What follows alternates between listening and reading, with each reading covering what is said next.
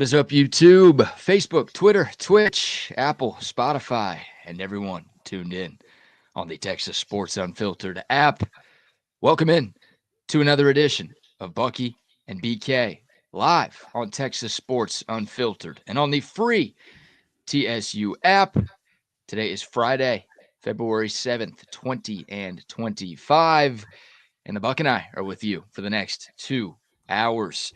On today's show, Lee Sterling from ParamountSports.com will join us at 9:15 to give you his best bets for Super Bowl 59. So if you want to make some money, make sure you're locked in. Then, of course, the Buck and I will preview the last football game of the 2024-2025 season. It's Chiefs, it's Eagles, part 2. Will the Chiefs three-peat, or will Philadelphia win its second ever Super Bowl? Plus, a massive weekend on tap for Texas basketball. The men on the road at Vanderbilt, the women hosting South Carolina. We'll preview both of those games. We are 1 week away from opening day for Texas baseball. We had the NFL awards last night, and how hot is Bill Belichick's chick? And we'll talk about some replacement candidates for Blake Gideon, who, of course, departed Texas for Georgia Tech yesterday. We've got a lot to get into between now and 10 o'clock. Happy Friday, my man. How are you this morning? Happy Super Bowl Friday to you, man, and to all those folks out there. It's going to be a busy weekend for everybody, and hopefully a lot of fun, a lot of relaxation, and just ending the football season coming up. We're finally at the end. What a long one this one was, man. Not long enough. Not long enough, absolutely. We should be having more playoff games this weekend.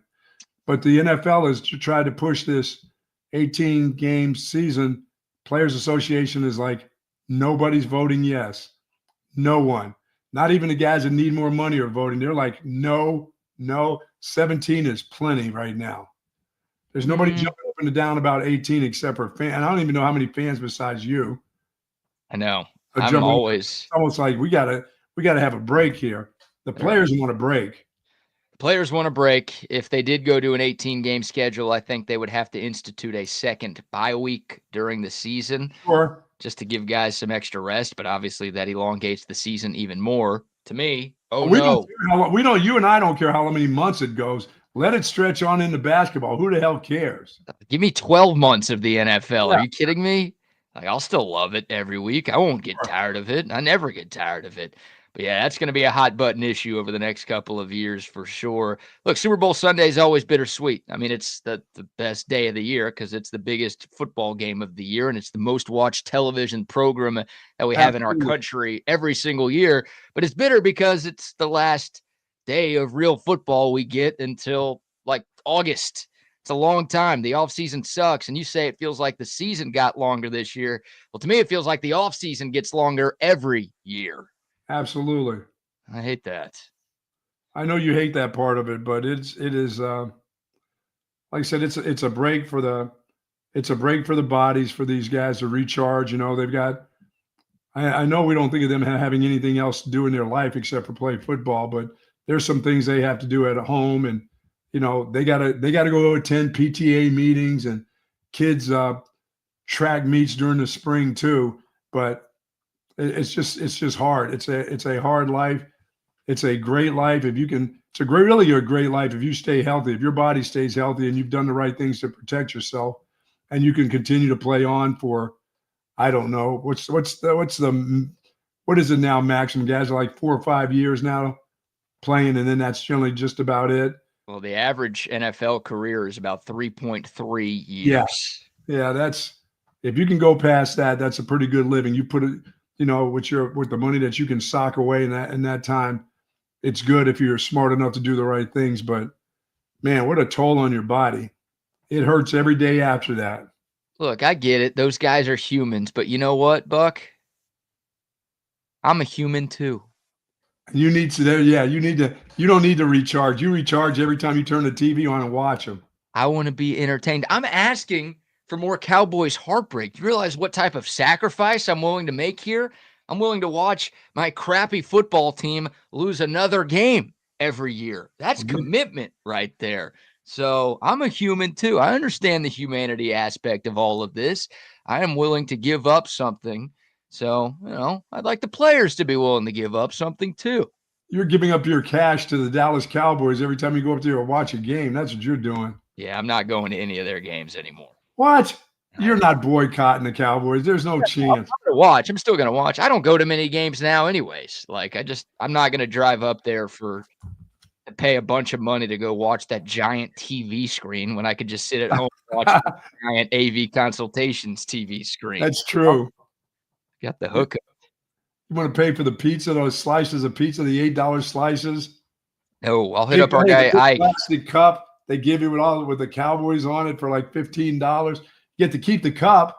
Why is that Kleenex sticky this morning? What are you doing over there? Oh yeah, there's all kinds of stuff in the air. It's going to be like 80 degrees here today, like Sunday 85 degrees.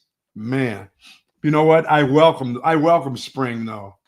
And I don't welcome spring with more football games. I'm done. It's good. It's good. It's coming to an end. It's good to get a break away from it. Okay. What will we do at March Madness if they kept playing football? Who cares? Watch both. What do you mean? Who cares? I'll still care about the NCAA tournament, but I'll also care about more football. No, they're not. That's going to be a while before they get that through to 18 games. It all depends on the TV. The TV revenue is going to be ridiculous. It's going to be something. It's going to be one of those deals you can't refuse. You know that. And for the players, it's going to be. But you know what they never do? I always talk about it every year. I talk about add to the rosters. They just don't. They won't do it. That's the owners. They're like, no, I'm not going to pay another 2 guys for salaries. No, the TV money is way more than the 2 salaries. But you know what? I still have mouths to feed, and I'm not feeding the 2 extra dudes on the team. You know, it's all about leverage, right? So that's the players, you understand the players are staying pretty steadfast in their desires to not have the season expand to 18 games. But if the owners are like, hey, we'll give you all fully guaranteed contracts if you're willing to play this extra game, then the players will be like, oh, yeah, we'll do 18. So that's how all of these negotiations work when CBAs expire and we're trying to figure out what the leagues are going to look like in professional sports. It's all about push-pull. Give us a 57-man roster. Yeah. And the owners are like, what? Adding 4 more guys? I don't think so. It's all about push-pull and who's willing to give what. It's a relationship. Any relationship involves sacrifice, and the Owners and Players Association, they've got a relationship, and who's willing to sacrifice to get what they want. That's how this thing is going to go down. Yeah, it's more of the players sacrificing. The owners aren't going to sacrifice a lot more. They feel like they've done plenty. They don't want to add to the rosters. They don't want to do anything. They just want to add to the income of those Sunday games. And I don't blame them. I mean, hell, they pay out a good chunk of change. But boy, 18 games, wow. You're talking about an ass whooping. You're right. They would have to have 2 buys during the course of the season. Plus, now they're shipping you over to where are they shipping you? Like to Australia and places like that now? Yep. My God. Yeah, I think if the NFL does go to 18 games, they'd reduce the number of preseason games down to 2. Right. So when they went to 17 games in the regular season, they went from 4 to 3 preseason games. And I think the NFL would say, oh, well, it's still only 20 games. Like we've been playing 20 total games for years. But anybody with half a brain knows that a regular season game is a little bit different than a preseason one. Yeah, pump up the roster. And if you want to keep the game, the preseason, so you still make the coin, that's fine. But you got to throw 4 more dudes on the roster, Yeah. And that maybe more than that. That's the hardest one, it seems like, for the owners is the 4 salaries, Yeah, I'm with you. Because those salaries those are some decent salaries, especially if they're good players, Oh my God. If the owners are willing to do guaranteed money, to me, that's the biggest gripe the players have. Because they look around at Major League Baseball and they're like, those guys have fully guaranteed contracts and we don't. I mean, we could literally die every time we're out here on the field. And those baseball players who stand around or sit in the dugout for a lot of the game don't. Spitting seeds. Yeah, they don't have to earn their money every single time they go out there. So if the players get the fully guaranteed money, Buck, then I think the owners can get whatever they want. Major League Baseball is going to start having to settle back a little bit after with all the money the Dodgers got to spend this year. What are they going to do? We're going to start capping people. It won't happen. You don't think you can put that toothpaste back in the tube? No. I think there's a good chance that's going to start maybe happening. I don't know. People have been talking about that for my entire life, Buck. Yeah, but the Buck never talked about it, so it's about to happen. Okay, now that you're speaking it into existence, it's going to exist? Yeah, because we can't have the Dodgers outspending the Yankees by $1 zillion. That's Yeah, not that's why. that's That's why you're upset. that shouldn't be happening. You weren't upset when your Yankees were outspending everybody else, but now that someone is paying out more than you are, then hold on, this isn't fair. Yeah, even the Steinbrenners are upset about this. They're saying the Dodgers are ridiculous. How about Cracks that? me up. That Cracks me does up. crack you up, doesn't it? When they're starting to bitch about too much spending by a team that's not the Yankees, it's crazy. Good morning to soldiers at Fort Cavazos, Texas, the soldiers in the state of Texas, and all those that fight for us each and every day. Thank you so very much. Please be safe on this Super Bowl weekend. Lots going on. Lots of heads that won't be on swivels as they drive around trying to get to different places. So, folks, be careful this weekend. And to our military, thank you so very much for what you do to you and your families. Yes, indeed. We've got some big news coming next week on Texas Sports Unfiltered. So definitely keep it locked in and be on the lookout and the listen out for some changes that we've got coming up in the not too distant future. We think y'all are going to be big fans of some of the moves that we've got I in know some of the big store. moves that are out there is the president's getting involved in the PGA and Live, trying to get them together. I know you like that. I know you want this to come together. Live President, the president of the United States of America. Yes. You know, the What? golfer, the guy who has golf courses all over the world, he's like, no, this is enough of that. Let's go.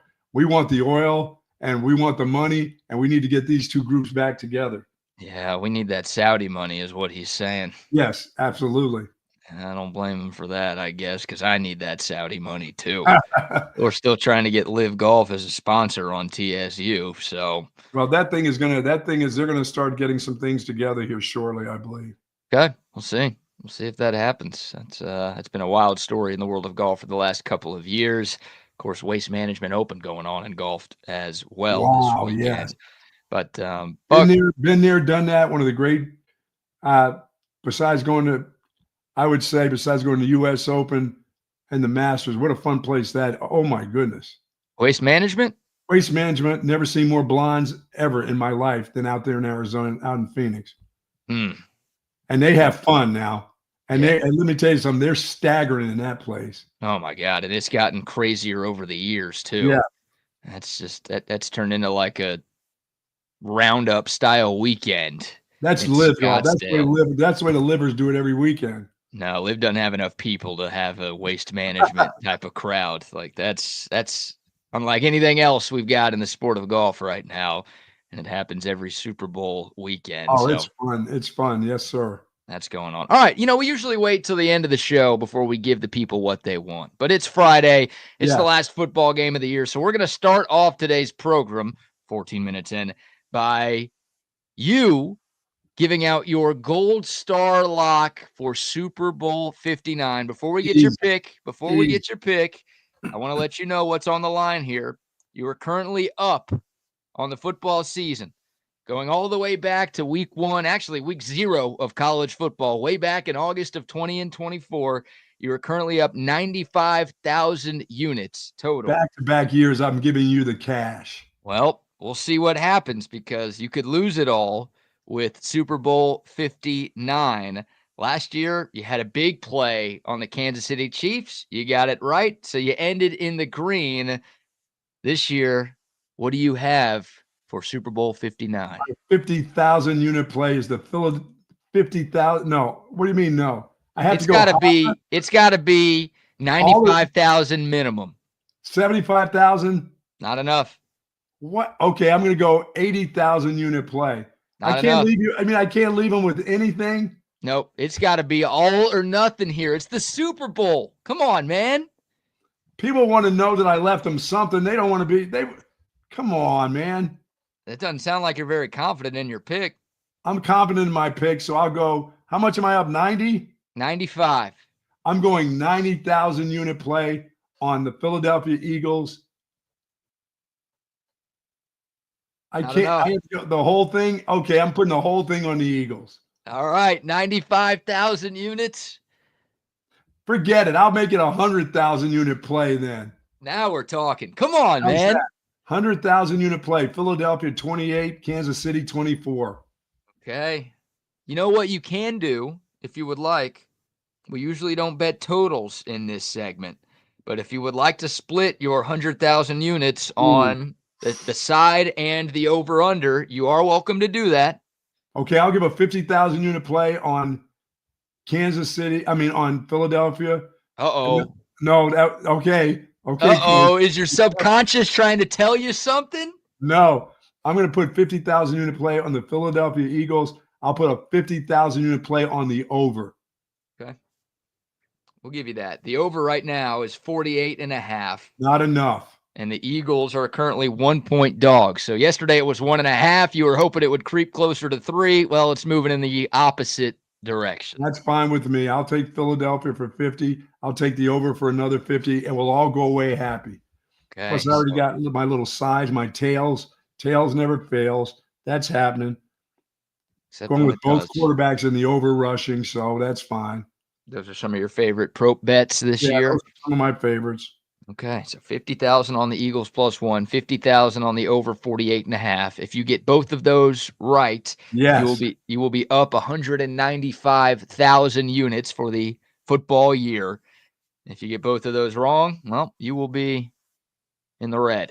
Well, I'll make it a 55,000 unit play on the over, just to make it so we can get to that 200,000 for the people. Make them happy for the year. So it sounds like you're more confident in the over than the Eagles. It's kind of hard to bet against the Mahomes. It just doesn't seem right. It makes you, when you go then look yourself in the mirror, you're going, you're kind of stupid, aren't you?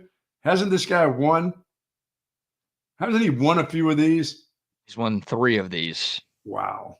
Yeah, and it's another year. I felt this way last year. I think I felt this way 2 years ago when we had the Eagles play the Chiefs. I felt like the other team was better. I felt like the Eagles were better 2 years ago. I felt like the Niners were better last year. I think I picked both of those teams to beat Kansas City, and I was left looking like an idiot. So, you know what I'm going to do this year? Yeah, I feel good. I'm not a Philadelphia fan. That's what hurt. That's what it hurts, just to be root for him, you know? Well, yeah, you're not a communist. So, like, okay, I'm going to go with that. I'll make it.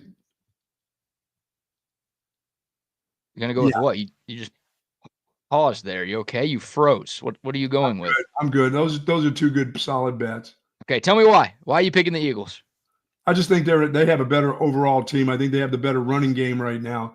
And I think that running game of theirs right now is really that. I mean, it's really kind of what pushes everything over the edge. And Saquon Barkley, the real MVP of the league, is going to be the deciding factor. So yes, and his run game and the run game in general will keep Patrick Mahomes on the sideline a little longer than usual. And I think that's what does it. I like the Chiefs defense, but I don't like them to be able to stop this dude all day for 4 quarters. I don't think that's going to happen. I think Philadelphia's defense, whatever run game that Kansas City tries to and attempts to throw out there, which they won't mess with it long. And if they decided they're going to have to drop back and pass the ball all day, they'll have a problem with that defensive line of Philadelphia's. I don't see Philadelphia having that much problem with the defensive line of Kansas City. They'll be good for a while, but they won't be able to stop Barkley for 4 quarters. That won't happen. Okay. Yeah, I've got 5 big keys to Super Bowl 59. Done a lot of research this week and obviously watched a lot of both of these teams throughout the regular season and the postseason. So we'll go one by one. I want to get your thoughts on all of these. And I tried to be a little bit more advanced than just stop Saquon Barkley. Like, no shit. You can't let that guy go for 250 yards and expect to win if you're Kansas City. But number 1 does have to do with Saquon. Can the Chiefs prevent the dagger Saquon run? He's got 13 rushes of 30 or more yards this season. It's more than any other tailback in the NFL. Yeah, I believe that'll be under. The Chiefs have only allowed 2 of those types of runs. One in the regular season, but one of them came in the AFC Championship game to James Cook and the Buffalo Bills. And you go back to Super Bowl 57, the Chiefs running backs ran 17 times for 45 yards. I don't think the Chiefs are going to hold Saquon to that, but can they avoid We all remember the NFC Championship game, right? Washington gets the ball first. They use up half the first quarter. They kick a field goal. You think it's a great drive, and they stole the momentum, and maybe they took the crowd out of the game a little bit in Philly. And then what happens? The very first play for the Eagles offense is a 60-yard Saquon Barkley touchdown, and it was like, well, there goes that momentum. So can the Chiefs, Buck, prevent the big back-breaking Saquon Barkley run that so many other teams haven't been able to stop? No, it's going to cut like a knife. I mean, it's going to be those 15 and 12 and 8-yard runs, I think, for Philadelphia, because I think Philadelphia will go over the top of the Chiefs in a long play before they get a long run off. I think they'll go that route and then just cut them up, with just their regular run game, their regular counter stuff. If one breaks, it breaks. But I think the ones that'll hurt will be those 8, 12-yard runs by Saquon. I think because the Kansas City is pretty stout inside, and they're good at the linebacker area. I think they'll, I think the longest run Saquon will have will be maybe in the 20s, the high teens, but I don't think he gets that long one. But I do think they get a long pass off. So, okay. Yeah, that would hurt as well. Number 2, Jalen Hurts. Can Jalen Hurts handle the pressure? I'm not talking about the pressure of playing in the Super Bowl. He's played in a number of big games, including this game in the past. But I'm talking about the actual pressure. Out of 37 qualifying quarterbacks in football this year, Jalen Hurts ranked 37th, dead last in success rate and EPA per attempt against pressure. He was also bottom 5 in sack rate and yards per attempt as well. So some new age numbers, some old age numbers. When Jalen Hurts was pressured, he really struggled this season. Buck, we know Steve Spagnuolo brings more pressure than just about any defensive coordinator in football.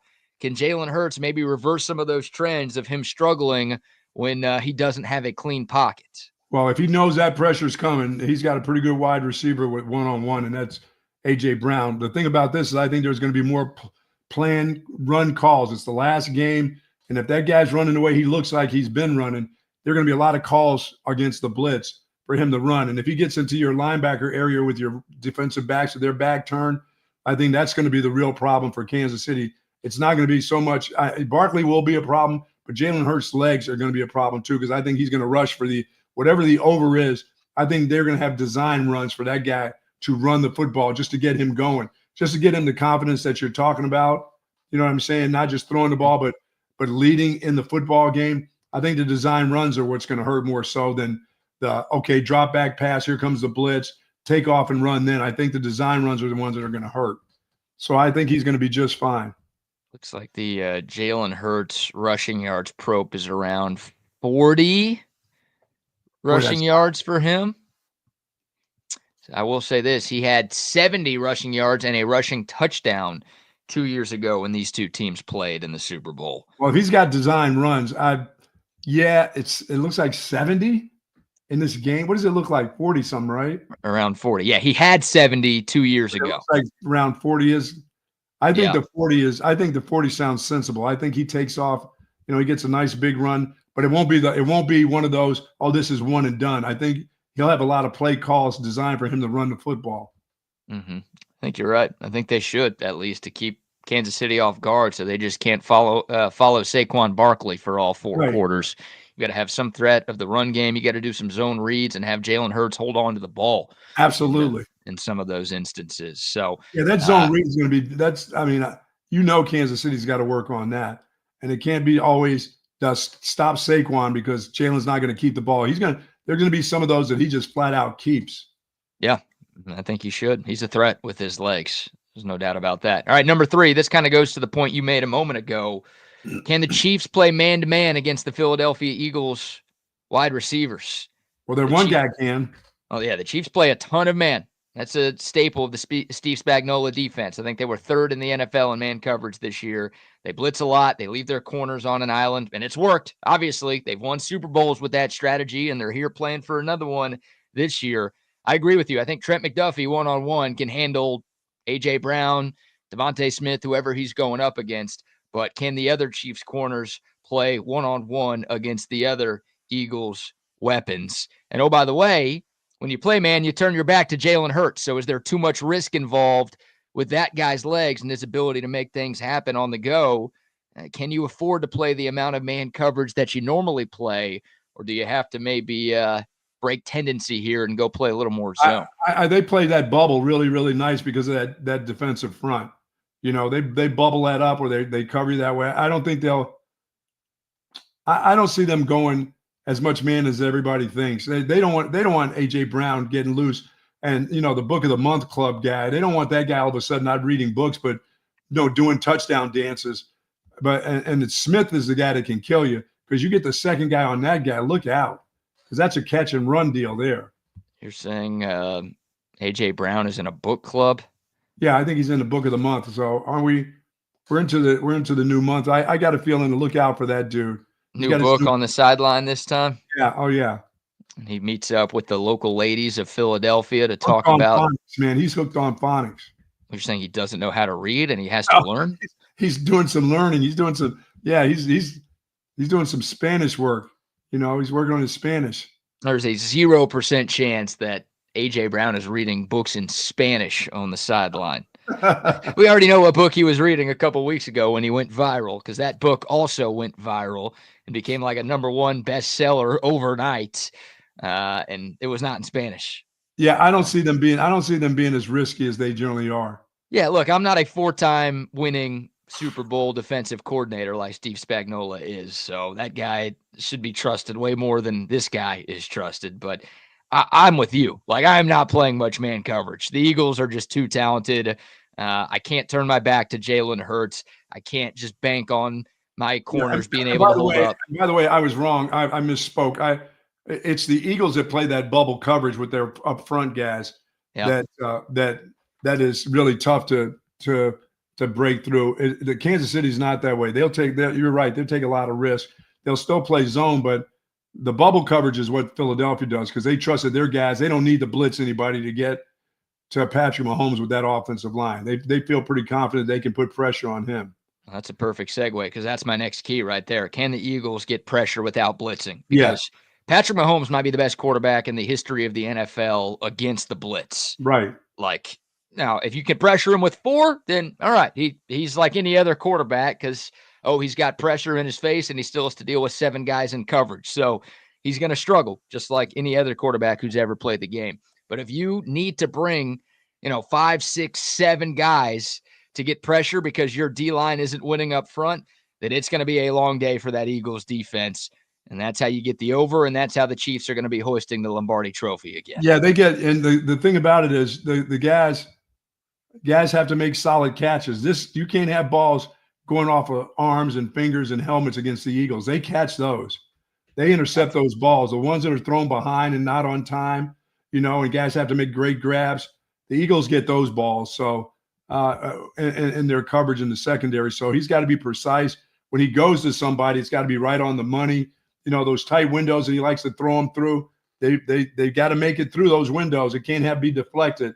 And the Eagles linebackers are pretty good. They run around pretty good. And that secondary is fantastic. So I think they can get pressure with the front. They've done it all, during these playoffs. I don't see it being any different. They've done it all year. I don't see it being any different, especially with Kansas City's offensive line. Yeah, the Eagles, I think, have the deepest defensive line in football. I don't know if they have the very best, but they could come at you in waves. I mean, Jalen Carter's an elite interior guy. He's the best 3 technique probably in football. Nolan Smith is great. Josh Sweat has been great. Moro Ojimo has been getting some run as a defensive tackle. They've got Jordan Davis there as well. It's loaded. It's really good. And like you said, they have had a lot of success just by rushing 4 and playing some of that bubble type of cloud coverage over the top to not give up big plays. That's what the Eagles have done to get here, and it has worked. And following up on your point about the turnovers, the Eagles had a bye in week 5. Since then, they are 15-1. They are winning their games by an average of 13.8 points per game, and they are plus 27 in the turnover margin. Yeah, they get the turnovers. They force fumbles. They'll force you to fumble the ball. And, for me, for Kansas City, if they had a threat coming out of the backfield as a pass catcher, I'd feel a little bit better. But right now they really, really don't. They don't have a secondary guy. Their secondary guy is Patrick Mahomes taking off and going. If you're not careful with him, I think he'll rush. He'll get the over in his rushing. in this game too. Because he just does. I mean, he's just an athlete that wants to prove a point that he's not just the quarterback, but he's the runner too. And when you least expect it, he'll start the Super Bowl out like his ankle is sprained, and you'll fall for it until he takes off for about 30 yards down the sideline. He just does that. That's just his game. In big games, he takes off with the ball. So I expect him to do that. And I don't think they have anybody to take the pressure off him, except for, I mean, you can call Kelsey and those guys and the guys that he throws the ball to in that mid-range, their secondary throws, but he's going to need all his throws. And they have no threat out of the backfield. For Philadelphia, Saquon Barkley can slide out of the backfield, catch a little swing screens, and all of a sudden that guy is like a wide receiver into your secondary. So I just don't see it for Kansas City. I see them getting enough pressure and him not having a secondary thrower. What about Samaje Perine, Buck? No, dude. No. Come on.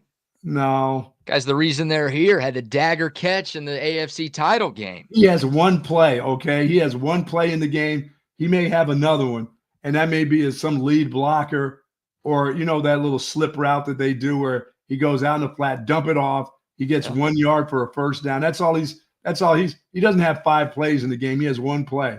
This is what we want you to do. Do it very well. Don't drop the ball. That's all he needed. That's right. 2 weeks ago. It worked out. I still don't believe he was the guy on a pass play coming across the middle. Oh, I do. 100%. That's the genius of Andy Reid. Like, who's the guy that you least expect to get the football in this situation? Absolutely.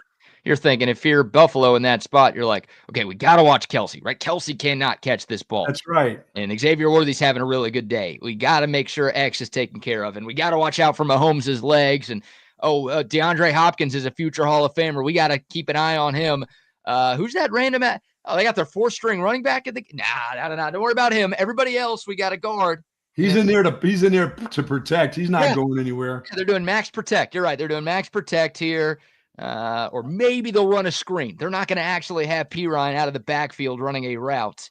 I mean, that's when you're a specialized player. That's when you go down the other end of the field and you take the 5th quarterback or the running back that can throw passes and you run that across the field over and over again where you catch the ball and just do what you need to do. Catch the ball on the move. And I don't care if it's thrown a little behind you, just make the catch. And that ball was perfectly thrown right to him. And so that's his job. That was his job for that game. He didn't have another job in that game. Hey, do your job, Bill Belichick. That's right. Do your job, just like Belichick's been doing his job. Oh, my God. Yeah, we'll get to that. He's putting in work. Yeah, I just don't think they have a receiver out of the backfield that scares anybody right now. Yeah, Pacheco just hasn't been the same guy as of late.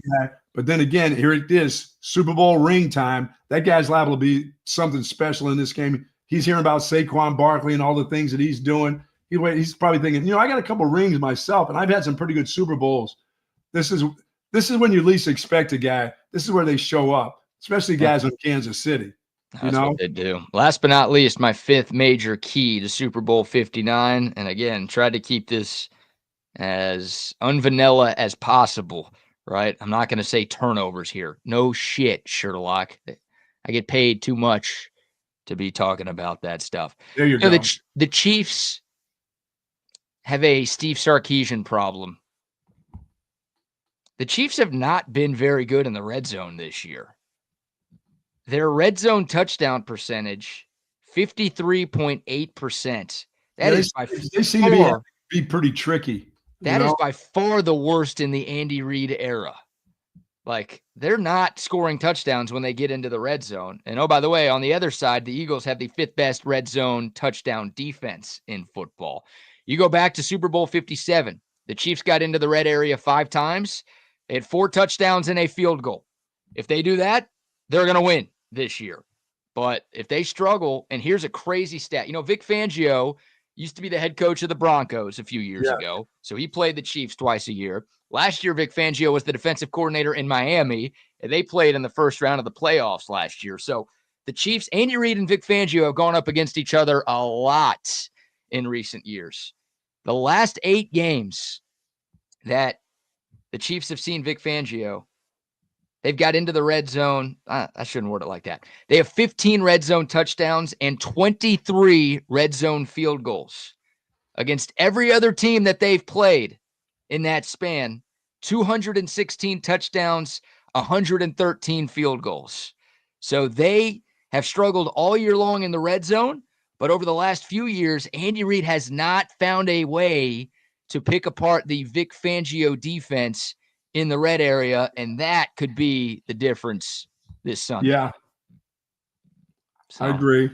If we see a lot of Harrison Butker, and hopefully they cut away to his wife in the kitchen every time he trots out there on the field, just so we making Super Bowl sandwiches. Yeah, making some sandwiches out there, maybe doing a little laundry from time to time. If we see Butker a lot on Fox, then that's advantage Philly. Because touchdown, I'm with you on the over. I'm very confident that the over is going to hit. I think you need 6 instead of 3 in this game. And if Kansas City keeps getting into the red zone, which they do so well, but stalling out, which they've done a lot this year, then Philadelphia, I think, is going to get this thing done. Yeah, they've got to be able to score once they're in the red zone. They have a tendency to get there, but you're right. They've kind of stalled out. They're like Sark. They're more gimmicky now in the scoring zone areas. They've got to come up with something. They've had some trouble with the one-on-ones. They can't always rely on Kelsey for everything because they double him up down there once they get in the scoring zone. But Hopkins is the guy. I mean, he's been kind of quiet lately. This is where you can throw some throws to a guy who can catch anything you throw at him down here. So I'm looking for him to have a game that he hasn't had maybe for the whole season. This is I think if Kansas City wins, that guy is going to be prominent in this game. A guy who hasn't done all that much. They got him for a reason. Now here it is. All of a sudden they're in the Super Bowl and they need a guy in the scoring zone to get open, to make plays. Patrick Mahomes will find a way to get him the ball. He's not going to drop it. He's going to make it some remarkable catch or just a catch that other dudes just don't make. So I look for him to be a kind of sneaky dude in this, and for me, on the other side, it's Goddard. Hurts looks for Goddard. I mean, that's not a sneaky move. That's a move. That guy carries the ball as a running back now. I've noticed during the season. I'm like, when did Goddard become a running back? Well, in the playoffs, he has become that guy. And for the season, they've done that an awful lot to him. So him catching the ball a lot in scoring zone for Philadelphia won't surprise me whatsoever. He'll play a big role, but I'm looking for Hopkins can that guy emerge at this? I'm saying lateness, forget it. It doesn't get any later than this. It's a great question. I looked up DeAndre Hopkins' postseason stats. He had 0 catches on only 1 target against Houston in round 1, or I guess round 2, but the first round for the Chiefs. Sure. And then 1 catch for 11 yards on just 2 targets against Buffalo. So he has 1 catch for 11 yards in these playoffs so far. Yeah, this is when Andy Reid does it to you, though. This is where he and Patrick Mahomes, all of a sudden, nobody's paying attention to that dude over there. Let's put our worst secondary guy is pretty good, but that guy takes advantage of you. Future Hall of Famer may take advantage of it, I get it's not 2019, but I still feel like this Chiefs wide receiver room is better than what they had last year. Now, they don't have Rashee Rice, who was huge in Super Bowl 58 against the Niners, but now Hollywood Brown has come into his own now that he's back and healthy. DeAndre Hopkins is there. Obviously, Xavier Worthy was not there last year. He's been really good for them in these playoffs. He's been a fantastic first-year player. Yeah, I know the Chiefs, Kelsey isn't quite the guy that he was, but he's still a big-time threat this time of year. So I think the Chiefs have better weapons than they did at this time last year. There's a lot of questions about the Chiefs because they haven't been nearly as dominant in 2024-25 as they were last season. But I like their weapons on the outside, man. I think Mahomes has more guys to throw to this year. Yeah, but once again, Philadelphia, boy, that secondary is really, really good. They are, yes. And they can be really good when you get pressure from the up front guys, and their linebackers can drop into those Kelsey zones, and those dudes can catch, and they can play the pass too. Yeah, they can. They're good. It's a loaded team. The Chiefs top to bottom. The Eagles top to bottom have the better roster here. Yeah. But the Chiefs have the experience, and they've got Patrick that guy. Mahomes. Yeah, that guy. Exactly. All right, we'll take your thoughts. Dakota text line 512-222-9328. The YouTube, Facebook, Twitter, and Twitch live chats are rolling as well. Hit us up with your predictions and your thoughts on Super Bowl 59. We'll talk to Lee Sterling about this game, and we'll give you some of his favorite bets when he joins the show at 9:15. We got some Texas basketball to get into, some Texas football to talk about. Plus, did you see Bill Belichick's girlfriend last night? If you didn't, we got you covered. All of that coming up. But first, Buck, how about our first round of sponsor shout-outs? Say hello to Jason and the gang over at Relax the Back. They embrace a holistic approach for a healthier lifestyle based on 35 years, folks, of proven expertise, and my back couldn't be happier. Their motto is live wellness, and folks, they can transform your routine, your daily routine, into something very, very special if you have back pain. If you're struggling with thoracic problems, if you got hip problems, if you got lumbar problems, please go over to one of their stores. They got 2 great locations, and find out a chair or a recliner or a sofa that's going to fit you and going to make your life a whole lot better. I've got this office chair right here that I've been sitting in for years, and I love it. And it's coming out this weekend for the Super Bowl. I'm bringing it around. It's coming out. I'm not going to lay in the big taco and have back pain all next week, but I can sit in this wonderful, relax the back chair. 2 locations, folks, at the Hill Country Gallery across from Whole Foods, and in North Austin at the Gateway Shopping Center across from the Container Store. Live pain-free like the Buck and relax the back. Yes, sir. Yes, sir. Much love to them. Much love to centextickets.com as well. She'll be down in New Orleans getting those tickets sold for the Super Bowl. I was going to say, you still got time to make the drive to the Big Easy to be there for Super Bowl 59 on Sunday. If that's a little too rich for your taste, what about Texas, South Carolina women's basketball on Sunday? A top 4 matchup. Number 2, South Carolina coming to town. The Lady Cocks taking on your Longhorns. And it's before the Super Bowl. I think it's a 1 o'clock game. So you can go out to the Moody Center. You can get back home in time for the Super Bowl. They've got tickets for you. Centextickets.com. It's not just sports. It's concerts, comedy shows, Broadway shows, music festivals, whatever. Anything you want a ticket to, you can get your tickets at centextickets.com. And make sure you use the promo code CENTEX10 at checkout. You're going to get 10% off of your purchase at centextickets.com. Have plenty of time to head over to 34 Wine and Spirits, 4601 Southwest Parkway, to pick up all your spirits, all your needs, whether you need them on Super Bowl Sunday. You could be using them tonight on Friday, Super Bowl Friday and Saturday. You're going to need to have that pick me up. You can get it right there at 34 Wine and Spirits, all the great wines that they have, all the liquors that they have. And they've also got Allstat beer, and they've got all the varieties of Allstat beer at 34 Wine and Spirits. Do go by there if you want to have a big party and you want to try to get that done, and you want to make the phone call to those guys. They will ship it to you. They are wholesale distributors, so they can bring the booze to you. But if you want to go by the location, it is 4601 Southwest Parkway. Now, speaking of stuff to do this weekend, how about a trip down to the Altstadt Brewery tomorrow? Or you can do it Sunday before the game, or you can do it this afternoon. I mean, the weather's going to be insanely good here in Central Texas over these next 3 days. If you want to have some fun and enjoy the great weather and enjoy the great beer in the process, head out to the Altstadt Brewery in Fredericksburg. It's a beautiful drive right in the heart of the Central Texas Hill Country. There's a great outdoor beer garden. There's live music. There's great food. I mean, it's German-style food, serving up all sorts of European cuisine. And, of course, most importantly, you get to try plenty of samples of the greatness that is Altstadt beer. Whatever you've got this weekend, remember, your good times are made better with Altstadt beer. Please drink it responsibly. Don't be an idiot on Super Bowl Sunday. Plan a sober ride home when you're drinking your Altstadt beer. But it is the best beer you could find. It is Altstadt beer. No impurities, no regrets. All right, Buck, the NFL honors took place last night. The MVP award was given to Josh Allen. Offensive Rookie of the Year was given out to Jaden Daniels. Coach of the Year. Jaden Daniels took that? Wow. I know. Shocker, right? Coach of the Year went to your guy, Kevin O'Connell in Minnesota. We can get to some of the other awards in a second, but that stuff doesn't matter.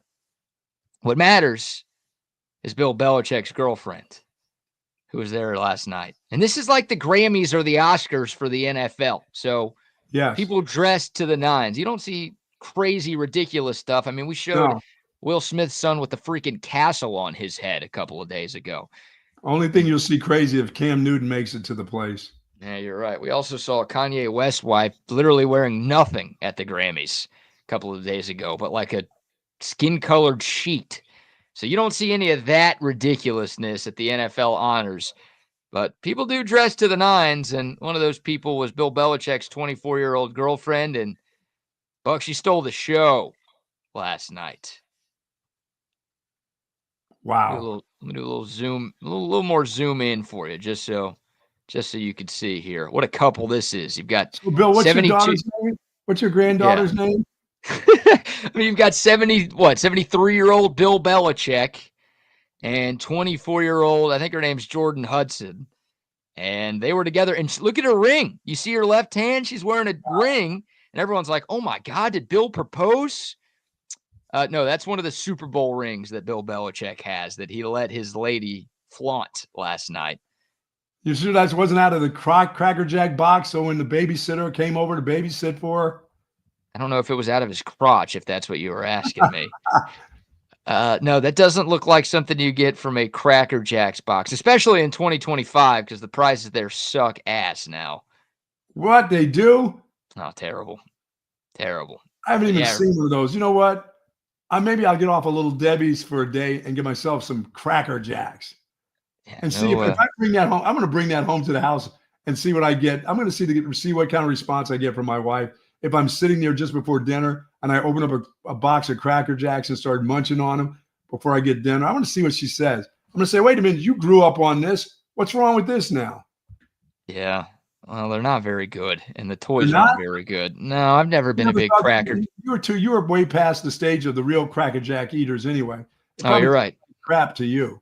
You're saying my generation has taste? Is that what you're saying? I'm saying your generation had no taste. They couldn't suck it up and have the caramel in their teeth and nuts all up in their jaw. Yeah, no. Well, I don't like having nuts anywhere near my jaw, so you're making me sound weird for not wanting that. I think you're weird for wanting that. Not that there's anything wrong with that if that's what you're into. But, yeah, we've got better options now than Cracker Jacks. Don't subject yourself to when's the last time you've had Cracker Jacks? You just said you haven't had them in years. Dude, I don't even know when I was a kid when the last time I had them. Yeah, why? Because there's better snacks out there. Take the peanuts. If you're singing "Take Me Out to the Ball Game," give me the peanuts over the Cracker Jacks 10 times out of 10. You know what? That's not a bad idea. Next time I go to a baseball game, I'm gonna see if do they still have those at the park though? Are Cracker Jacks at the park? Some parks. I don't know if the dish will have them. One. Yeah. Like I think they do it at Rangers games, but at the dish, I don't know if you can get some Cracker Jacks. Yeah, peanuts you can get. Yeah, you can always get these nuts. You can always get these nuts anytime you want. Comment below with your request for these nuts. But look at that. Bill Belichick. Everyone's like, oh, Tom Brady won the split. Tom Brady got divorced, and Bill Belichick's landing this right now. So, point Bill. Wow. Yeah. I'm sure Tom Brady's granddaughter's name is Suzette, y'all. Tom Brady, I'm sure, is doing just fine, by the way, with the ladies department. Also, oh my God. About Bill Belichick having to go to different masseuses. And I'm sure his old body needs to be massaged every once in a while. But do you hear him having 7 or 8 different masseuses? Not really. He's a woman. He just needs one. Yeah, if 99% of the world could hit this, they'd be perfectly fine with just one, I think. You know? You wouldn't need massage therapist if you had this by your side. Also, Sean Payton's it turns out, at least I think, I've got to do some fact checking on this, but this is who Sean Payton was sitting with at the NFL honors last night. I like for you to meet my daughter, Anna. Well, that actually is his daughter. At first, I'm like, Jesus, all these old NFL coaches are just bagging these young dimes. What is going on now? It turns out, this is Sean Payton's daughter who he showed up with. So I went from, man, nice pull, Sean, to, man, I'm so sorry, Sean. That sucks. Yeah, you can tell. I mean, I can see the semblance in the face a little bit. Yeah, that looks like his daughter. Well, you don't want your daughter being this hot, do you? I'd be very careful. She could go to events, like if there's a cookout somewhere. That's it. That's it. You're only taking her out of the house for those events. Yeah, cookouts, backyard festivities, maybe even in the neighborhood. But no, it's not coming out. It's not coming out to the Grammys or to the awards, the NFL awards night. No. Yeah, they kept showing them together on screen, sitting next to each other, and I'm like, oh my God, this is a thing now. Just old coaches are they're going De Niro and Pacino on this deal. They're having kids with all these young broads, and we'll see if Belichick does. He doesn't. But it turns out, that is Sean Payton's daughter. So apologies to Coach Payton of the Denver Broncos for thinking that. But there were some women out there last night at the NFL honors. Let me tell you, not too shabby. Not too shabby. Good job, boys. Any qualms with Josh Allen winning MVP last night? No, I mean, there's that Lamar hangover, so it was bound to happen eventually, wasn't it? Yeah, that's it. Like, I don't know if Lamar should have won it last year, and he did, but Lamar absolutely should have won it this year, and he didn't. So maybe that's turnabout is fair play. Got to be the Pro Bowl quarterback. Oh yeah, that's great. Sure, he's thrilled with that. Like, I don't think Lamar's losing much sleep. He already has 2 of those things, and I think he and Josh Allen care way more about winning a ring, finding a way to beat Patrick Mahomes than anything else. Yeah, they'd love to figure out how to do that. But although Josh did pick up a cool $1.5 million for that title right there. Oh, is that what he won? Yeah, $1.5 million. That works. Yeah. Look, Josh Allen had a great year. He's an awesome quarterback. It's just, if you look at the numbers, if you care about the numbers, which they matter, at least they should matter. Like, Lamar Jackson beat him in pretty much every department this year. But hey, Lamar's got 2. Josh Allen has 1. Congrats to him. I'm also not losing much sleep over this thing. No. Pat Surtain named Defensive Player of the Year. Saquon was named Offensive Player of the Year. Pat Surtain is a big deal. That's a great pick. What a great year that dude had. He's awesome. Yeah, he's the best corner in football right now. No question. He's a stud. The year the Cowboys got Micah Parsons, I wanted them to get Surtain. Surtain was picked before. The Cowboys didn't have a choice, but it's not like the Cowboys whiffed. They did a good job trading down and ending up with Micah. But I love Surtain coming out of college, and he's been a monster for the Denver Broncos. So he gets that win. Coach of the Year, your guy, Kevin O'Connell. Thoughts? Yeah, I had a good year. Yeah, it's a regular season award. Sure. 14 wins with Sam Darnold. Not going anywhere in the playoffs ever anyway, so what's the difference? Give him a regular season award here. Here's something for your mantle. That's Minnesota sports in a nutshell, isn't it? Yes, it is. Nothing in the playoffs. Assistant Coach of the Year was Ben Johnson of the Detroit Lions. Got him a good gig now, yeah. Got him a good gig. And then Comeback Player of the Year. I thought your guy Sam Darnold was going to get it, but Joe Burrow, Joe Cool. I didn't know Joe. Did Joe miss the entire season last year? No, but like most of it. I think he got hurt in like week 4. I don't know about that. That's such a weird award. Comeback player. Come back from what? Well, Damar Hamlin won it after coming back from the dead. Yeah, that's different. That's pretty impressive right there. But I don't know. It's coming back from a big injury or coming back from everybody doubting you. Like, I think Sam Darnold could have easily won this thing. Someone voted for Russell Wilson, which I thought was a little weird, but I guess he had his best year in years. Yeah. I don't know. To me, it was Burrow or and lose. Well, that's what the Steelers do. It's like clockwork, dude. And they're unbelievably good at making the playoffs and losing by a lot. Who's the NFL Man of the Year? How did that come out? Because they get us with that every week during the season. Yeah. Who ended up winning that? Yeah. Well, I thought you were a guy who likes charity and community. I'm surprised you're dunking on the Man of the Year I'm award. not dunking. I just asked the question. Who won that thitty award? They're just shoving that down our throats all year round. I don't want to hear about it anymore. So who won that piece of shit? No, I didn't say. I just said who won. I said we hear about it every week, but it all sound like they're great people, do a lot for their communities. So who is the let me suck ass award? I mean, what is it? Who won it? Yeah, I wish they called it that. That'd be a little more exciting. It was Eric Armstead of the Jacksonville Jaguars. Played for the Niners for a long time, and now he's with the Jags. My daughter lives in Jacksonville. Good job. Yeah, big into like kids, and that sounds P. Diddy-esque, doesn't it? Yes, it does. Teaching kids how to read and making sure kids in Hooked on lower. Speaking of hooked on, exactly lower. He's teaching AJ Brown how to read. There you go. Good stuff. Helping out kids in the Jacksonville area and lower income communities just have access to books and school supplies and good stuff. Good stuff. Good stuff. All those guys do a great job, man. They do so much in their communities. You know, they make a lot of money, but they give a lot of money away. And the thing about them is they give their time, which is hard to think about, you know. That's the big thing, right? Like, and look, it's a big deal if you're willing to give up 6 or 7 figures to charity. That's Absolutely. awesome. That's awesome. But for some of these guys, it takes 2 seconds, cut a check, or just have your accountant cut a check, Right. and it's done. But to actually go out to start a foundation or a charity and spend your time doing stuff in the community, that is what gets you the Walter Payton Man of the Year, and that's what does a lot for you in my book. Not that that's worth a whole lot, but it's a big deal, man. Cool to see all those guys, and congrats to Eric Armstead for winning that thing. They had this Steve Gleason up there, former Saint, who's got ALS right now. He was up there. His computer gave a little speech. Drew Brees was up there standing next to him. That was kind of an emotional scene last night in New Orleans. He's still kicking it, huh? He's still going. Still kicking it, man. Yeah, that's good, man. That's good stuff. That's a tough disease. I don't want to bring down the mood on a Friday, but that dude has been fighting it for a long time, and they thought he would have been gone. Yeah.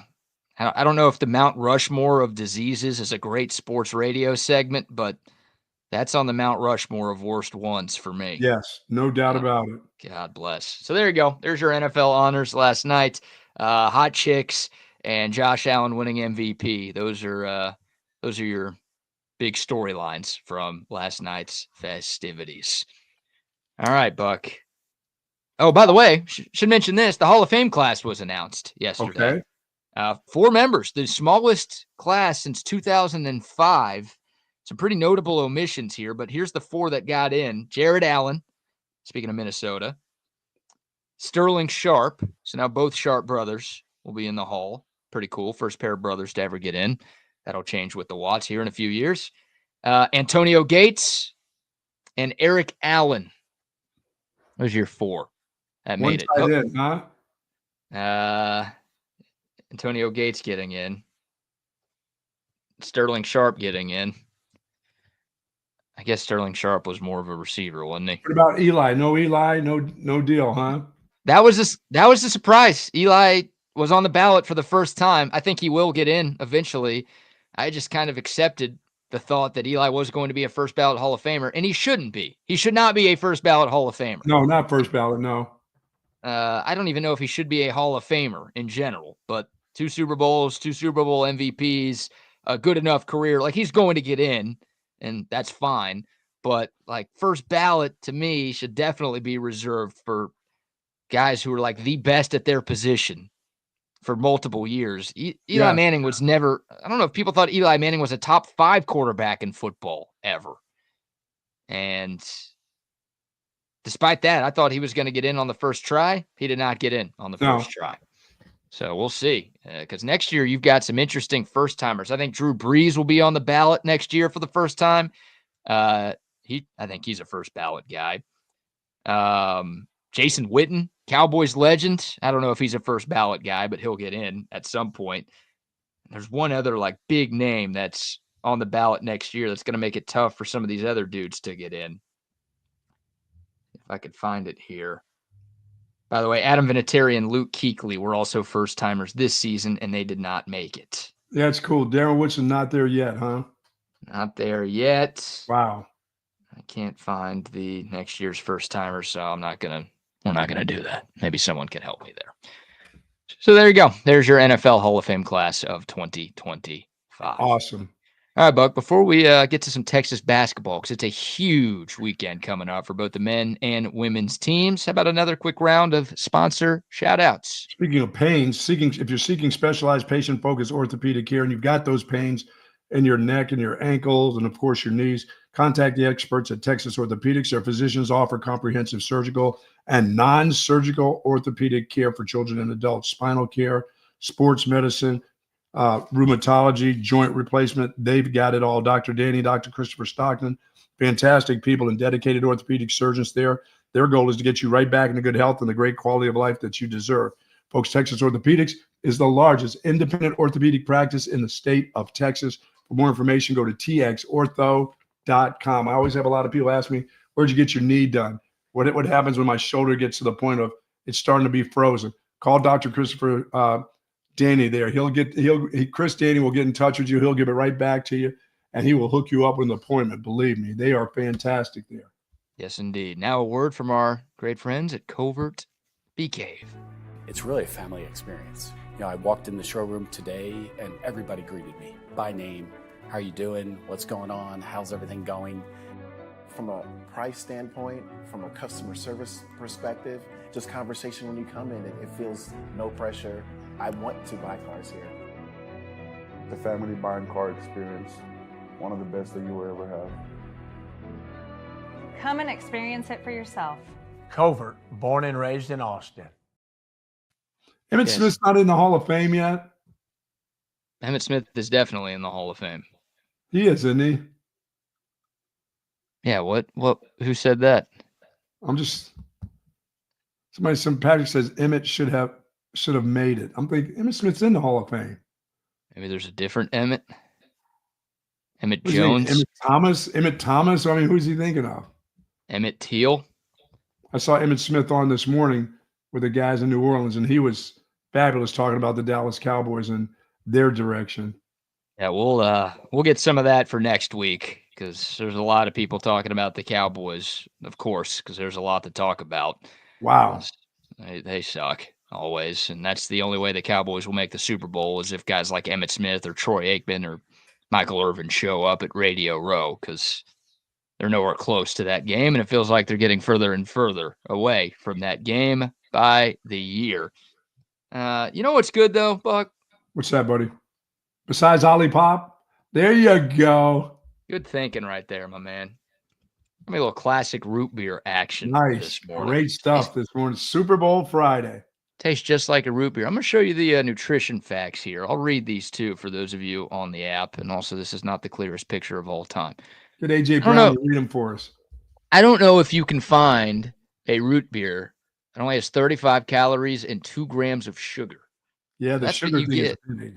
Oh, it's huge. That's what you get with Olipop. And it tastes just like a root beer as well. Ingredients in here that help support good digestive health. And again, the taste is perfect every single time. They've got 19 different flavors, including classic root beer and vintage cola and lemon lime that taste just like the sodas you've been growing up drinking. But also they've got some unique flavors as well. They're all great. You can get them wherever you buy groceries. H-E-B, Whole Foods, Costco, Walmart, Target, wherever you buy your groceries, you can find Olipop all throughout the world. Now, this thing's growing like crazy, but of course, all throughout the great state of Texas. Make sure you get you. Somebody said you need to try Jack Daniels and root beer. Yeah, Olipop, little Jack Daniels and root. Wow. You know, I have not tried to use Olipop as a mixer. Oh, yeah, because it's good for you. You're just staying straight with that. Straight up Olipop, no mixing. Yeah, it's good for you. Tastes great. It's good for you. That's all I need right there. You know, I don't want to ruin the taste of Olipop with alcohol. No, you got your Allstat. If you want your alcohol, you'll have your Allstat. That's what you'll do. Yeah, exactly. And your many flavors of it, Allstat. My many brews. Indeed, indeed. Shout out to Olipop. Shout out to Allstat as well. Shout out to Stu Patrick, my friend. We'll be there next week. The day before Valentine's Day, yeah. Yeah, baby. If you want to bring me those flowers, just bring them on in. I'll have plenty of room by the table. I have a come in. You want the ladies of Central Texas to be bringing you flowers, huh? Dude, for years and years at the radio station, somebody would send me a dozen roses every year, and I never know where they came from. It was the weirdest deal. They came to the office every year. Never found out, huh? Never found out. Wow. They got there. Somebody sent that to me. Secret lover. I know it wasn't my wives. I know they didn't come from there, so it was just strange. I didn't realize you were Mormon with multiple wives. Thank you very much, Kim, for sending those to me. Oh, now you know who it is. I think maybe Kim Mulkey may have been doing that. Oh, you think it was Kim Mulkey who was sending you flowers every year? Why couldn't it be her? I didn't know. That gal. That dude. That dude is more likely to send you a flaming bag of shit. Step on it on your doorstep so I can step on it, put it out. Just like that. Just like that. Goodness. Oh, yes, maybe we'll be at Sue Patrick's, folks. 5222 Burnet Road. Come join us next Thursday. Pick up all these wonderful items that if you want to get a Valentine's gift you can pick it up right there. Believe me. Jelly Cats. Hopefully Jelly Cats won't be sold out. I got to believe that Jay is going to load up on Jelly Cats. I bought a Jelly Cat yesterday. Really? Yep. That's awesome. I don't know if I can bring any more to the house. I've got the Jelly Cat Rose sitting on the kitchen table. It's been there. My wife likes it. I don't have to put water on it. It looks good. Yeah, I still want that. I want that big ass turkey. That's what I want. It's sold, I think. Yeah, it's kind of, the season's over with, but I want to see what the dog does to it. Oh, yeah, you want to buy a Jelly Cat? You want to spend the money on a Jelly Cat so your dog does. And see how Zach handles the turkey. Yeah. Well, I'm not worried about Zach. I'm worried about the other big guys. Oh, forget about that. That thing will be torn apart in 2 seconds. 5222 Burner Road, plenty of parking. Go to SuePatrick.com for more information, folks. Speaking of animals, my neighbors, BK, you know how loud it is over there with the chickens and the turkeys and the ducks because they use duck eggs for cooking. And they got rid of the cows. They don't eat meat anymore. The neighbors don't eat meat. So, but they got a million chickens. I swear I heard a goose the other day, a different sound. I'm going to have to ask the lady. I'm going to have to ask Karen next door about, they have a goose. A goose sounds different than a freaking duck. A goose is loud. I mean, it is a loud sound. So I opened up the door to it. I said, that's not a duck. Where did the hell they get a goose from? What do gooses sound like? It's louder than a duck. A duck sound amplified by about 4 times. That's when they start goosing and gandering or whatever the hell they do. It is so annoying. I thought the turkey gobble that I used to hear from there starting at 3:00 in the morning was nuts because I can hear that through the walls of my house.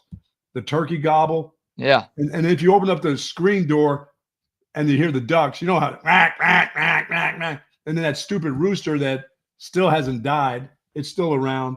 And that dude is protecting property or whatever it does all day long. Roosters don't stop early in the morning. Like, you hear them at 6:00 and then they're done. Not this one. This dude's got 24-hour service over here. But the goose call was so freaking loud. So I've got to find out, what do you do with a goose? I mean, the goose bang the ducks. What do they do? No, or do they have goose eggs, I guess. These folks eat all kinds of eggs. I'm a chicken egg eater. I don't do duck eggs. I don't do caviar. I don't like fish. I don't mess with anything but the eggs out of a chicken's ass. That's it. I don't do ducks. But they tell me duck eggs are pretty good for baking. And so I guess now goose eggs, I don't know what they use them for. We'll find out. Okay. There's a lot to unpack here. Yes. I'm not entirely sure where to begin. You're doing a Frank Costanza bit here. You got know, the hen, the chicken, the rooster. The rooster goes with the chicken. Who's having sex with the hen? You're doing that right now, I think. So you're asking who has sex with the who? The goose? Yeah. Who are you asking about? I think the goose bangs the ducks. Who bangs the ducks is a Google search that we are doing right now. I think the goose. What's the purpose of a goose? I don't know the purpose. There's no pond here. I don't know the purpose of any of those animals, truth be told. Well, if you're not eating meat, the chickens, they just, they always try to give me one of these turkeys that weigh like 9 pounds. It looks like a chicken. I'm like, no, I appreciate it. Yeah, I don't know. Gooses, they protect their family, they migrate, they eat, they make nests, they make noise, they guard property, and they fly in formation. Maybe that's what they got my dogs to guard the property. Hell, all my dogs do is bark because the coyotes come to the fence because they want the goose and the chickens. So they got my 2 big Pyrenees that guard half the one side of their property anyway. Anything getting inside of that, it's a free-for-all in there. Plus, all their stuff is caged up. All their chickens and stuff are caged up. So what do they do with the goose? You got to ask, what's the point of having one? I don't know. They've got these little goats that are just now they got the goats too, and there's nothing worse than the smell of goat shit on a hot summer's day. Oh, yeah. That sounds like Champaign, Illinois. They had sheep in Champaign, and that smell in the summertime through the city of Champaign was awful. I've moved to more. I thought I was in the wonderful hamlet of Dripping Springs. Now I'm in Morgantown. I didn't realize it turned into Morgantown here. Oh no. Oh yeah. That's not what you want right there. No, and I didn't mind the cows because my dogs went over and the cows would come over and the dogs and the cows licked each other's faces, and that was all good. And then they said they don't do meat anymore. Well, I know what they don't do is the price of that damn hay was probably what they don't do. Yeah, I feel that. All right, let's see here. We got goose calls. Listen to that shit, man. Can you hear this?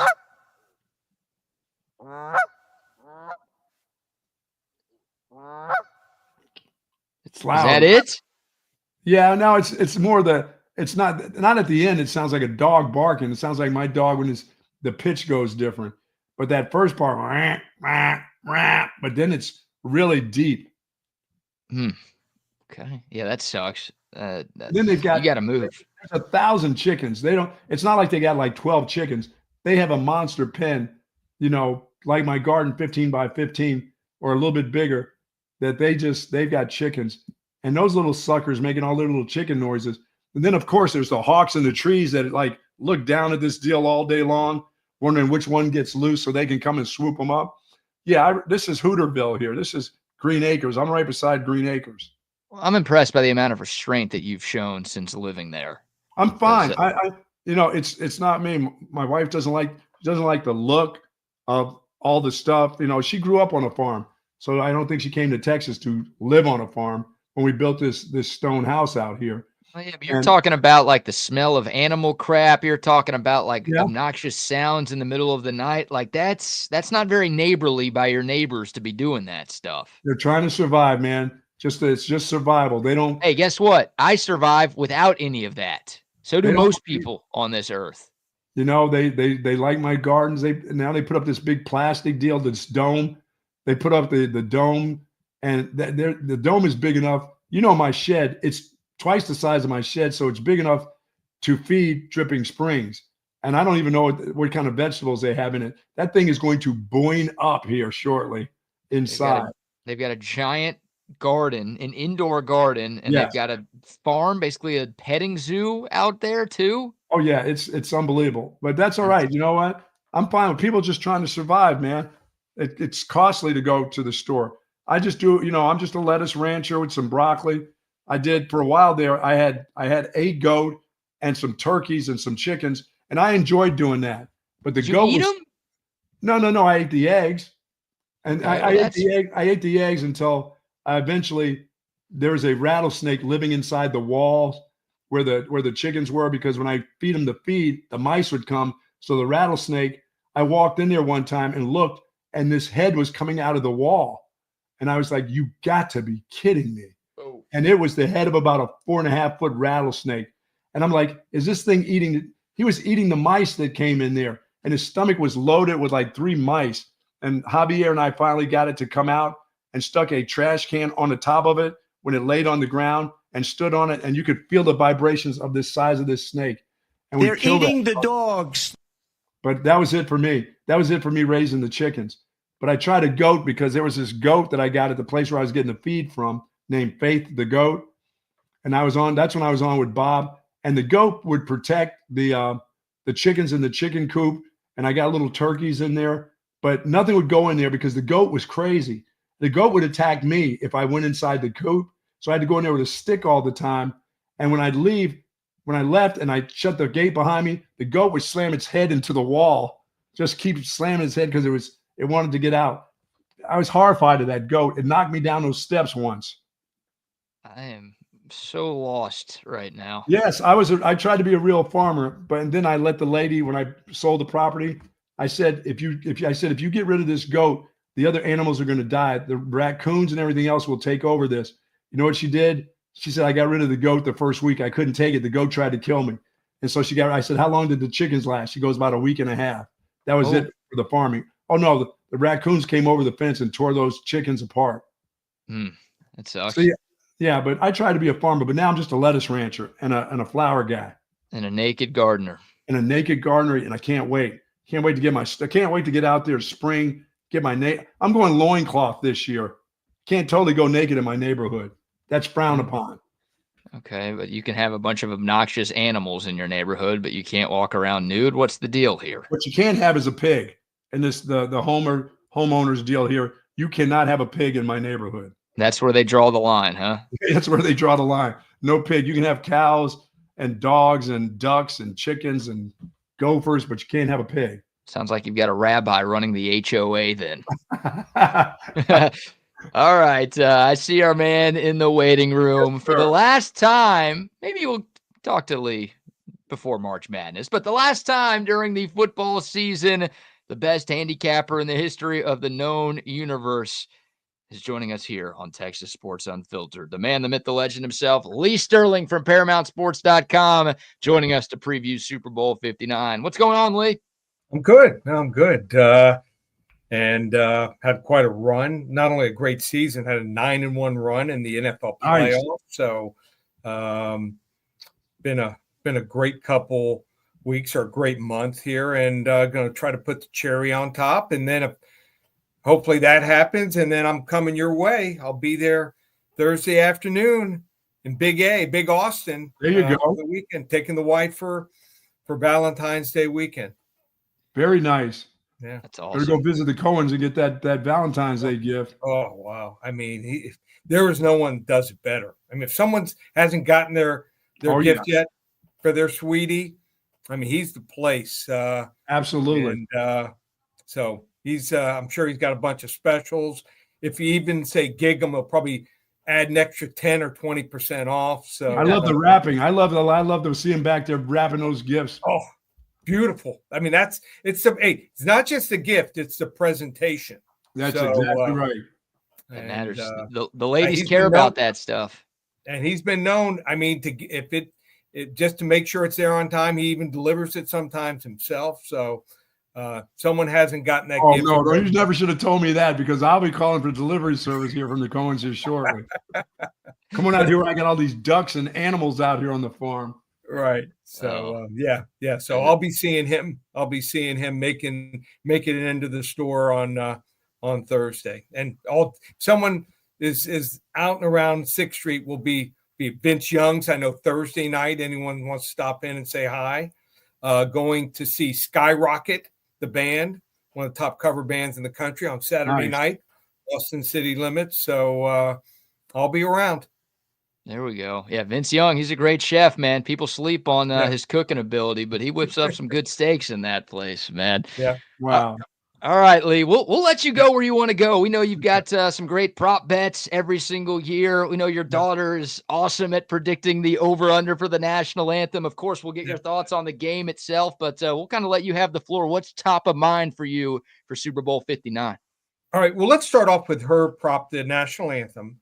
And as we know, last year, Reba McEntire threw everyone off where she repeated the last line. She would have gone under. My daughter predicted the under, and she repeated the last line. So most sports books ended up paying on both sides. So they're going to want to make sure that doesn't happen again. They're going to try to close all the loopholes, and it's going to be tough for them. Here's what's going on. So the singer this year is John Baptiste. Are you guys familiar at all with him? Yes. Oh, I never heard of him. Okay. Yeah, I heard of John the Baptist. Okay. Apparently, you always have to throw in the singer there. Apparently, he's a musical genius, as per my daughter. And she said, and she looked up a lot of videos where he sang the national anthem. He sang some national anthems where he's also played the piano and or the guitar. Plays many musical instruments.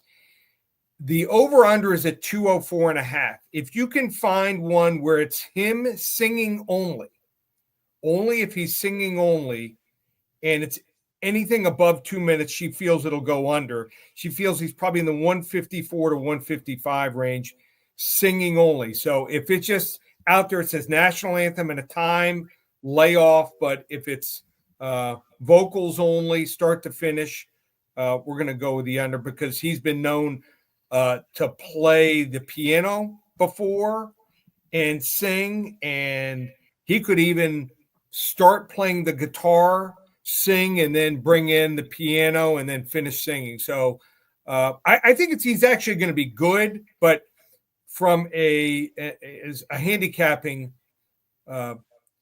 avenue, I think it's going to be really tough to predict unless, like I said, it's vocals only. So we'll go under if it's vocals only. Yeah, I wonder if there's a way to find out if he'll have instruments with him, Well, what they did, I don't know if you remember this, the Tampa Bay Super Bowl, yeah. whoever it was then, they were warming up and someone was outside the stadium taping it. Yep. And it leaked and they pulled it off a lot of places. So it's going to be tougher because it's indoors at the Superdome. Yeah, it's a good thought. All right, so we'll see what happens with the anthem there. But some of the other props, Lee, I think you've got 6 or 7 for our guys. What are some of your favorites, and what are some of the wacky ones that you like this year? Okay, so it probably starts and ends with Saquon Barkley. I mean, if he goes off, Philly's probably going to win. So a lot of people will play the over-under on his rushing yards, which is 116.5. Now, Steve Spagnuolo, one of the best defensive coordinators, I think he's going to come up with a game plan, I think, to limit or at least keep him under that number. He wants to make Jalen Hurts throw the football. So I'm going to go under 116.5 rushing yards. How about this? Last time a running back had more than 117 yards in a Super Bowl, how about this name? Michael Pittman for the Tampa Bay Bucks all the way back in 2003 against the Raiders. So trying to limit that 40, 50-yard gain. And if that's the case, then most people are going to then look to Philly for passing yards. And they'll look to probably Dallas Goedert. They'll play the over 52.5. I think the guy is, believe it or not, Devonta Smith. Devonta Smith has played 3 times against Spagnuolo defenses. He's caught 7 for 122, 7 for 100, and 6 passes for 99 yards. The over-under for him is 50.5 yards. I like the over there. And also the longest reception by Devonta Smith is 20.5 yards. They push the ball down the field with him. They use him a lot of go routes, corner routes, deep over the middle routes. So 20.5 yards, I like the over 20.5 longest reception there also. Now, for Kansas City, couple props I like. I like the most first downs in a game, plus 105. We know Patrick Mahomes is more taking what teams give him, and slowly they matriculate down the field, 3rd and 4, 3rd and 5, or 3rd and 1, 4th and 1, very successful. And they'll probably have the ball a little bit longer than Philadelphia. And then how about total number of players to catch a pass? 8.5. I like the under. They were using Noah Gray and their other backup tight end a little bit more during the regular season. But come playoff time, they got healthy. Juju Smith-Schuster got him, and he's been more part of the offense. So they're going more with Travis Kelce, the 3 receivers, and then they'll throw to a back occasionally. So I have a feeling we'll go the best play there is to go under. And then if you want to play that combines both teams, the shortest touchdown is 1.5 yards. So you got Philly with the tush push. It's almost unstoppable. You've got any time there's interference in the end zone, they bring it out to the 1 yard line. So if you're inside the 5 yard line, you're a defensive back. I mean, you don't want to let a receiver, crawl all over your back. You'll make sure he doesn't catch the ball. So any interference gets brought out to the 1 yard line. In Kansas City, Andy Reid likes to stick that dagger in, and a lot of times he'll run what you run and just do it differently. And I can see Travis Kelce coming across the formation, lining up under center. He's done it many times and run a sneak there. So I like the under 1.5 yards for a touchdown, minus 175. And for the MVP, I'm going to take a shot here. Now, here's my thinking on this. There's a lot of fatigue for Kansas City and Patrick Mahomes. Would you guys agree with that? Oh, yeah. Oh, yeah. So he's won it all 3 times they won the Super Bowl. He's not throwing for as many yards as he used to. He used to throw for 280 to 320 yards. Now it's 210, 220. If Travis Kelce catches passes for between 75 and 100 yards and scores a touchdown, either receiving or running, not going to be around too many years more. I think with the fatigue, they might give it to Travis Kelce here at plus 1,600. If that hits, my next trip after this trip will probably be to Bora Bora. So when you call me the Wednesday before the tournament and the reception isn't too good, you'll know where I am. Awesome. I hope that happens. I hope the reception's not too good. That'd be you do that, Brad, when the time's right. Your special girlfriend, maybe you'll be visiting. You'll be able to upgrade and go to Joe Cohen and Son Jewelers and visit Bill and get that special ring if you hit on that one, right? Yeah, I'm between two things for a Valentine's Day gift. I'm between Cohen and Son or the dumpster in the 7-Eleven parking lot by my place. I've got to see how she acts. Stay away from those guys. Those guys are busy at that dumpster. Stay away from that dumpster. You're getting too many fights over at the dumpster. Have you gone yet with? Have you done a stuffed animal yet, Brad? No, not yet. Not yet. Haven't stepped up from the card, the handmade card that you got online yet to even. Handmade. I'm doing like $2.99 at Walgreens, Lee. He goes to Marshall's to stand in the line and get the cards from Valentine's from last year, Lee. Yeah. And TJ Maxx, right? Yeah. Lee, what do you think of the quarterback over and under both of these guys rushing the ball? Because this is Pat Mahomes will be limping around the field all day long as if there's something wrong with him, and then he'll take off for 30 yards. Right. Over rushing. He's just a part of that offense. I know Jalen Hurts. I like the two quarterbacks rushing, the overs in these. Yeah, and also, how about Jalen Hurts anytime touchdown? Yeah. Minus 130. He was injured. He was about 85% for the two playoff games. You give these guys a couple extra weeks, and even someone like Isaiah Pacheco for Kansas City, who they say is finally healthy. These quarterbacks, they're letting it all go. They got all off season to rest. So, and then that's a low number for Patrick Mahomes because he will take off and go. And if Philadelphia lets that guy get loose because of the way they've been running the ball and they haven't run it so well, I got to believe that he'll do anything to win this game. You know that. Right. And he knows how to do it. And Jalen Hurts wants it more than anything. You lose a Super Bowl 2 times, you're branded as a loser. Just, look at Josh Allen. As great as he is, you can't get to the Super Bowl. They're not going to talk about you, with any of the top 5 greats of all time.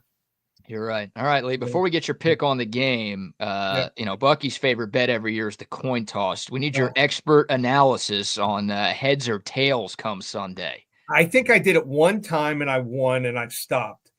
I always did it when I went up for the coin toss. I always went with tails, never fails. What did you go with, Bucky? I'm going with tails this year. Okay. All right. I've been a heads guy for a while, and I had a streak that was pretty good. Then I lost, and then now I'm back to I'm going to tails. What's crazy is when we used to go out for the coin toss, if you won it, and I won my share of them, you wanted to receive the ball. Yeah. Now they defer. It's crazy. Everyone defers. All right, Lee, before we let you go, the game itself, man, the money's been coming in on Philly this week. It's now a 1-point line in most books. The total's about 48.5. What's your favorite play on the game on Sunday? I'm going to do a 2-team 7-point teaser, and it's been very successful for us in the playoffs.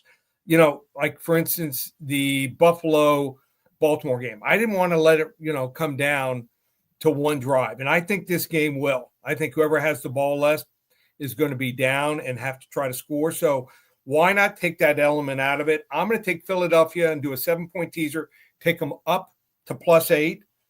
If the game's sitting at like 24-23 or 27-23, I'm a winner.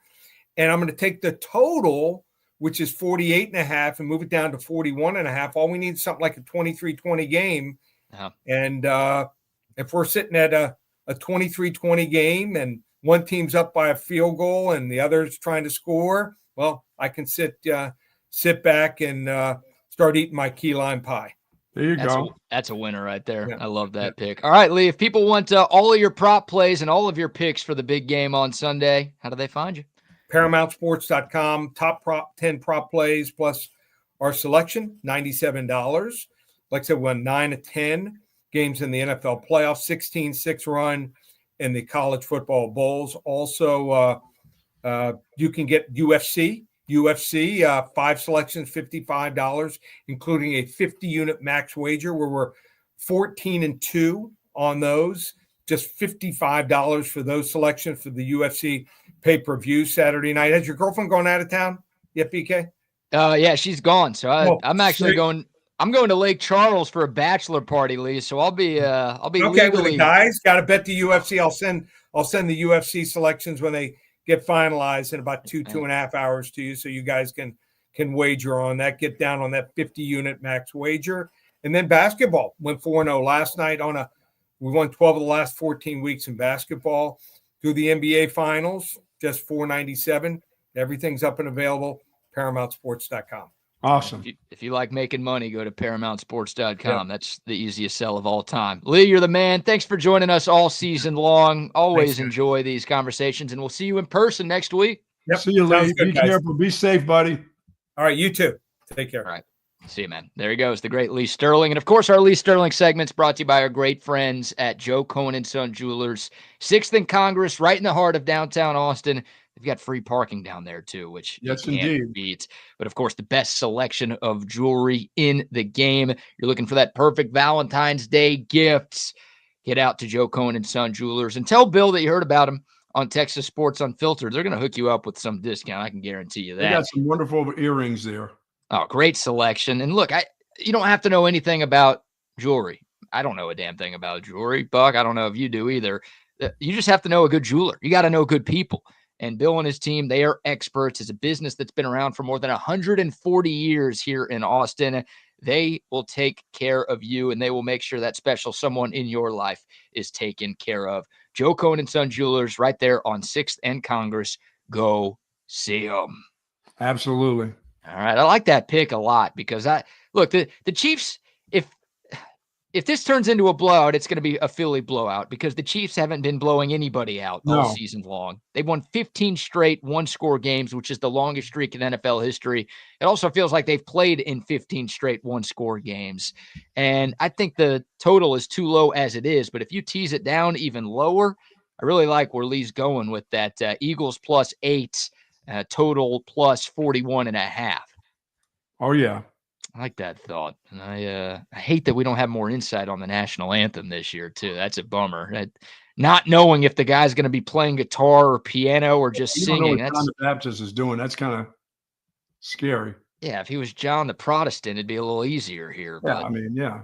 Headless John the Baptist, yeah. Bring me the head of John the Baptist. Oh, he's headless, huh?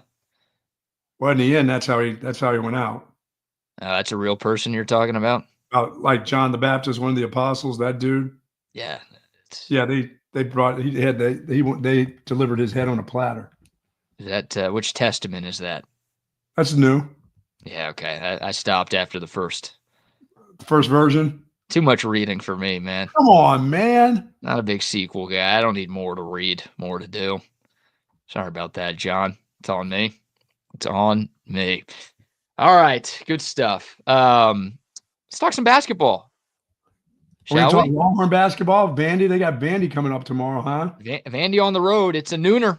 Early game, 12 o'clock Central Time on the SEC Network. Texas. That's kind of different for Texas. I'm not used to it. I'm used to being up late at night for some 8:15 game or Saturday evening game. Yeah. The weekday games are always late at night because, that's SEC Network, right?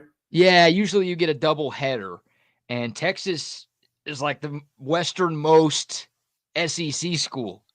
I mean, maybe it's Oklahoma. It's one of those two.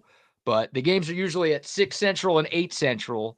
So we're going to get the 8 Central way more often than not. Yeah, I hope we get a bounce back game, but I don't know. I guess you'll have a feel. Vandy's pretty good at home. They're not great, but they're a decent team. They're a decent rebounding team. This will be Texas needs to make its shots in this basketball game, BK. Yeah, Vandy basketball. Excuse me, Buck. Go ahead. They're going to be excited. Vandy will be excited about Texas coming there. Yeah. Vandy basketball, they're having a similar year to Vandy football. They were picked to finish last in the conference in both sports, and they exceeded expectations. And look, Vandy is middle of the pack in the SEC. They're not going to win the conference by any stretch. But if the season ended today, they would probably be in the NCAA tournament, and nobody saw that coming from them. And you're right. They've been a beast at home. They're 11-1 in Nashville this year. They've got home wins against Tennessee and Kentucky, who were both in the top 10 at the time. Tennessee is still in the top 5 in America. So they're 2-4 on the road. They've struggled away from Nashville, but at Memorial Coliseum, they're 11-1. So they have been a tough team to beat at their place. Now, they are coming off a 2-game losing streak. They lost by 30 in Norman last weekend. And someone's That's at your Zach. door. That's Zach. Mama's just left the house, so Zach is now the protector. There you go. And they lost in Gainesville by 11. But again, those are 2 road games. So they have not been very good on the road, but at home, they have been pretty solid. So yeah, Texas, they've got to bring it. They're better than Vanderbilt. They've got more talent than Vanderbilt. Yeah. We saw them go on the road and beat the brakes off of LSU last week. So we've seen them play okay away from home. But yeah, they need a bounce back after what happened on Wednesday. Yeah, this is one of those games. This is one of those fans will be absolutely pissed if they lose this game. This is the one because of what happens, what's coming up after this. So they just had one that they let get away, Arkansas at home. They can't go to Vanderbilt and now lose. They got to win this basketball game. And you teased it, man. What's coming up next is 2 ranked games next week, both at home, but it's Alabama coming to town and then Kentucky coming to town. So Texas is probably going to be underdogs in both of those games. Yes. And I haven't seen a line for tomorrow's tilt just yet, but I got to do believe see they're dogs in this. Not big dogs, but I got to believe they're dogs. It'll be close to even because KenPom actually has this as a 1-point win for the Longhorns. And Vegas usually uses KenPom for its line. So if Texas is a dog, it'll be like 1 point, maybe 1.5. If Texas is favored, same thing, right? 1 to 1.5. So it's pretty close to a pick 'em. And yeah, I mean, every win counts. Texas is a bubble team right now. You don't want to lose to other bubble teams. They need the guy with the bad back to play in this game. Yeah. Well, he'll play. I think Caden Shedrick will play because he came back in against Arkansas on Wednesday. Brain fart there. Sorry about that. Yeah, so I think haven't seen anything on Devon Pryor yet. He got hurt and did not return on Wednesday. I haven't seen anything about Kendall Weaver coming back yet. I don't even know if that dude's coming back for the tournament. Who knows? Yeah, that hip flexor is taking a lot longer than just the day-to-day diagnosis that we were hoping for at the start. Hasn't been great for him. No. So, yeah, he'd be nice when he does come back because he provides a lot of energy and hustle and defense and rebounding. And, he's a key piece. And we all saw how important he was to the success of last year's team later in the year in February and March. But I don't think he will be a part of things tomorrow. But, good news for Texas. Vanderbilt's not that big. It's been a problem for Texas all year long. They're not a great rebounding team. Vanderbilt's strengths, they force a lot of turnovers, and they don't turn the basketball over. They're smart in that regard. But Texas has done a pretty good job protecting the rock this season as well. So I think it's a decent matchup. This is a big game for that dude. Yeah, it is. It is. He's got to bounce back. He was 3 of 11 on Wednesday. I mean, I know Trey Johnson had 25, but he was 6 of 22 on Wednesday. Yeah, but he's going to get his. He's going to have his anyway. Somehow, some way, he's going to put points on the board. But Kaluma's the guy who needs to – he's going to be playing with a lot of like athletes. You know what I'm saying? Size-wise, he needs to really come on strong and do some stuff on the board, get the kind of shots that he wants. He likes to be a three-point threat, but he's got inside the box a little bit and do some things. Yeah, I agree. I mean, if Texas is going to win this game, they need more than just Trey Johnson going for 25. Yes. Right? Like they need – I mean, if Tremont Mark can give you more than 0, that'd be nice. Oh, Mr. Lefty Herky Jerky? Mr. Lefty Dog Crap is what he is right now. The most unsmooth lefty you've ever seen in any sport. That's, you would think playing against your former team gives you a little extra motivation. And Tremont Mark, I guess, was motivated to play the worst game of the year. Wow. Against the Hogs the other day. Need more from him. I mean, last weekend at LSU, he had 18 points. He had his best game of the year last week, and he had his worst game of the year last week. So if he could give you something, that'd be nice. But yeah, him, Pope, Kaluma, if you can get like 3 of the big 4 to play well, you're going to win. But if it's 1 or 2 guys carrying the team and the other 2 just don't show up, then you might lose, and that's another tough loss, and that puts you closer to the bubble. That's more than a tough loss. This is almost you got to beat this group. You got to go there and win that game. Yeah. You went on the road and won at LSU, you should be able to do the same right here. Yeah, look, Vandy's got a better crowd than LSU, but it's not a super hostile environment, right? No. Like you've got tougher road gyms than this one. Yes. And again, Texas is the more talented team here. They are the more talented team here. This is a game they should win. If you lose this one, with Bama and Kentucky coming in next week, Look out. that losing streak could balloon to 4. It's only No, one now right now. Now you got the people fired up again.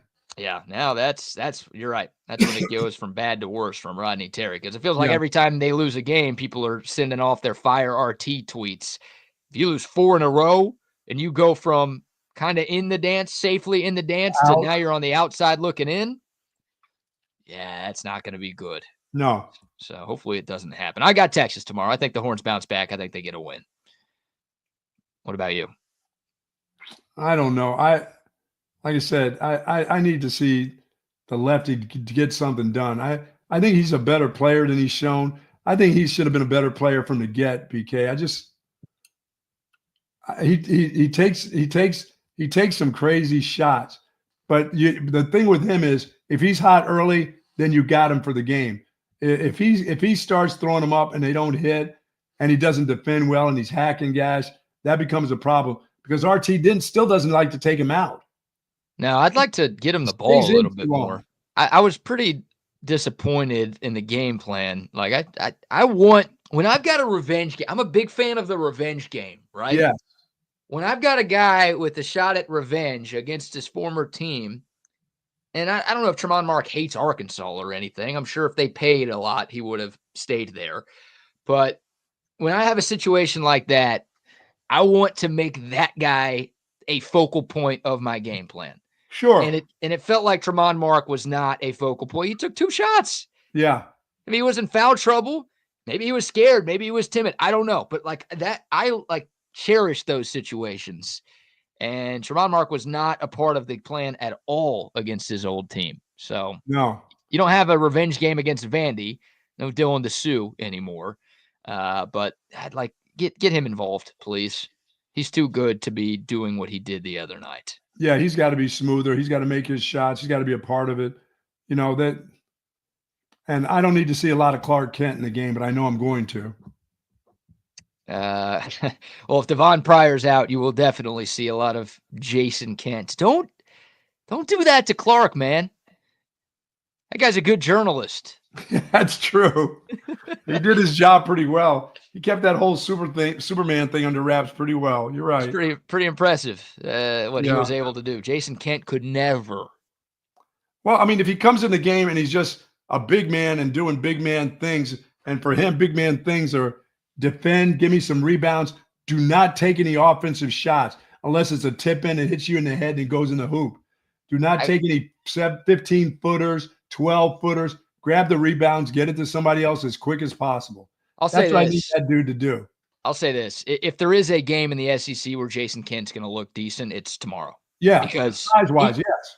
No, it's a little bit of that. It's more of athleticism. Like, he's just not athletic enough to hang in the SEC. It's simple as that. I agree. He's not fast enough. Like, he's not quick enough. He doesn't have what it takes against the super athletic guys that you see. Vanderbilt, once again, picked to finish last in the SEC. They've got some very good players, don't get me wrong, but they don't have the athletes that Auburn, Alabama, even Arkansas. Arkansas's got better athletes than Vanderbilt does. Yes. So if there is a game where, like, maybe Jason Kent looks more like a athlete, it's this game.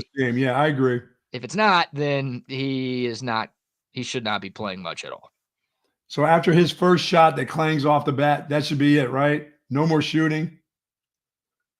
Maybe a tip in here or there. Yeah, you get a layup or a dunk op, then take it. But I don't care if he gets it underneath. I don't even want to put back. Give it to somebody else. I don't know if I want former Astro Jeff Kent taking a bunch of threes in this game. No. He takes some of the wildest shots that they're not there, but when they go off his hand, that's not going in. That doesn't have a chance. No, there's some. He's like the opposite of Steph Curry, right? Yes. Like whenever Steph shoots anything from anywhere, it's like that's going in, and it's a shock when it doesn't. Yeah. With Jason Kent, that ain't going in, and it's a shock when it does. Oh, it is. Yeah. And he's had a couple games early in the season where he did okay. He's never done better than just okay. He's been okay in games. But last week, he took 2 of them, and I was like, dude, they don't have a chance. They don't even look right. It looks like he shot them left-handed, like left-handed jumpers. Remember, Texas didn't play like anybody outside of UConn in the non-con. So he was playing against bad teams when he was doing stuff. He was Yeah, hurt that's at the true. start of the year, which, maybe he's still dealing with something, but yeah. And by the way, you're welcome, Jason Kent. That's the first and last time anyone's going to ever use you and Steph Curry's names in the same breath. Wow, that was good. So you're welcome, Jason. Hopefully we're motivating him to Yeah, to Rodney have a Terry good doesn't need. performance. Rodney Terry needs to win this basketball game. This needs to Yeah. be a good win where they play really well too. That they don't go there and struggle and come out with some squeaker against Vandy. No, Squeaker's fine. Squeaker, again, Vanderbilt's beaten Tennessee and Kentucky in their place this year. You win by 1, that's perfectly fine with me. Lost one game at home. You're right. Yeah, and they lost to Mississippi State, who's been ranked for most of the year, so it's not like they got embarrassed by some bad team. Like any win tomorrow you take. Any win tomorrow you take. It's 2 teams on the bubble too. Like if Vanderbilt wins, they might kind of jump Texas in terms of where they are in bracketology. So you want to win every game, but you also want to get the double whammy of beating somebody that you can knock off the bubble and getting a quality win. This would be a quadrant 1 win for the Horns. Get Cedric, get that dude dunked on in the layup line early, so he feels the pain. Get Trey Johnson to put his nuts in. Oh yeah, get that over with in the dunk and in the layup line. Hey, here's this, Rumi. Take that. Boom. Yeah. I like it. Hey, the women's team, they've got an even bigger game. Now, the women's team, they're safely in the tournament. They're the number 4 team in the country. And speaking of Vanderbilt, the Texas women beat number 24 Vandy at the Moody Center last night, 87-66. Horns were in control. They were up double digits after the first quarter. They never looked back. Madison Booker, 20 points. Shea Holly had 15. Texas shot 53%. A little better than what the Texas men shot on Wednesday night at Moody Center. The women played really well yesterday, but they're going to have to play maybe better than that on Sunday because the Lady Cocks make their way to the ATX, Buck. Nice. When these 2 teams played in Columbia on January 12th, it did not go well for Texas. Horns lost by 17. They were down by like 30 at one point in that game. They were non-competitive against South Carolina. Yeah, big game. Vic Schaefer, 3-14 all time against Dawn Staley. Now, most coaches have records like that against Dawn Staley. Oh, of course. But Vic's one of the best in the country. And Dawn Staley's been his kryptonite, if you will, Superman. It'd be nice to get this one for a number of different reasons. If Texas wins, they'll be tied for first in the SEC. That's big. But also just to get the sort of proverbial monkey off the back of Vic Schaefer. It'd be nice if the Horns could find a way to get it done against South Carolina, the defending champs. Yeah, that'd be a nice victory right there. And help from what you saw the last time. They just need to play well. Yeah, I don't feel great about Texas's chances. It's not really a Texas thing. It's I don't bet against Lady Cox. No, yeah, those dudes can play. I don't like Lady Cox. I don't want to see those anywhere. No. And they're coming to town. Wow. Yeah, be careful if you're walking around the Mood or just campus in general. Watch out for that one. South Carolina played at Georgia yesterday. Georgia's horrible, but they won 74-42. So they're awesome. And Texas is going to have to be awesome to absolutely. That's right before the Super Bowl, 1:00. If you want to get out there and support, it's going to be a great crowd. I bet it'll be a sellout at the Mood. So go show your support. Get your tickets at centextickets.com. Hopefully the Horns could pull off the upset. Maybe Texas will move up to number 2. See, and the Horns won't need me at Vandy to get those 2 rebounds. That's the thing. I'm not needed there. I may be needed for the Alabama game to pick up 2 rebounds, but Vandy, they should be able to handle that. They're not very big, you know? No, I may need to get 3 at Vandy, scrapping for that loose ball on the floor. I really wish there was a way we could prove how ridiculous this is. Like, there's no way we can make it happen. You're out of NC2A eligibility. And yeah, also my clock has been ticking for a long time. Yeah, about 1,000 other reasons why you could never suit up for the Texas basketball team right now. But I'll never let you live that down, that you claim you can get 2 rebounds in a SEC men's college basketball game. It's crazy. A rebound's a rebound. You know, I don't always have to go up there and touch the rim and slap my hand on the board. You know, they come back. I see the way they get shot. They come back at a different angle. Longhorns are never there when the ball comes off. But could you even make it? Get that bound, and then I can get rid of the ball. I don't have to dribble it. How many times could you run down the floor? I used to be a PIAA official. I used to get up and down the court as an official. In what, the 80s? Yes. That's 40 years ago, dude. It seemed like a long time ago. Yeah, it was before I was born, so I think it was a long time ago. Yeah, I couldn't backpedal down the court like I used to do in those summer league games anymore, I don't think. Well, how many times do you think I'd go down in a backpedal? Every time. How many times? Every. That's the answer to that one right I used to be able to fly up and down that court in those summer league games. Yeah, guys, I believe it. You were in what, your 20s or 30s? And the guy they guys would be cussing at me. I said, "Hey, don't say it again. You'll be sitting over there on the bench." Were you what was your form for the technical foul? Were you like a big T guy? No, just little go. Sit. And then it wouldn't be a double T. It would be go sit down. You're done for the night. I would hit him. Have a summer league coach that I was older than the coach, and I'd tell him to shut the F up. Oh, you give a double T right away? You just bang, gone? No, I'd cuss out the coaches. I'd just cuss them out. Hey, don't talk like that to me, you asshole. It's a bad idea. Oh, man. You kept your job, huh? Summer league games are fun because you could make some, you'd make $25 a game or something. It was fun. Wow. That's more than I thought. I figured you'd be making like $10 a game. Oh, no, I make about $25 a game. Stay in shape, run up and down the court. All the guys would have their girlfriends there. You'd look good with your little striped shirt on, your whistle. It'd be great back in the day. I don't know if looking good is how the refs look, but good for you. There you go. Yeah, I was like $10 an hour doing intramurals in college. Oh, you were doing little league baseball games. You're the I am. Go play intramurals, brother. No, I never did intramurals. I never did intramurals in college. I played on an intramural team, but I never officiated. I did those PIAA, Pennsylvania Interathletic Association. I did those games, summer leagues in Pennsylvania. Those are always good. You know what I did as an intramural? You know what I was doing? You know what I did in the daytime? I was at the Puerto Rican pool, saving lives. Working 2 jobs, huh? Saving poor young Puerto Rican kids drowning. Ruining your jeans. Ruining your nice new jeans. My sneakers. For some dumbass Puerto Rican kid who tried to eat goldfish. I said they were poor ass. They were like me. They were poor. Oh, the kid, wasn't he trying to eat a bunch of marshmallows at the bottom of the pool or something? No, dude got away from his mom and just walked into the deep end. And I was off duty and I was right around there. And the people on duty were like, "Hey, he's down there at the bottom." And I'm like, "Yeah." And that's where he'll stay until you jump off of that chair and go get him.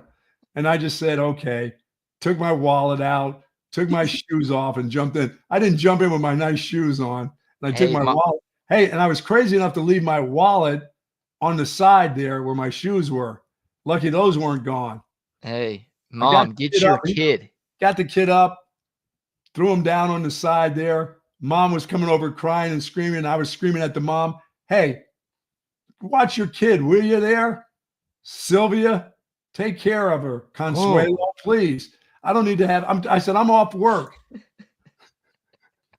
Yeah, get your kid next time. Don't make me do this, and you owe me a new pair of jeans. I just cussed the mom out. Her son's there just about dying. He's puking up everything he had, all the tacos and stuff he had for breakfast and stuff. The tortillas are coming up. I'm mad at the kid and the mom. I get my stuff, and I leave the premises. They got the ambulance rolling in there. I'm not giving any statements to anybody. I'm out. You know what I mean? My duty's done. That was the time of my life, dude. I'm going to tell you, I still go, but when I go back to Pennsylvania, I drive by to see if that pool is still there.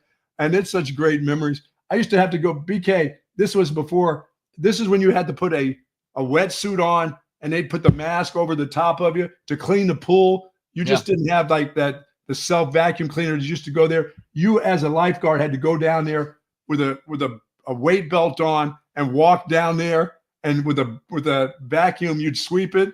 And the air hose, dudes are blowing weed through the air hose into my oxygen thing. I'm down there. And this was when Jaws came out. So I'm down there in the scuba gear. They're blowing smoke into that thing. And I'm horrified down there cleaning the pool. And I'm hearing doon, doon, doon, doon. I'm like, oh my God, I got to come up. I got to come up. I was in charge of sweeping that pool. I hated it. Oh, you think the weed is going to bring sharks into the community pool? No, my mind started playing tricks on me because I had seen Jaws that summer, and I was like, oh my God. You're in a pool, not an ocean. I don't care. Oh my They God. were the same kind of ragweed they have today. That's the good stuff.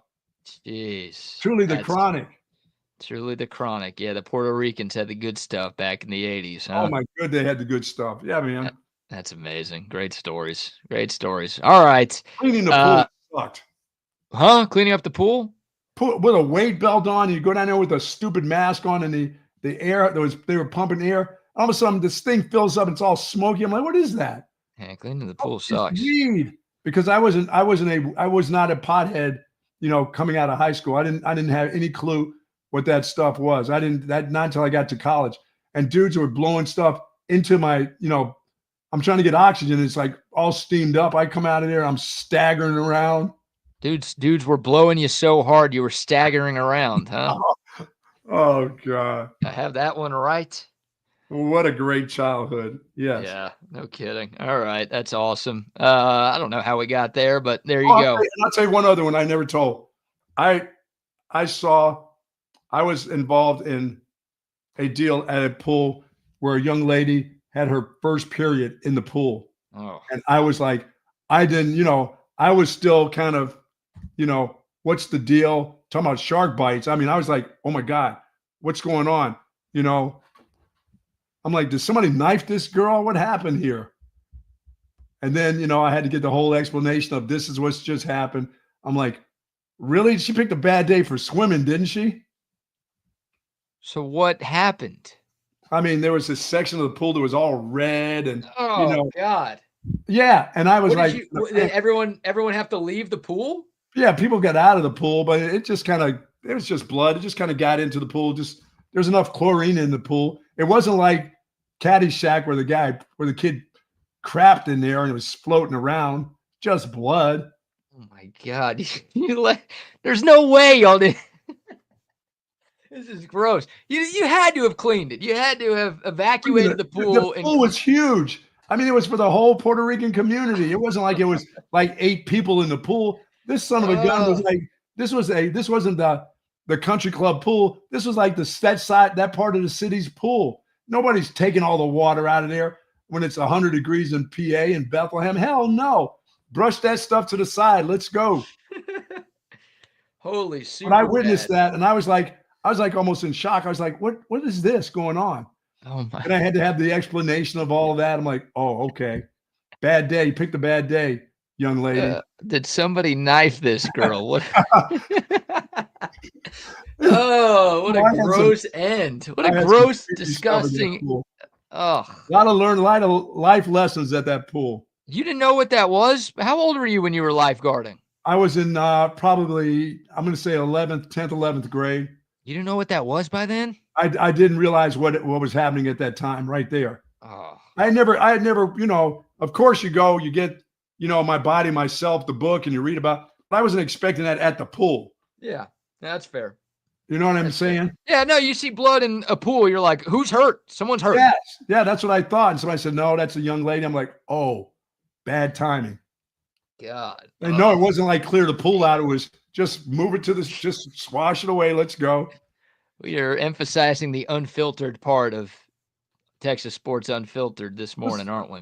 It was just, that was the lesson, because after that, I then worked at the Bethlehem Steel. That's when I went to Boston College. My first job at Bethlehem Steel was that dude, that job was $20-some an hour. And all I had to do was watch a switch so that the guys inside of the furnace, I told you that, where the guys came in. Yeah. I was told by a white hat, sit at this chair, watch that switch. Nobody is to touch that switch. I don't care who it is. If it's not me, they can't do it. I watched that switch for $20 an hour. I just sat there, and they were in there cleaning the blast furnace. The guys had to go in there manually and clean it. And if you hit that switch, it turned on, and those dudes were dead. I mean, they were dead. You had a Klansman in there with a white hat? No, I was in charge of it. I had the manager. I was in charge of watching the switch. That was a nice job for a guy coming out of his freshman year at college. And dude, a guy came in there And I said, hey, you got to get out of here. He said, do you see my hat? I said, I don't give a shit what color your hat is. The guy who told me about this switch said, I can't have anybody in here with me. You can't be near that switch. And I'm like, you have to get out of here. And he was like one of the bosses. I chased him out of there. And I told the big guy, I said, such and such came in here and said, hey, do you know who I am? And I said, I don't care who you are. He goes, hey, good job. All right. Before we hand things on, we got to give some sponsorship. I think Tom McKay and AV Consultations might be the only sponsor we have that's okay with what we just talked about over these last few minutes. Shout out avconsultations.com. If you want to upgrade your home TV setup, y'all see the 2 TVs I've got behind me. AV Consultations can hook you up, whether it's the multi-screen man cave or woman cave. If you want the giant big screen in the living room with the badass surround sound. What are you doing over there? Be careful over there. Don't drop that computer. AV Consultations, they've got you. They've hooked us up. They hooked up Rodney. They hooked up Wags. They hooked up Chip. They've hooked up like all of our TSU staff.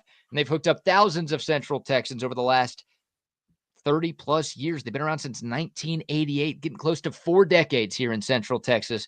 Just give them a call, 512-255-8678, or find them online at avconsultations.com. Sweet. Also, a quick shout out to McCall Custom Homes as well. Speaking of upgrading your home, how about a twofer? You call McCall Custom Homes, you add a second story to your home, or you upgrade your kitchen, or you add some life to your outdoor space, and then you call Tom McKay and get some TVs and surround sound. That's a hooked up out there. Nice. That's a nice combo right there. McCall Custom Homes can help you add some value to your home and bring some life to your home here in the new year. Custom home builders, custom home renovators.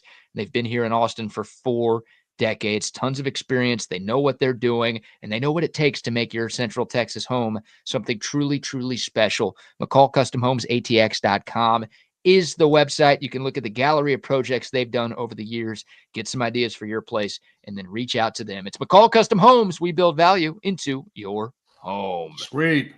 All right. I see one member of Chaos Theory. We'll bring him on now. It is Double R. Double R, happy Friday, brother. How you doing? Hey, man. How we doing? Super Bowl weekend. McCall, they're going to be here on the 18th renovating my bathroom. My wife's had everything for 3 years waiting for me to do it. I said, I ain't doing that. I ain't doing that. Now, call the experts. Let them do it. Are you kidding? You want this house to flood? I ain't touching none of that stuff. I ain't touching none of that stuff, man. What am I getting into here? All blood in the pool. And Rodney, we had to learn. I grew up on the mean streets of Bethlehem, Pennsylvania. And, I went to Catholic school all my life. I from first grade all the way through college. So I didn't get a lot of, phys ed. I mean, I got phys ed, but I had, my first wife was a nurse. So I learned about the body from a book called My Body, Myself. And it had everything in it. But in high school, in Catholic school, the nuns weren't going to teach you about, girls having their periods and things like that. So I learned at the pool one day when a girl got into the pool, there was this little flow of blood that came to the top. And BK was like, did you empty the pool? I said, you can't empty the whole South Side pool. That's for everybody. That's not a country club. You don't have to empty that pool. It'd take forever. That thing wouldn't be up for 4 or 5 days. I said, just switch to the side. And then I got the lowdown on what that was all about. I didn't learn that kind of stuff in high school, that it was her time for her. That was her first period when she came to the pool.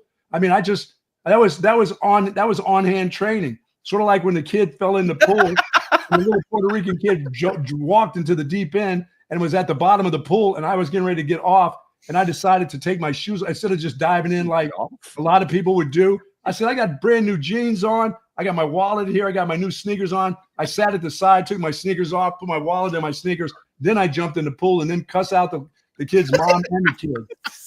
As he was puking up his fajitas that morning, right there beside the pool. Hey, come on now. Why'd you got to throw the fajitas in there? You're stereotyping here. You could have said cereal or something. Come on now. Okay, it was his Quaker Oats or whatever the hell he was having. But I didn't learn those things. Those classes, the nuns didn't teach us stuff like that. Like these are nipples and this is a dress. They couldn't say that kind of stuff during that time. You had to learn that stuff out in the street. Or with the Sears catalog or something. The Sears catalog was the best. That was my first. My mom got the Sears and Roebuck catalog, and I got to the bra section, dude, and it was on. That was way better than Penthouse because I didn't have to read the stories. Hold on. Forums is the best though. That's where I learned how to read. Oh God! Great. Oh my God! Sizes. You know they had all the sizes in that Sears catalog. I'm like, what are these things? What are these 34s? What the hell are they? Just imagine now they've got them, where they push everything together. Back then they didn't have that. That was they were flopping everywhere. The looser the better back then. But to your pool thing, Bucky, there's chlorine in the water. You don't need to drain the pool. BK wants to empty out the whole pool. No, you gotta scoop it out or something. You can't just let it. Someone's got to cut. Then they're getting. How do you scoop that out though? Yeah, he emptied the whole pool. You just moved it around and just lighter and lighter until it was the chlorine got it all. Remember on the side of the pool, it has that opening with that little flap. Yeah, that suction. Oh yeah. Yeah, but that's not gonna.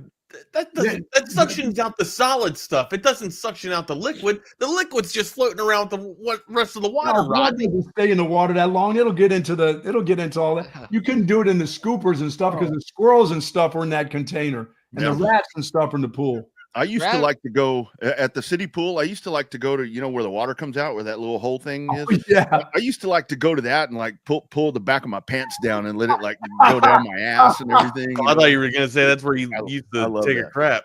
Rodney, the city pools were the best, man. They were packed with people. You'd have to go get your spot, put your towel there. Yeah. And God, you never left anything valuable around that towel. Yeah, everything was gone. I grew up at the city pool. It was awesome. Man, the city pool, Bucky's where I first learned what athlete's foot was. Because you go to the city pool and you're trampling around there, walking in piss like being in New Orleans, and then your feet are all scaly and shit, and toenails are green. And like, what is this? Oh, that's athlete's foot. You go over to the baby pool. If the water was too cold, you go over there and sit in that thing. That thing was warm as can be. All the kids pissing in the baby pool. God. Oh my God, that's awful. I love my life. My lifeguard experience was fabulous, man. And now I'm wondering why I never got sick growing up because I was swimming in the municipal pool. I'm glad I was never a lifeguard, is what I've learned. Oh my goodness! Oh, that's awesome, man. This is great. Super Bowl weekend with some epic. This is great. Crosstalk here, boys. My gosh. And Rodney, I used to put because I was the light skinned brother. The peanut butter brother. You were the peanut butter skin brother. I was always putting baby oil when I was up on the lifeguard stand, and dude, I would start bubbling up. My skin would start bubbling because I got so dark, and I'd go back in the summertime. I'd go back to high school, and they'd going, "Do you go to Jamaica or something?" Oh my God. We used to so at the city pool that we used to go to, there was always this older lady that was always over there. Sometimes she'd be doing the backstroke or whatever. She seemed like a very accomplished swimmer or whatever, but she was older, gray-headed, and they would always say, "Don't go around that lady because she drowns kids." And it's like, whoa, because she was always there. She was always there, and it's like, don't go around that. It's like the La Llorona that we talk about. Did you ever try it? See what would happen? Hell no, I never went around that lady. Oh, no, I called her Mrs. Green because she always around people. If somebody tells you they're crazy, if a group tells you they're crazy, they generally are crazy. Plus, at my pool there, at the Puerto Rican pool, all the adults, all the women over 16, there in the 70s, there was no shaving of anything, brother. No. And you go there and they'd be laid out on their towels, and you didn't know if that was. Wait a minute, a squirrel got loose over here. It was unreal. It was like moss everywhere. I mean, it was unbelievable because that was not a thing then. You know what I'm saying, Rodney? That was no big deal. That stuff would be coming out of the side, and nobody even, Ain't no regulations on that stuff. No, there was no in the 70s. Nobody had one piece, and then a patches all from that point on. I'm suddenly realizing why they called it a fur burger. Oh my God, it was unbelievable. I'm gonna go throw up. Yeah, I'm pretty happy I grew up in the 80s. No, 70s was crazy, man. There was lots of hair everywhere. Yeah. Woo. Yeah. All right, boys, listen, have a great Super Bowl weekend. You gonna leave us with that? After all that? Yeah, I gotta go because I'm about to throw up. All right, there he goes. There they both go, man. Welcome to that's the best ever right there. That is the best ever right there. crosstalk. Yeah, that's a pretty good one. Wow. Between blood in the pool and going out and, I guess getting your feel. Is that what Bucky was talking about? I mean, hell, I don't even know where the hell it ended up at, but oh man, yeah, man. Go to text line. Coach Ben Johnson, our Coach Ben Johnson, not the one from the Bears. Did you already label him as that our Coach Ben Johnson? I'll change it. I'll change it. He's commenting. CB's man, we got him going here, man. This is how you roll into Super Friday, Super Friday with a top 5 halftime show. It is, yeah. And so my dumbass thought it was top 5 foods. So I compiled a top 5 foods list, but don't worry, I have a top 5. We can do that too. I have a top 5 halftime performance too. I mean, it's easy. I already know 3 off the top of my head. We'll do it towards the bottom of the hour. That way I can come up with my last 2, my 4th and my 5th. I already know who my 1, 2, and 3 are. So that's pretty easy. Story time. How are you, good sir? Oh, dude, good to go, man. Just ready to, like I was talking about the other day. I mean, I'm excited that we have this big game that's coming up, and I had a call this morning with some of my work folks, and of course they're in Missouri, so they're all excited. They're all excited. They love this. I'm just glad for this. Kind of sad though, because last football game we got here. Although the UFL's coming. The UFL's coming. We already talked about our plan. We're going to put the community together and get ourselves on a bus and go on down there to San Antonio. San Antonio is probably closer, right? I would think so. Yeah, I would think San Antonio would be cool. The 45-minute trip or an hour, probably an hour and 30-minute bus ride compared to a 4-hour bus ride to Houston, right? Like I know it's 3 hours to get to Houston, but like 4 hours on a bus ride. So. Yeah, I think San Antonio would just be easier. And the good thing about this is probably the egress in and out of there is going to be pretty easy. It's not, I'm sure they're not beating down the doors to get into the Alamo Dome. I'm assuming that's where they play, at the Alamo Dome. So I like that idea. So we'll do a Brahmas. Aren't they the Brahmas? The San Antonio Brahmas. I believe you're correct. Yes. So I think that's what more of a Roughnecks guy, but yeah. Yeah. Hey, looking forward to it. I'm just glad San Antonio has something going on over there that involves professional football. They do really well with those. Roughnecks. Is it Roughnecks or Rough Riders? I think you've got the Roughnecks and then the Renegades, I think, is Arlington. Arlington Renegades. Okay. Arlington Renegades. So that would be a good, trip too, right there. St. Louis was cracking heads last year, man. Let me tell you something. So the Battlehawks. So when I was down there in December, whenever that was, what up, CB? We see you, buddy. That I went down there to St. Louis. That town, and again, kind of sucks for them because I talked to a lot of people in St. Louis that said when the Rams left that it kind of sucked the soul out of there of a lot of folks there because they really liked. I mean, the Dome of the Americas or whatever it's called right there. It really sucked. It really sucked for them, and there's still a lot of brokenhearted people there and bitter people there that absolutely will not cheer for the LA Rams. But they love their UFL team. Splashtown in San Antonio is, I don't know if it's happened yet, CB, or not, but it's going to be converted. It's been sold and it's going to become, I don't know if it's industrial or retail, what's going to happen right there. It's right on the, I guess if you're going south on the left side of 35, I think it was. And that was a pretty happening little spot right there.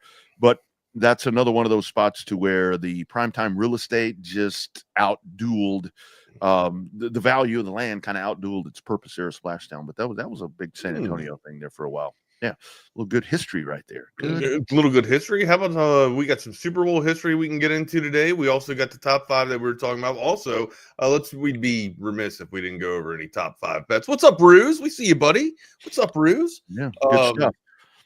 Yeah. Also, we should definitely get some lines going here. I think man. So here's the thing. I think I'm going to stick to strictly prop bets with the Super Bowl. I want to, everything about me says, or everything that tells me about football points to the Eagles winning the Super Bowl. However, a huge however, the official, I can't pick a bet. I can't pick a bet unconsciously, or I guess what? Well, this is big game. Andy Reid. I can't pick a bet cleanly without having the thought of the referees interfering with the Super Bowl outcome. All right, with like the line or the over under, or so therefore I have to stick strictly to prop bets. Mm-hmm. And I know it's crazy to sit here and say that the refs have that much influence over the Super Bowl. Absolutely nuts, but still, I think that alone is going to take me out of the running for placing any money on the line or the over under. I like the Saquon Barkley 10 yards for each quarter. That was at 155. I was able to get that with my cousin. I think I'm going to take and this is what's killing me too. The triple play leaders, the top three leaders between rushing, passing, and receiving. I want to take Jalen Hurts. I want to take Antonio Brown, and I want to take Saquon Barkley. Mm-hmm. Now watch it be like Goddard or somebody like that. You know what I mean? Like that, like a wild card. But see you see the problem that I just named there? Mm-hmm. Mm-hmm. What's the problem? I'm sorry. What? I was looking at a prop. Right, so the problem I'm naming Jalen Hurts, I'm naming Dallas Goedert or Antonio Brown and Saquon Barkley as a top three rushing leader or as a top three category leaders. Do you see the problem with all that? I mean, I think that Saquon Barkley would be the bet. I mean, I would say right, but I mean, you got to pick like the bet is like having a top three. Like you got to pick. You got to pick a rushing leader. You got to pick a receiving leader, and you got to pick a passing leader. Okay. So me picking those, like I want to say that that's how the outcome's going to be. But you have like those are all three Eagles. What about AJ Brown? I mean, AJ Brown would be my top pick, right? But Goddard, it's either between him or Goddard. Like I have all three Eagles picks, so I'm sitting here thinking that it's everything that tells me about football is pointing to the Eagles winning the Super Bowl. But for the life of me, I can't make the bet because I feel like the influence of the rest will be that much to where we'll have an outcome of the game to favor the Chiefs. AJ Brown. I'm sorry. AJ Brown. My bad. I don't know if that was me that said that.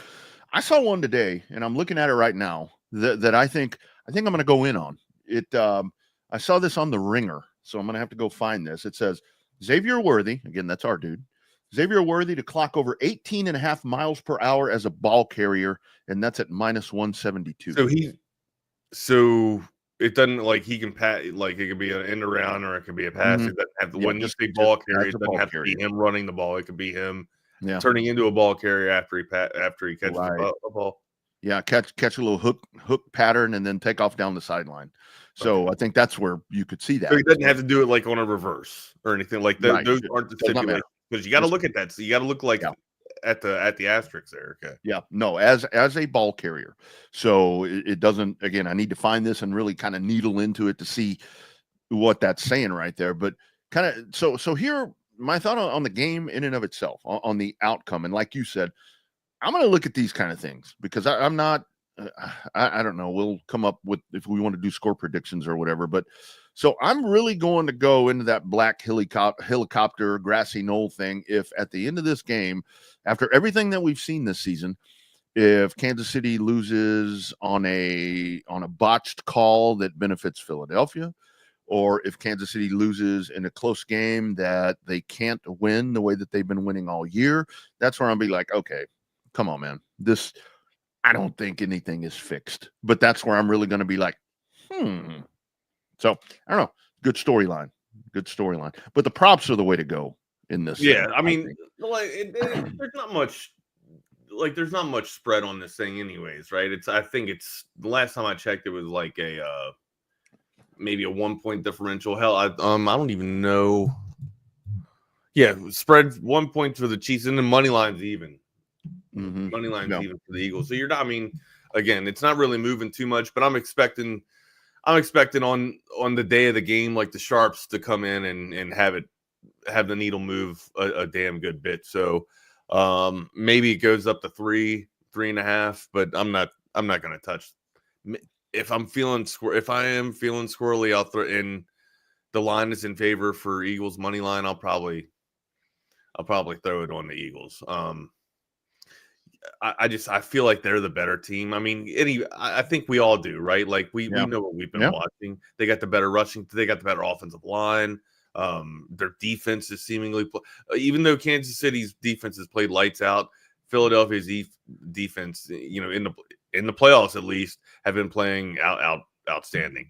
And that's another thing too. Like when I look at football games, I also look at like how the team's been playing over the past 3 weeks. You know what I mean? Like trends, right? Like how's the team trending? Both of these teams clearly are trending on the upside because they're in the Super Bowl. But besides that, like the defense of the Philadelphia Eagles have just been playing lights out, absolutely lights out. Now Washington was able to get away with, get out and run one a little bit. But after the first drive, the Eagles kind of settled in. They gave up a couple of fourth down conversions, and they basically took over that game. And then Saquon Barkley clearly went off. A prop bet Super Bowl MVP. I mean, if Saquon Barkley gets over 100 and some yards, you got to think that he's going to get the Super Bowl MVP nod. He kind of got, I won't say that he got snubbed with the regular season MVP when you got two quarterbacks like Josh Allen and Lamar Jackson, playing outside of their gourds like they were, man. And just it's hard. It was a great season for football, great season for for offensive MVPs, man. And it just sucks that you had a running back over 2,000 yards when you had the season that these two quarterbacks provided, because in any other year you'd say that Saquon Barkley's the MVP, and then he could have coupled this up with a Super Bowl MVP if the Eagles win. And it's just, as a Giants fan, it's sacrilegious to even think about putting money on the Eagles for the Super Bowl, man. But again, I kind of want history to happen, right? I'm a fan of history. I want to see, a three-peat here, but the refs, if that happens, I do feel like the refs will influence it because the better team is wearing green. I'm really looking forward to Kellen Moore versus Steve Spagnuolo. I'm looking forward to this little battle here, and these are the things that I like to really dig into to see what Spags does here to try to stop that running attack. And Kellen Moore, I guess he's about to get the New Orleans job, so he's moving on to something else after this. To what he's going to do when Spags and the Chiefs go in there and start locking down that running game, because I think that's going to be the point of emphasis, obviously, for the Kansas City defense. This is where I think, early on, Philadelphia, when they have the ball on offense, that you're going to try to go down the field. I mean, like we talk about with Sark, is he going to take a deep shot? I mean, I think that they may do that to kind of move some of that balance on the Kansas City defense. So that's going to be really cool to watch. And I'm looking forward to that part. But it really is. I mean, it's hard to. I had a friend I was talking to last night just bullshitting, and it's like, so what do you think of the game? And I'm like, man, it pains me to say that I think that the team in green is going. They are the better team to win. I think they are the better team. They're playing the best ball right now. They're, but it's like you look on the other side of that field and you can't can't count out Patrick Mahomes, right? And this guy hadn't even been playing his best football yet. And then also, couple that with the fact that Andy Reid's pretty damn good coming off a bye, right? It's really hard to put money on that's why, like, I don't even know if I want to even throw a flyer, because it's kind of, I feel like I'm just going to be wasting my money with, the stars aligning with Andy Reid, Patrick Mahomes, and the refs. So yeah, it's going to be a fun one to watch. And here's the thing. Here's what I really hope for. Okay. Because I feel like I said this about the St. Louis and Cincinnati game. Like, that was a really good Super Bowl, but the ending was awful because the refs got in the way. Like, as long as, if the refs stay heavy on calls in the first quarter, they need to stay heavy on calls all game long. All right. You can't have inconsistency of the damn officiating. So if you're going to be lenient, be lenient. If you're going to be heavy, be heavy. But damn it, give me the exact same at the start and the exact same at the end. But also, if I'm being, getting my cake and eat it too, don't let the last play of the game be interfered with the call. That's it. I mean, I hope that two things on the officiating side. I mean, I hope that they're really going to just let them play. I mean, give them a little bit of that leniency. I mean, there's going to be the pass interferences and all the different things, and this is where it's going to be.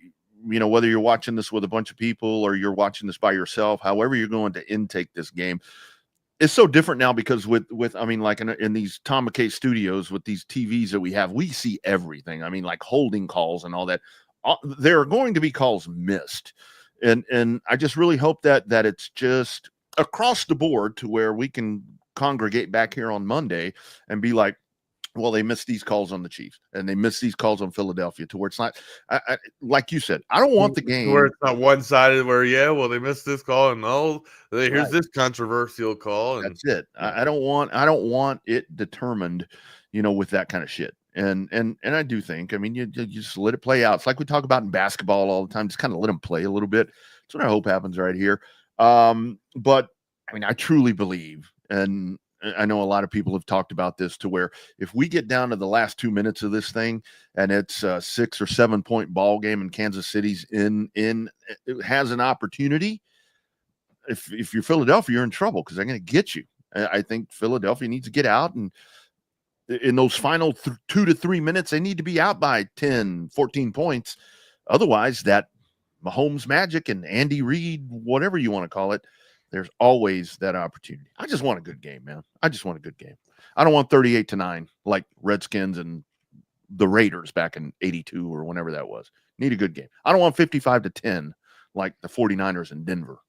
But the latest games have been good. So, what was the other game? 49ers and God, it was back in like and Bengals was good the second. It was like that was in the 80s. 49ers and Bengals. That was a pretty good game. But there was a really bad. I think it was like 50. Steve Young's 5-touchdown game.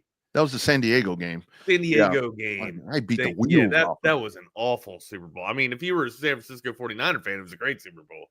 But yeah, like games like that, you're just like, all right, by the end of the first quarter, you're waiting for the halftime. Yeah. You're just like, all right, well, maybe we can get some value out of this 3.5, 4 hours that we're going to be watching here.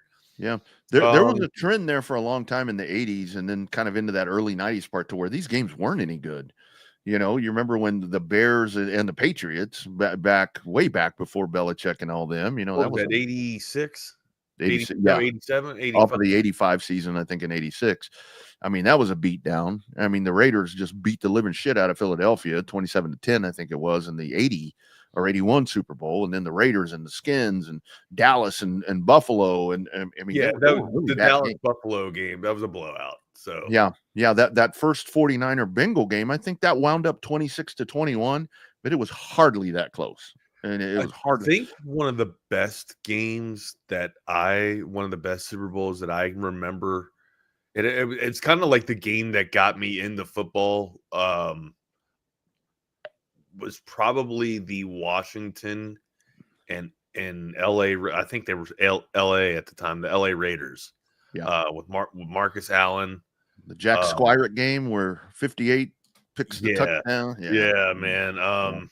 And then I think that's the game, if I'm not mistaken, that's the game where Marcus Allen runs up the middle, right? He runs back to the left, he runs back to the right, and then goes back up the damn middle, and just kind of just parts the sea.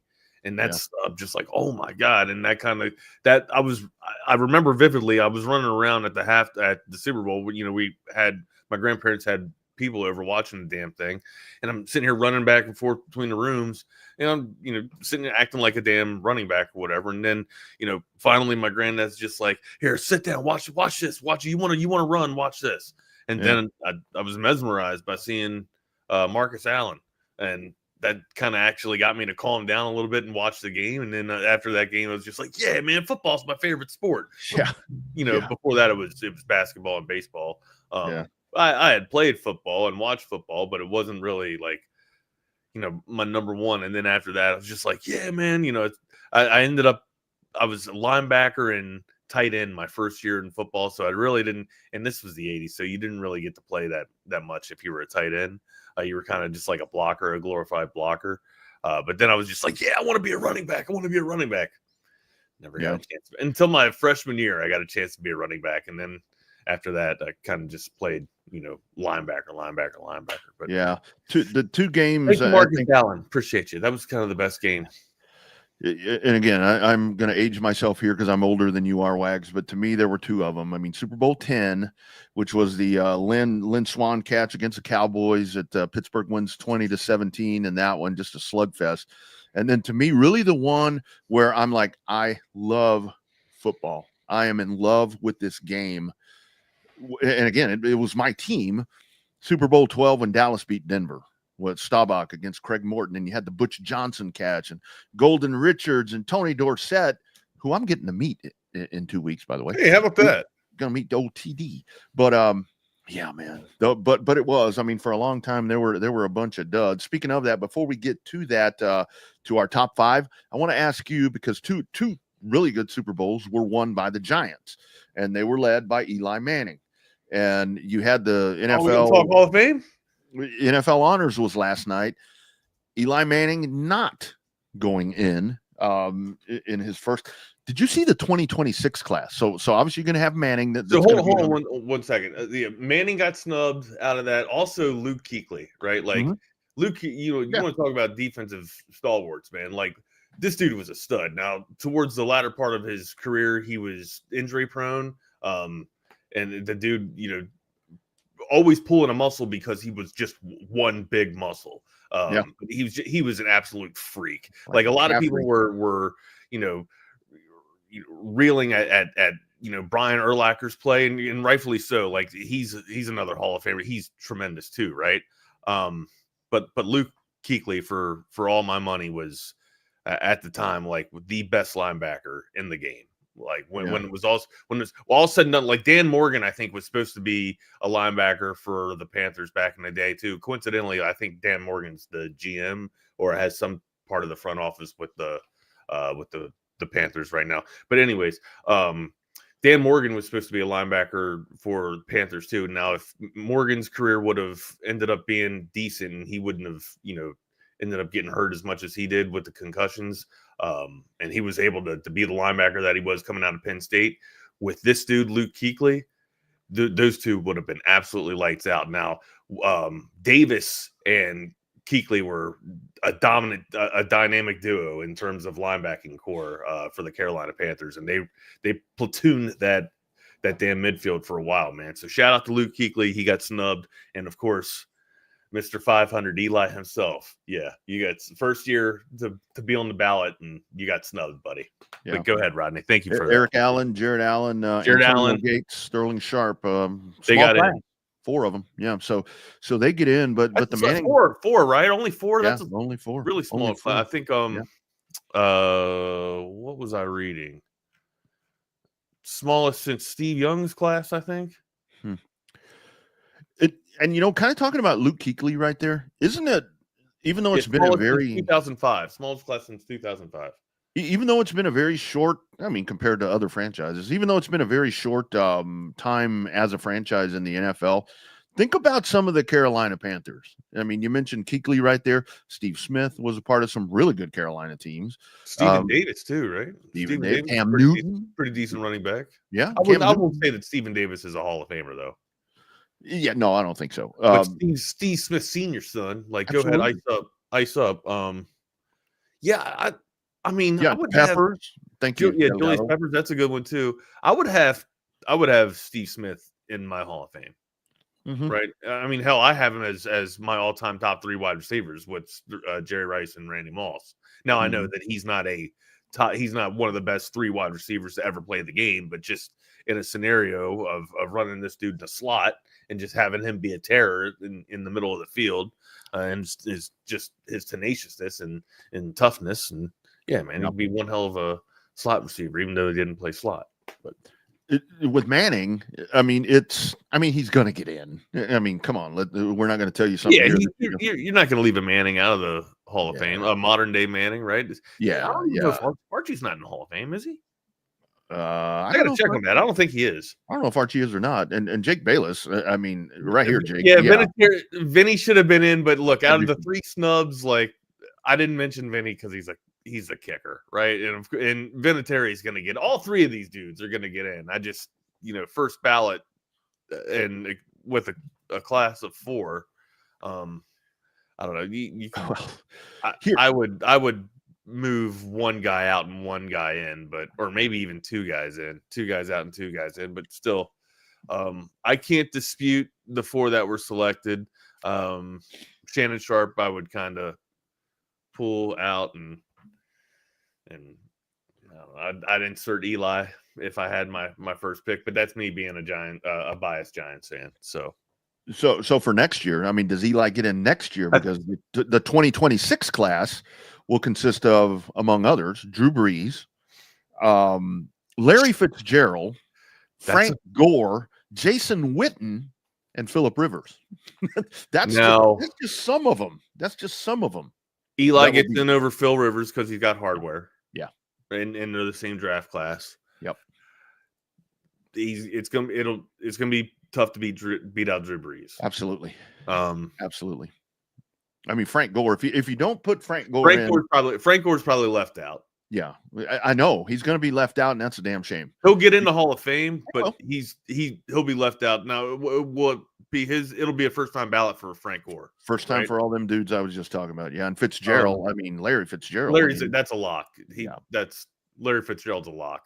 You got to put that dude in there. But I mean, the Manning thing. If they award 5, then Eli's in for sure. I would think Eli over Rivers. Eli's in for sure, regardless. Yeah. Yeah, and he should be. But Kuechly should be in next year too, I would think. Well, you throw him in there. I mean, that's a whole. I mean, I don't know that's going to be really, but that's a long ways away. But I saw that this morning, and I'm thinking, damn, it's funny. This is where the older we get, it's like, man, these are your Hall of Fame people that are going to be on the ballot in 2026. Where does time go? Where does time go, man?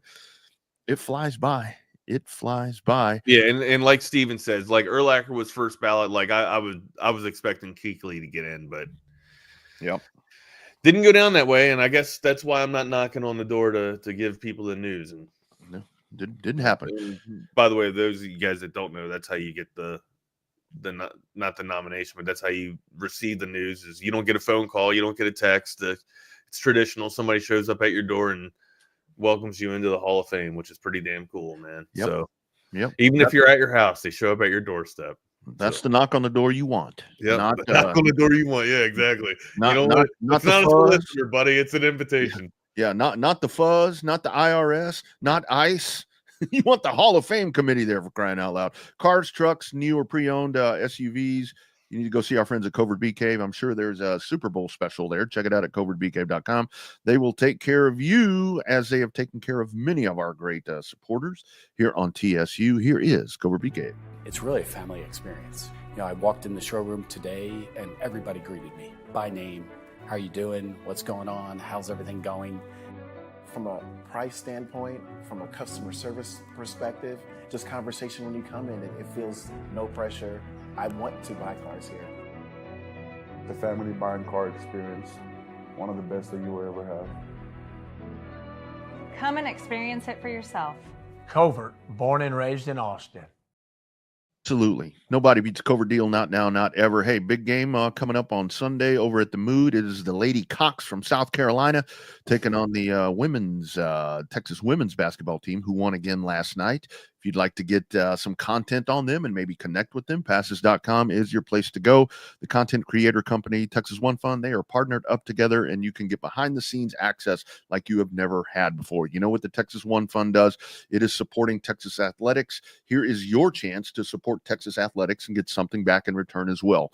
Memorabilia, VIP experiences, tailgate parties, all of that. You're not going to find it anywhere else. And some of the stuff is really great. I mean, Madison Booker, my favorite Texas Longhorn women's basketball player, Shea Holly, with a big night last night as well, scoring, I think she had 16. Passes.com/Texas One Fund. That's passes.com/Texas One Fund. Check them out today and join. You know what happens next Friday, speaking of Texas? Globe Life. Oh, yeah. Texas baseball. Little Texas baseball. Good reminder there. Ole Miss and Oklahoma State Friday, Saturday, and Sunday. A little good reminder there. A little nice little jamboree for the weekend. All right, partner. It's kind of bottom of the hour. You want to get into this thing? You want to get into our brother? top five? Let's do it. Let's do it. Top five. Fridays top five. We got to get a sounder. Yeah, we got to get a sounder. Need a sounder, and like you said, need a sponsor. Yeah. That's why we make these segments, man, for the sponsors. Where's that dude that used to do the ones on the horn? Remember that voice guy? He was good. That was me, you idiot. Oh, well, you need to make some sounders. The top five. I'm kidding. That was not my voice. That I forget that guy's name, actually. I have him in my emails. I just forgot his name, though. Is this Scott Fisher? It's Scott Fisher. It is Scott Fisher. Not Scotty Fisher, not hook 'em horn, not that guy, but it's Scott Fisher, the guy with 3 testicles. Yeah. Seriously, Scott Fisher. Yeah, the dude. I mean, what a job! You just get to sit at home and do voiceovers. That is my dream job. That's my dream job. I do that for a couple of racing. I mean, it's hardly my regular gig. I mean, But if you are contracted by multiple radio cinemas, stations, right, and so forth, yeah, and you have 3 or 4 contracts that you're doing a month, that's a good gig. Like you're at least what, $2,500 a month. Oh yeah, you know what I mean. That's easily $2,500 a month. I mean, a lot of these they send them over to me, and it's usually either a 15 or a 30, and they send that over, and it's I mean, Wags, it takes me 2 minutes. I mean, knock one out. Yeah, exactly right.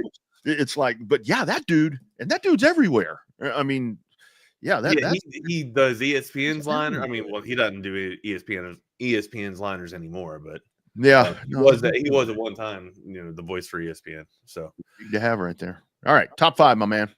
Top 5 halftime performances. We'll go 5-1 here. I will give you greens, Rodney. You're first, sir.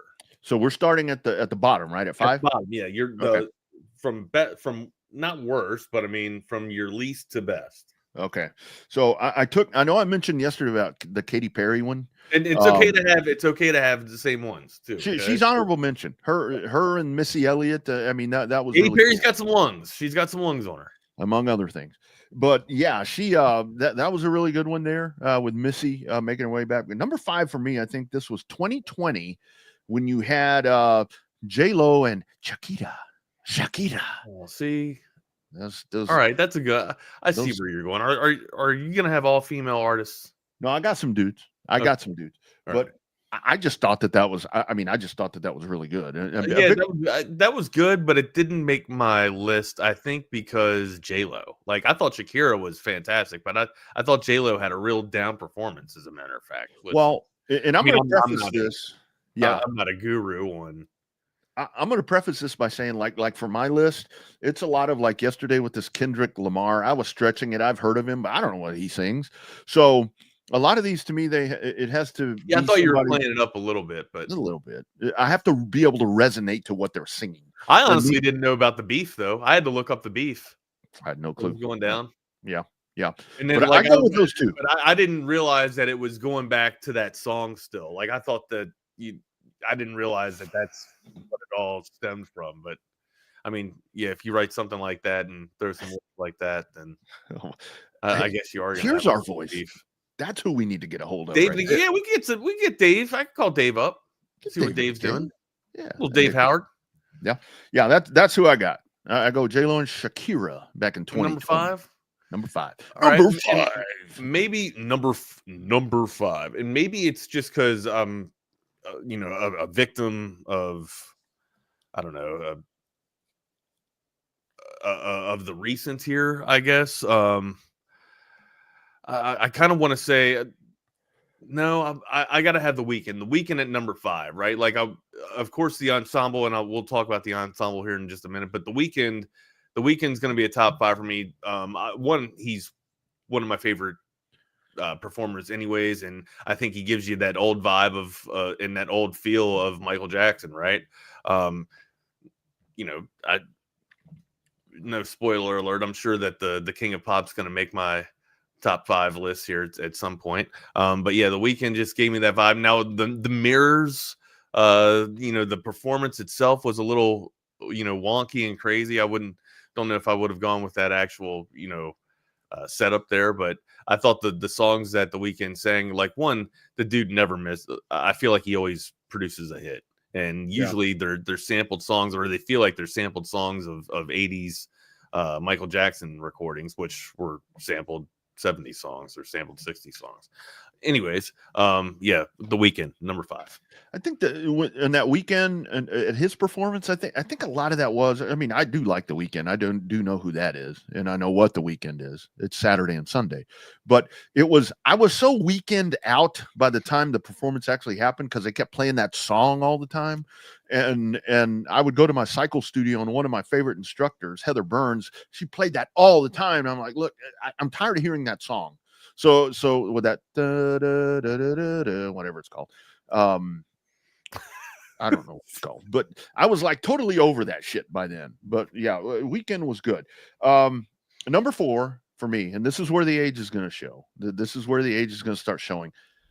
I went with 2012 and Madonna. Yeah, that's not. I mean, I like Madonna. I mean, I didn't think that performance was.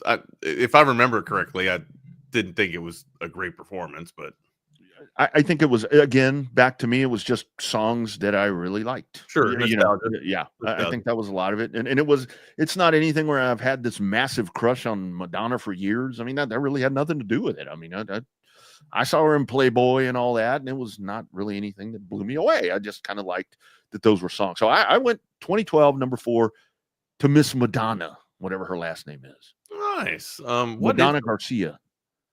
What is it? Is that her her last name? I don't know what it is. Okay. What's up, Ike? We see you, buddy. You guys want some pies? Venture up to Lago Vista and get some pizza for your Super Bowl Sunday. Make sure you help us out, and also help my dude Ike for some Super Bowl squares. I think he's still got the $20 tickets that you can get there. Fill that board up. All right, number 4 for me, the boss. Bruce Springsteen. Bruce Springsteen, I believe it was 2010. I might have the year wrong. I got to look the year up. I think it was 2010. Bruce Springsteen. But yeah, anyways, it's hold on, I had it. 2009. Sorry, 2009 Bruce Springsteen. That is my number 4. You can't go wrong with the boss, and the dude always puts on a performance, man. When it's live, it's even better. I wish I would have been in the damn seats or actually in the stadium to see this dude live. Mm-hmm. Yeah. I see Jason Myers with the Tom Petty pull there. Like it is not on my list. It's an honorable mention for sure. Tom Petty is a dude that I have seen live, and it will probably. And I'm not just this isn't hyperbolic speak here, man. Probably one of the best concerts I've ever seen, ever. Tom Petty, and of course, I mean, probably the venue kind of set the tone for it. Man, we were in an amphitheater, sitting on the grass, being able to live in the clouds and piece it out. I mean, it was a good setup, man. It was a good time. Good call. Like that's when you got to see a Tom Petty concert, right? Like back in the day, like you have to be in an outdoors setting, right? Because it's gonna get cloudy in there. Oh yeah. Number 3 is Now We Hit the Podium. I mean, I did go to, and a lot of people may not be a popular pick, but look, I'm just based off of entertainment value and music. The King of Pop for me in 1993. Yeah, that guy. It's my number 3. That's my number 3. It's so weird that like when Thriller came out, everything with that, everything that happened there. But yet this dude was so ahead of his time. The Super Bowl performance halftime show was just getting into kind of what it is right now. But and this is where I've forgotten that I went in there. Look, do you know who flipped the who did the honorary coin toss that year that Jacko did that show? The great O.J. Simpson. No shit. What a different time that was, right? But yeah, but wow, what a cast. But yeah, Michael Jackson. I mean, look. Yeah, that's Michael Jackson's my number 3 as well. I just like he's the king of pop for a reason, and how can he if the dude's gonna perform, he's probably going to be in. And if you do a top 5 performances, Michael Jackson's probably going to be in your top 5 on any given top 5 selection. If it's dancing, if it's singing, the guy can do it all, man. He's just one of the ultimate entertainers, and that's why he's the king of pop. He's number 3 for me on my list. He's number 3 for yours as well. All right, number 2, amigo, what you got? Number 2, and I think probably 1 and 2. I think we're probably going to be, right on right here.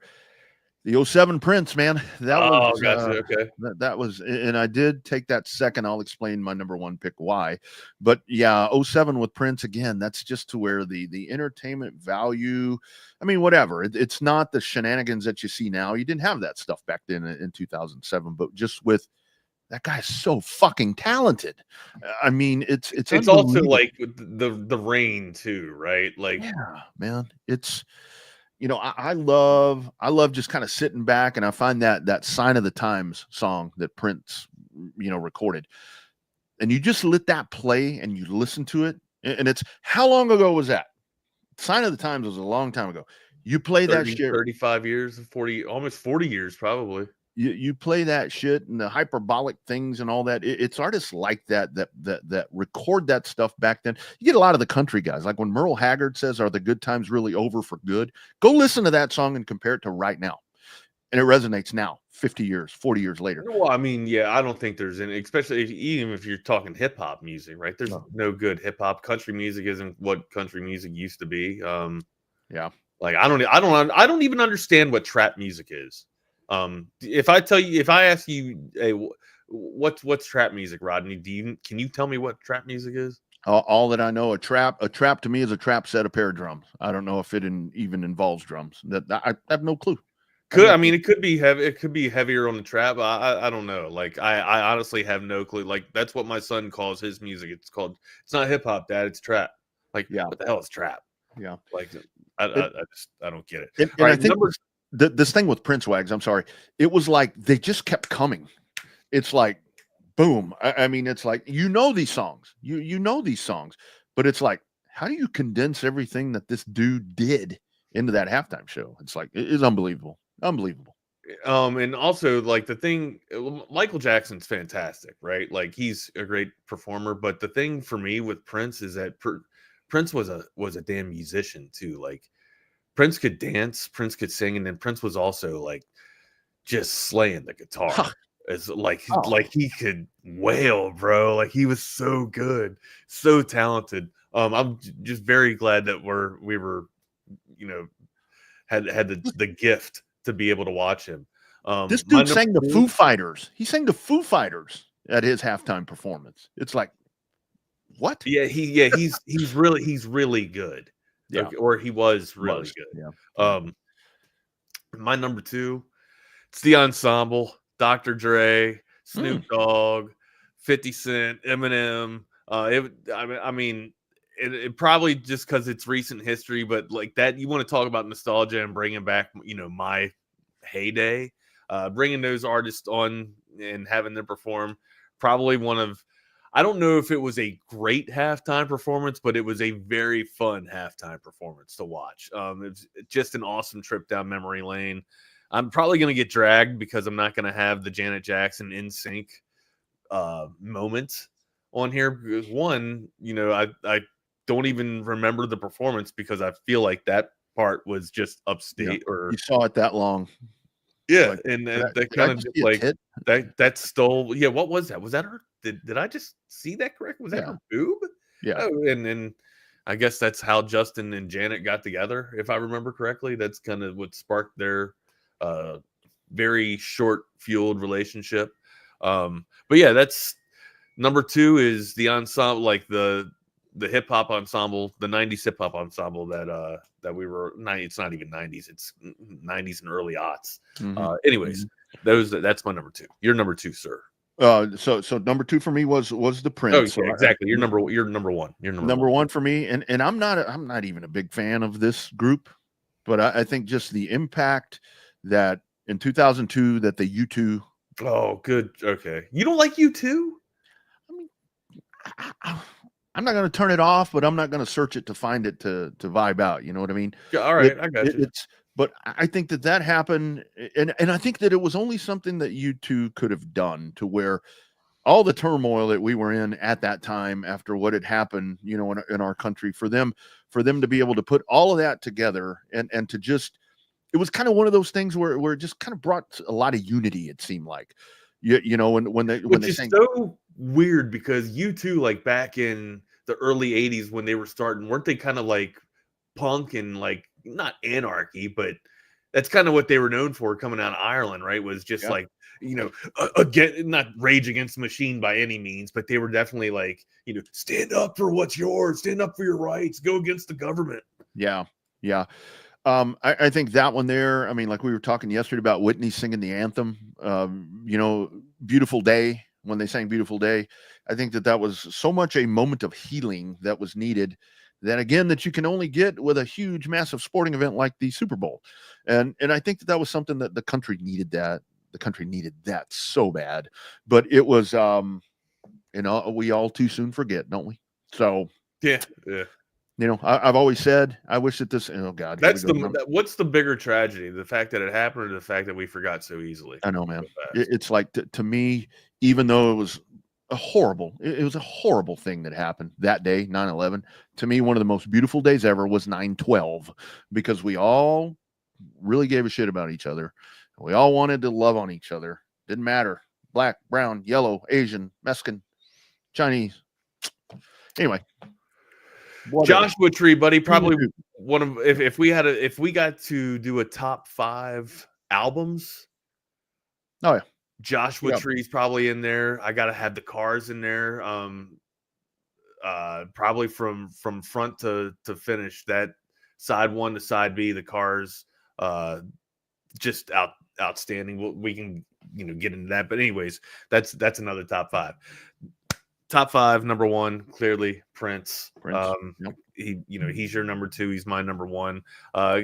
For all the reasons we kind of just named, but the fact that he's able to, I think it was the fact that it was raining, Purple Rain was being sang, and the fact that he is, if Michael Jackson's the king of pop, I don't know what Prince. I don't know. Prince is the king and the god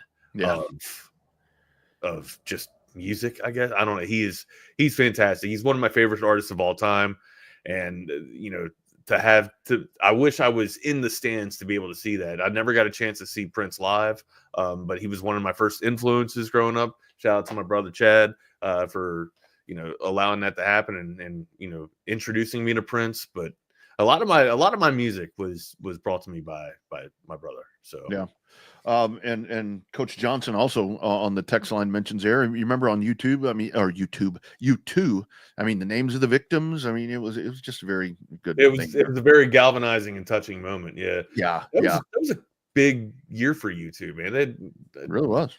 Yeah, big year. And another performance, Rodney, that it's not a halftime performance, but it's kind of like reminiscent of Prince's moment when he had his halftime. I don't know if you ever watched MTV back in the day, but growing up, that's hell, man. I think we all did, right? But you were probably out of your MTV phase when I was into my MTV phase. If you're 10 years a little bit older than I am, so no big deal. But anyways, I was watching MTV and saw Gavin Rossdale play. I like that dude. Yeah, Bush is another one of my favorite bands. I like that dude a lot. Gavin Rossdale playing Glycerine. Yeah. In the pouring down rain, on the beach. It's kind of reminiscent of what Prince was kind of having in his moment. But again, it's not a Super Bowl event, so it's not put on that magnitude of a spectacle, but still pretty cool moment when you get to see like artists have their moment in the sun, or just like their spotlight like that. Yeah. Silhouette. Obviously, when you're picking a top 5 like this, a lot of them, they come to mind because they've done something to you where you remember them. But I started looking back on some stuff last night, and it was like, remember the Black Eyed Peas? I think it was around. Yeah. I didn't think that was very good. But they're a good band. They just aren't good live. Another band that I really enjoyed, but not live, like I can't stand them live, is the New Kids on the Block. New Kids. No, I never saw New Kids. They did it too. Yeah. The New Kids on the Block did a half. They did a Super Bowl show? Yeah, 1991. What would that have been? Buffalo and the Redskins. Whoa, I can't even remember that. That was okay. Yeah, that was pretty rough. And get this one. I found this one too. 2000, Phil Collins, Christina Aguilera, Enrique Iglesias, Tony Braxton, and Tina. Tina was part of that.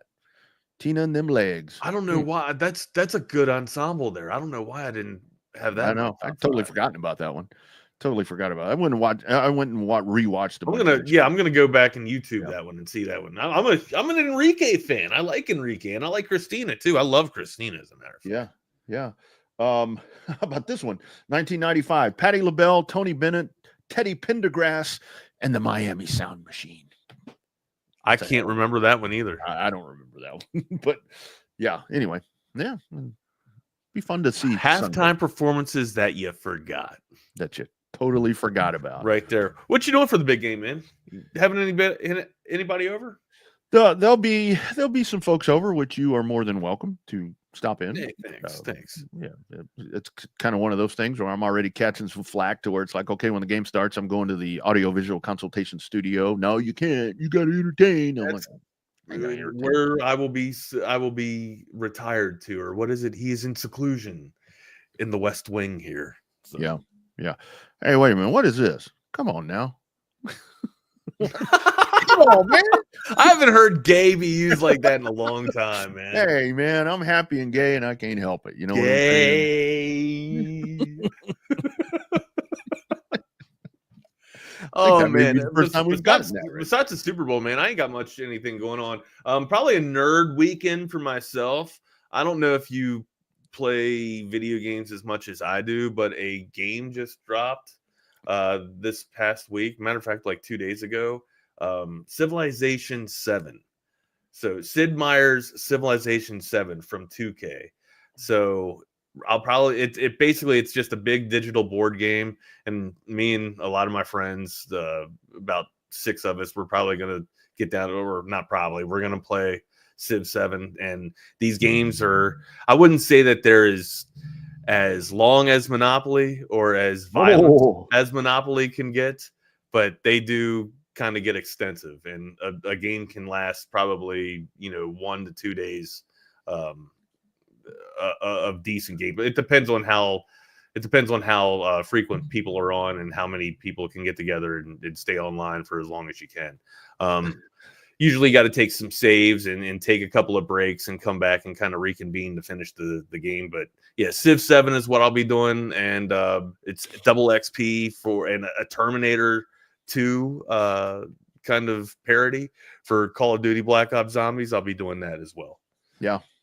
Our spread here, probably I reached out to Ike already this morning, so I think we're going the pizza route. We'll do that. Of course, there'll be plenty of frosty beverages on hand, a little queso, all that easy stuff, and everybody giving me their football takes. I'm curious about your all's top 5 foods too for pizza for Super Bowl. I would love for you guys to tweet Texas Sports Unfiltered. Also, make sure you guys like the video. Right, like the video for today, but also hit us up on our social medias. I would love to hear your all's top 5 foods. I'll just give you mine right now. Nachos number 1, mozzarella sticks number 2. Snub is gonna. Is he still doing? Snub is gonna get. My all-time snub's probably gonna be corn dogs, right? Corn dogs always get left off the list. Jalapeno poppers or rattlesnake bites, whatever you want to call them, they got to be on your list. Wings, you got to have wings on there. And then, of course, pizza poppers / slices of pizza, whichever one. Oh, yeah. I've got a buddy that always stops in every year. Great friend of mine, longtime friend of mine. And he used to make this really amazing, dip, but he's gone real healthy. And now he brings like this homemade hummus that really hits the spot. I mean, it's the one healthy thing I have that day. The one healthy thing that I have that day is that hummus. Hey, I know it's gay, but so what? I like it. All right. It's good for my insides. All right, let's bring Jordan and Will on. I got to get out of here, man. Because, everybody's doing it now, man. What's up, Ellen?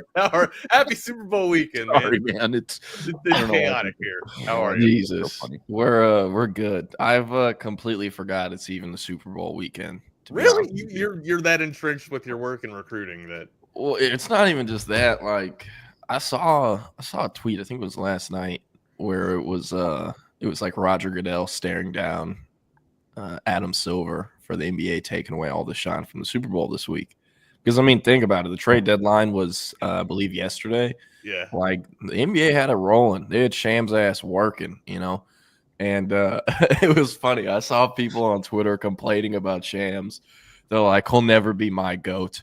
Like, he's tweeting out all the full trade details 40 minutes after the breaking tweet. Yeah, Woj would never pull the Woj, bro. He's not. He's not the same. Get this industry plan out of here. Not my ESPN. Industry plan.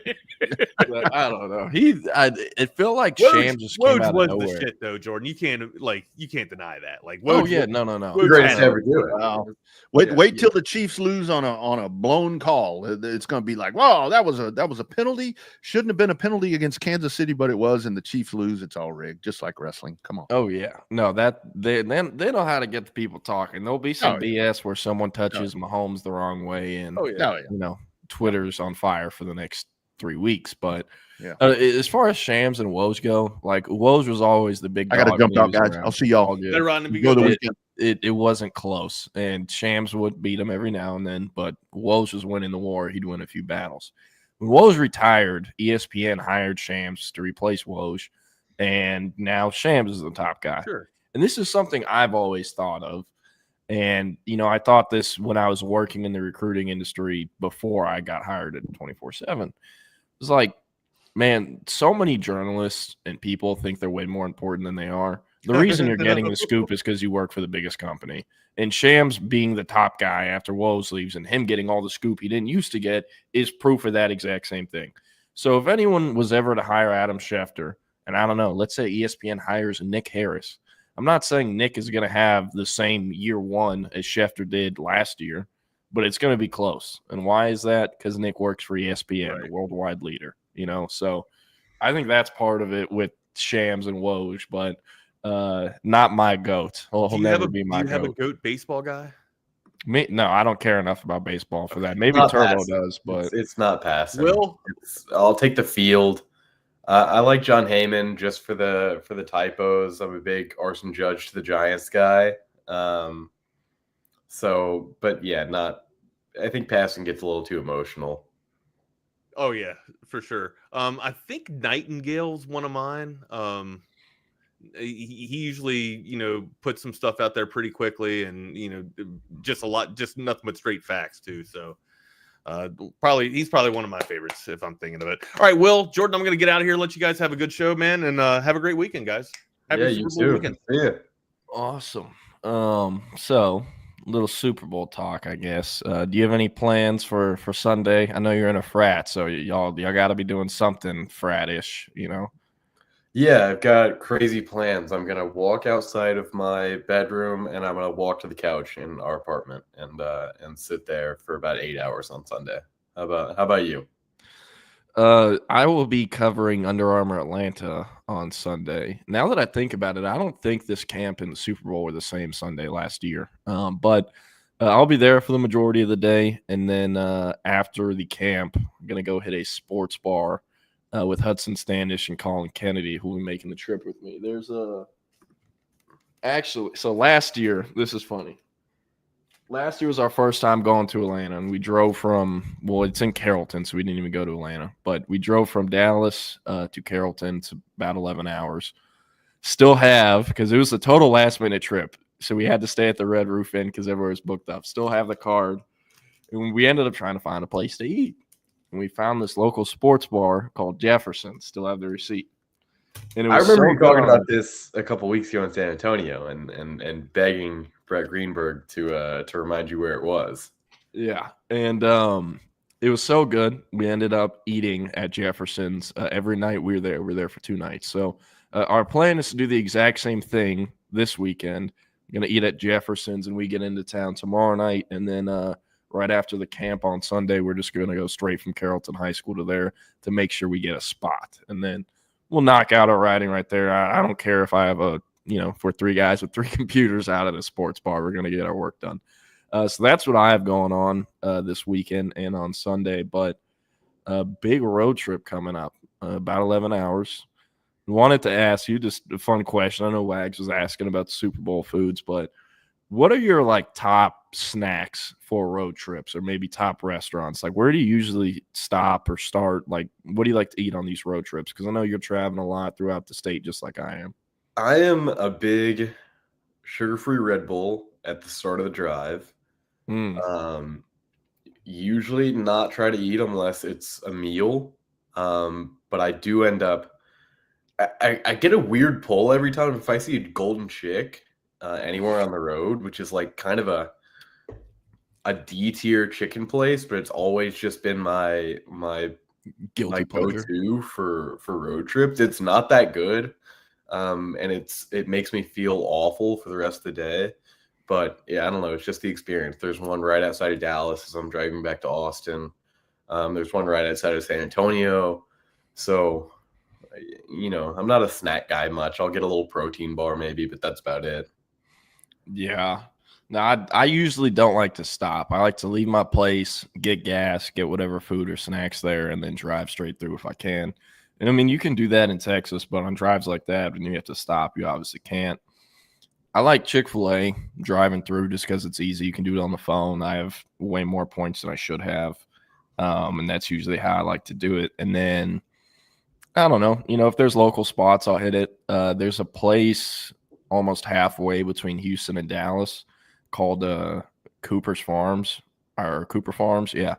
And they make homemade milkshakes.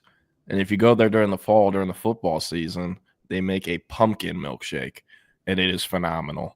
Me, Adam Sandoval, Landon Sams, Juwan Davis, we always stop there on our road trips there. I do have 3 spots. Hruska's on the drive between Austin and Houston. Hruska's. Yeah. The greatest kolaches I've ever had. The second greatest kolaches. Talk to me. In West.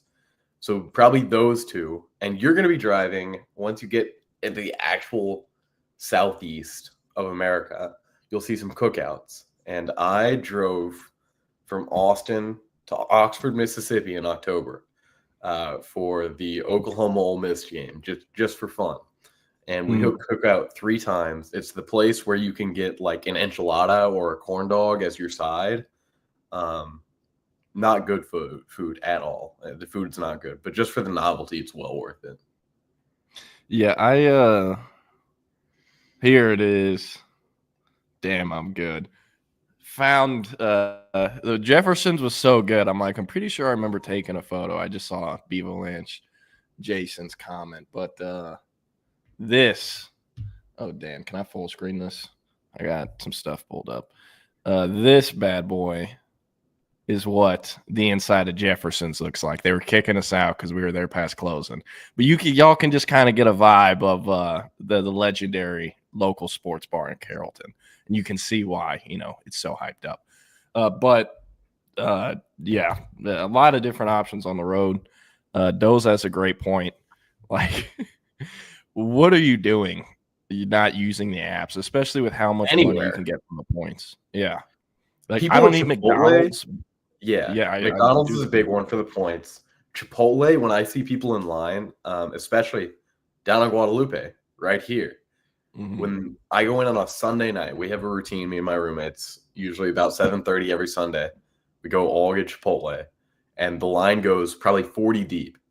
And then our order is ready within 5 minutes of us getting there after a 10-minute walk. And those poor souls in the Chipotle line, I mean, I don't feel bad for them at all. Poor souls. Yeah, no, I use the Chipotle app too, but I'm lazy and do the Chipotle. And there is a trade-off to getting your food fast because you're not there, so they screw you on the portions, or at least it kind of feels that way. So I don't know. Most of the time I'm cool with the trade-off though. Well, I'll sacrifice the time for a little less food, I guess. But yeah, no, definitely a fun conversation. But what I want to focus in on today, Texas is 2022 and 2023 recruiting classes. The 2022 class is the foundational class for this program. It's what's helped turn Texas around. Yes, there's been a fair amount of misses. There are a few guys from that class that aren't even playing football anymore, whether because they medically retired or because they went in the portal and never found a home, and I guess they're just in portal purgatory. It's a fascinating class to look back on. And they ended up signing 28 guys that class. Only 9 are still in the program heading into this upcoming season. And that was the first full class they signed. And those 9 names are DJ Campbell, Jalen Gilbo, Nato Umuzulu, Malik Agbo, Cole Hudson, Ethan Burke, Connor Robertson, and then 2 specialists, Will Stone and Lance St. Louis. So, very interesting, to look at the numbers from a position perspective. 0 of 1 on quarterback. Malik Murphy's transferred. 1 of 2 on running back. Savion Red ended up transferring. Jaden Blue counts because, he left Texas to go to the draft. Your 1 receiver take was Brennan Thompson. He has since became an Oklahoma Sooner and a Mississippi State Bulldog. Believe his mom is still tweeting as well. They did not sign a tight end that cycle. Only cycle they haven't signed a tight end. They signed 7 offensive linemen, and all 7 either finished their careers in Austin as a Longhorn before going to the draft, or they're still on the roster. Went 0 for 4 on the D-line. Zach Swanson, what's his name? Aaron Bryant, Jamon Tapp was an edge in that class, a few other guys, but really bad D-line group. Went 0 for 4. Bo Davis, working the magic. At edge, went 1 of 4. At linebacker, 0 of 1. At corner, 1 of 4. At safety, 0 of 2. And at kicker / long snapper, 2 of 2.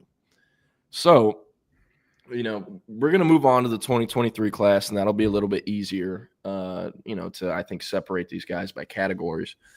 But of the 9 players left, we're going to talk about expectations heading into this season, year 4 in the program. We'll start with DJ Campbell. Crazy enough, was actually the highest ranked signee from that cycle for Texas via the composite, via 24/7's in-house rankings. He was ranked higher than Kelvin Banks was. And I believe he's actually he's top 5 highest rated interior offensive line prospects in the history of the modern recruiting era with the composite, which goes back to the year 2000. So in 25, 26 just recruiting cycles, whatever that is, DJ Campbell is amongst the top 5 IOL prospects of all time. Been a 2-year starter. Only has 1 year of eligibility left, though. He played in 7 games as a true freshman, mostly on special teams, but it still counts. So heading into year 4, the lone returning starter on the offensive line, what are the realistic expectations you have for DJ Campbell? Cut the penalties down to as close to 0 as you can. There's a running joke in the student section that whenever there's a flag, kind of in any situation, regardless if he's on the field or if it's on the offensive line or not, you'll hear holding offense number 52, just because of how many there were early in the season. DJ Campbell was supposed to be the guy in this class if it wasn't Kelvin Banks, and that worked out real well. But being the only returner on that line, there's got to be a lot of leadership. You can't expect leadership from a Brandon Baker or a Trevor Gooseby.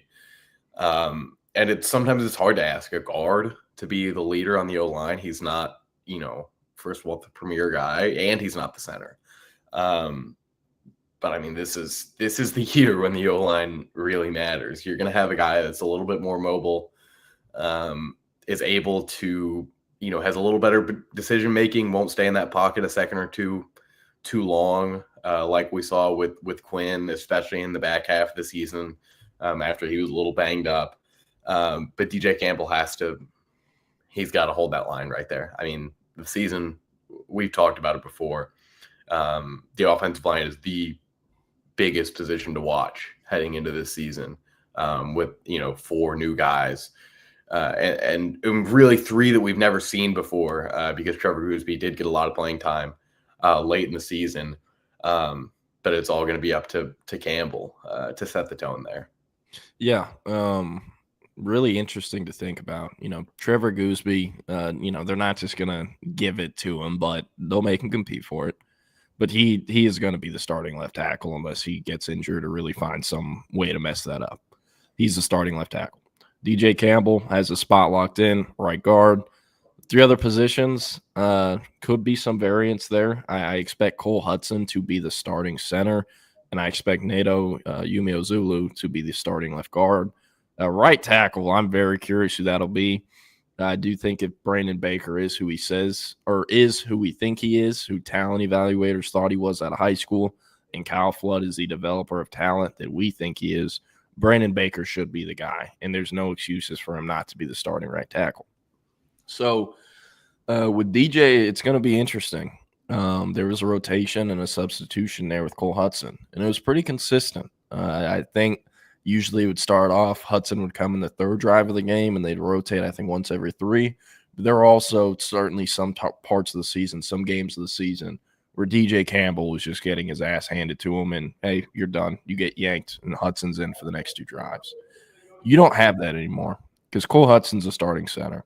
And after that, you don't have a guard coming off the bench that has experience. The 2 most experienced guards on this roster are Hudson and Campbell, and they're your starting center and right guard next year. So he's going to have to find a way to get adapted to playing a higher snap count and also not having the, I messed up, someone's going to come in and fix this, because that doesn't exist anymore. You are the most senior guy on the team of that group, and you are the leader. And I think a big part of Cam Williams and DJ Campbell, I know Cam Williams led the SEC in penalties. I think Campbell's not far behind, or at least 2nd most penalties on the team this year. A big part of why that was happening was because both are quieter guys. They're bad communicators, and putting them next to each other did not, help that. So you can't, like you said earlier, you can't rely on Brandon Baker to come in and be that vocal voice. He's been there the least amount of time out of any of those 5 starters if the projected 5 starters end up being who we think it is. So, Campbell's going to have to get louder, and emerge as a leader. But it's going to be an adjustment period. They got to go to Columbus week 1, and Jack Sawyer, JTT, the interior D lineman I'm blanking on, they'll be gone. But you're out of your mind if you don't think Ohio State, has some cats coming through the pipeline that are ready to play, that have been sitting on the bench waiting their turn for several years as well. So DJ Campbell, I think for him to live, if he was going to live up to expectations of his ranking, he would have been leaving Austin, and he'd be preparing for the draft right now, like Kelvin Banks, Jaden Blue are. But he's not.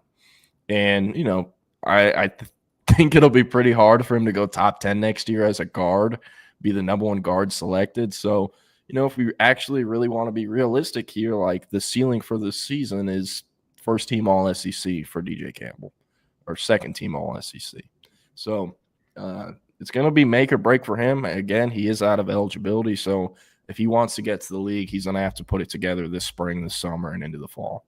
But I do think he's, towards the top of this list of most important guys. Next is Jalen Gilbo, who, while anyone who signed or played for Tom Herman is now out of the program, Gilbo is the only remaining player in the program that ever committed to Texas under Tom Herman. He actually committed to Texas twice, had a little commitment to TCU in between there as well. But returning starter, the returning starting nickelback, I think there is a chance he could, perhaps what happened to Jahdae Barron could happen to Gilbo, where he gets moved out to full-time corner. But as of right now, I'm not really expecting it. So with Gilbo, also believe it is his last year of eligibility. I'll check that in a sec. But what are the expectations for him heading into year 4? Gilbo should be a top 3 leader on the defense. I would expect that it's him, Michael Taff, and Anthony Hill. I really loved Gilbo for the most part, kind of in that almost a star role, which they ended up using him in, where he goes in pursuit a lot. He plays like a linebacker at sometimes. I'm not sure he has the speed and the coverage skills to be moved out to true corner. I think he's great at that slot position. but it is going to be next man up with corner, I think, this year. And if they decide that, he's got better coverage skills than some of the younger guys that are going to be coming through that lineup here in the spring. And once we get to the summer, I think Godbolt may end up being, that guy that takes a cornerback 1, cornerback 2 role. But I don't think it's his best spot. I don't know what you think. Yeah, I think, it probably would be best to keep him at that nickel role, like you said. A big thing for Jahdae Barron, why he made that move. It was not Texas's idea. It was Jahdae's idea. And it's because the NFL hates nickel corners. They don't get paid well and they don't get drafted well. He wanted to be able to prove, no, besides playing safety and nickel, I can also play corner and at an NFL level. And he ended up proving everyone right by winning the Thorpe Award. So Godbolt is not that type of guy as a prospect. Godbolt would not be drafted if he left this April. He just wouldn't be. And I don't know if he will be next April, but he's going to have the best shot to get into the league as a nickel corner because of what you said. The top-end speed, top-end coverage skills not really there in terms of a Sunday defensive back. So with him, he's going to have to provide leadership. It is his last year of eligibility. He played in 8 games as a freshman and sophomore. And, I think one thing that's interesting with him that a lot of people forget, he was starting over Jahdae Barron at nickel as a true freshman 3 years ago. A lot of people forget that. And I don't remember if it was ever announced, but he got in trouble and the violation of team rules. A source I actually spoke with, who's not, working in the program, but they're around the program a lot, and it is a former player. Back then, his true freshman year, coming in with the 2022 class, was really close friends with Xavier Worthy, Jahdae Barron, and those 3 were kind of, really close friends. But Jalen Godbolt, he's a country boy, rides horses, 409 kid, Southeast Texas. And people in that building felt as if, not that he was trying too hard to be friends with them, but that he just wasn't really being himself. And they were like, man, go back to the 409, go back home. You need to figure out who you are, because hanging out with these other people is kind of what got you in trouble, because that's what it was. And since then, I think he's progressed a lot. He's hanging out with horses a lot more. I see that on Instagram. And I think he has matured a lot. He's not gotten in trouble. We've not heard of any trouble since that, true freshman season. So for him, it's his last ride out of eligibility after the season. And, we've seen how important that position is in PK's defense, and they're going to need another great year from him. And if someone catches a pick in the SEC championship, they'll need him to block too. So there's that. Nato, Yumio Zulu, I don't really know what we can say here. Heading into year 4, obviously. Believe he does have another year of eligibility after this, but expectations, come in, be the starting left guard. Hayden Connor held that spot down for 3 or 4 seasons, and while it wasn't pretty at all to begin with, he ended up being a pretty damn serviceable player and at the SEC level. So, veteran experience is hard to replace, and that's something that NATO lacks. But, they're going to need him to lock that spot down. He actually, believe it or not, is the highest ranked IOL prospect Texas has signed besides DJ Campbell in the Sarkisian era.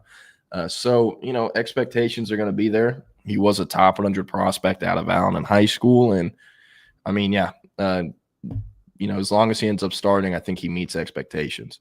Malik Agbo, really interesting career arc at Texas.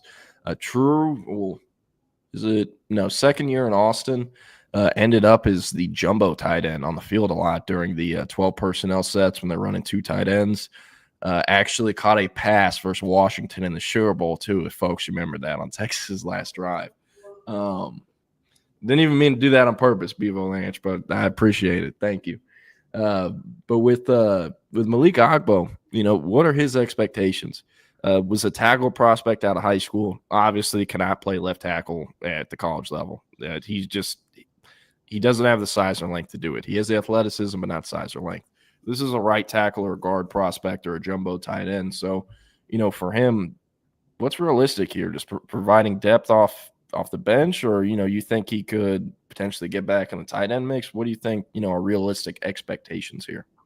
Yeah, I guess the expectation is, it sounds corny, but to try as hard as he can in the spring workouts. I mean, I think that Brandon Baker will end up taking that right tackle spot, just based off what we saw 2 or 3 years ago. When he was at Modern Day. But I like Jagbo in that jumbo tight end role, in the 23 season. And I don't believe we saw any of him in 24. I mean, maybe late in the non-conference games, maybe late in some of the SEC games that ended up being kind of blowouts. But there's not a lot to say just because we don't know a lot, and we don't know unless they're committed to him in the jumbo tight end role, and I don't think they are. But there are a lot of questions about tight ends, so maybe they're going to have to roll out some of those formations based on how Spencer Shannon and Jordan Washington and even Will Randall, to an extent, look in spring workouts. But yeah, I mean, there's just nothing much we can say since the tape is not there for us. Yeah, for Ogbo, he could perhaps serve as Spencer Shannon's backup as the inline blocker on, the 12 personnel sets. But, probably another year mostly serving depth on the bench. He only played in 2 games as a true freshman, so he will be able to come back for the 2026 season. Could perhaps, try to get in the mix there. But, again, he can't play left tackle. So even if Trevor Gooseby goes one and done, that's not his job in 26. And if Brandon Baker ends up being the guy like we think, it'll be a second year starting in 26. So he could be in competition for those guard spots. But, the 2023 guys we'll get to here in a sec, Jaden Chapman, Connor Stroh, Andre Kojo, they're all still there too. So probably, an actual the time it'll be when he competes for playing time is likely next spring at one of those guard spots heading into year 5. And the next cat, Ethan Burke. Austin Westlake alum, former Michigan commit, actually, that Texas flipped at about 9-10 p.m. the night before signing day, and then he announced that his ceremony at Westlake High School the following day. It was always going to be kind of a longer developmental curve. It is worth remembering. He was mostly a lacrosse player out of high school, was actually committed to play lacrosse at Maryland at one point. And his father is the head lacrosse coach at Westlake, which is, one of the top lacrosse programs in the entire state. Battled injury at times, but, is one of the tougher players on the team. Has played through multiple injuries, and, he's been rock solid really since his freshman year. Played special teams as a true freshman and, also a couple backup reps. So this will be his last year of eligibility. He, year 4 is going to be it for Mr. Burke. So, coming back, really good edge room, him, Colin Simmons, Trey Moore. He will have a higher snap count, I believe, this season with Barron Sorrell gone. He's going to be the starter at that position with Colton Vosick serving as his backup. But, for Burke, I guess, him to continue on the trajectory he's on, does he lead the D-line in sacks? Or is it okay if he's behind Colin Simmons, Trey Moore? What do you think's realistic for him in year 4? Yeah, I think this is probably going to be the weak side hero based on how things are looking. You are there, in my mind, to set up Trey Moore and Colin Simmons. You're not out there to play hero ball and a Westlake kid. That's not going to be a problem. A lot of these guys on the defensive line that they have, we know the mentals are there and that they understand what the scheme is, what PK is looking at, what Coach Baker's looking at. And I think Burke will be a great setup guy. I think Vasic will be the same way. We'll see what kind of personnels they're working with once we get to the summer, in terms of what it's really going to be looking like. But at this point, I think that's probably his best fit, is working that left side as hard as you can. But I think, the main thing is get Colin Simmons to the quarterback as much as you can. No doubt. Next, another Westlake chaparral, Connor Robertson. The last 2 consecutive off seasons, we've heard murmurs of him potentially transferring. He hasn't done it yet. He stayed in Austin, stayed there, always been the center, has been in the center room since he got to Texas in 2022. I believe was second string on the depth chart this year whenever majors would go down. But, while I do think it'll be a, quote, competition with him and Cole Hudson, I do expect Cole Hudson to win that job. So I believe he will be able to have a fifth year because I don't think he played in in 4 or more games as a true freshman or sophomore.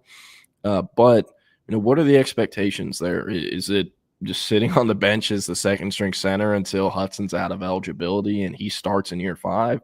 What's realistic for him? It's probably being one of the first guys in and one of the first guys out. I mean, to be honest, don't think this is anyone that will see the field much at all this season. And I think he'll probably stick it out in Austin. So we may be talking about this, in 25 in terms of him getting a starting spot. But it's his road to playing time at Texas relies on him just having an incredible spring and an incredible summer. And even then, I think it's going to be pretty hard for him. So the expectations are not high. That's the upside. Yeah, with Cole Hudson, it'll be interesting because, again, he is out of eligibility. So next year there will be a center competition again. Daniel Cruz will be heading into year 3 around that time next year. While Daniel Cruz might be on the shorter side, maybe 6'1.5", 6'2", maybe 6'3", not sure what he's listed at. That is who Kyle Flood prioritized the earliest in the 2024 class. Yes, Brandon Baker was the highest ranked signee.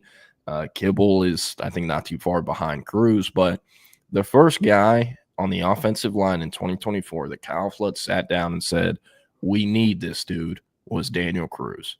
And it was because they looked at him as a center of the future. This was a 4-year starter in 5A on the offensive line at Richland Hills. He also started at all 5 positions throughout those 4 years. That is very rare. Usually when you get that, it's, a kid 3A ball or small school ball, something lower level. But he did it at an all-state level for 4 years, an all-district level for 4 years. Is everything you want in a mental evaluation. Is a great kid. And, a little, I guess, behind the scenes for his recruitment, we always knew he was going to Texas once Texas centered and focused on him as their center target, the center of the future. And a big part of that was because when you have that much focus and priority, most of the time Texas is willing to, do whatever they can to get that player. For Cruz, his family didn't have the best financial situation. So, we heard that the proximity is going to be super important so his family can see him play, but also the NIL package. And we knew Texas checked both those boxes over the other main schools, A&M and Ohio State. They also wanted him more, so we felt really good about that one.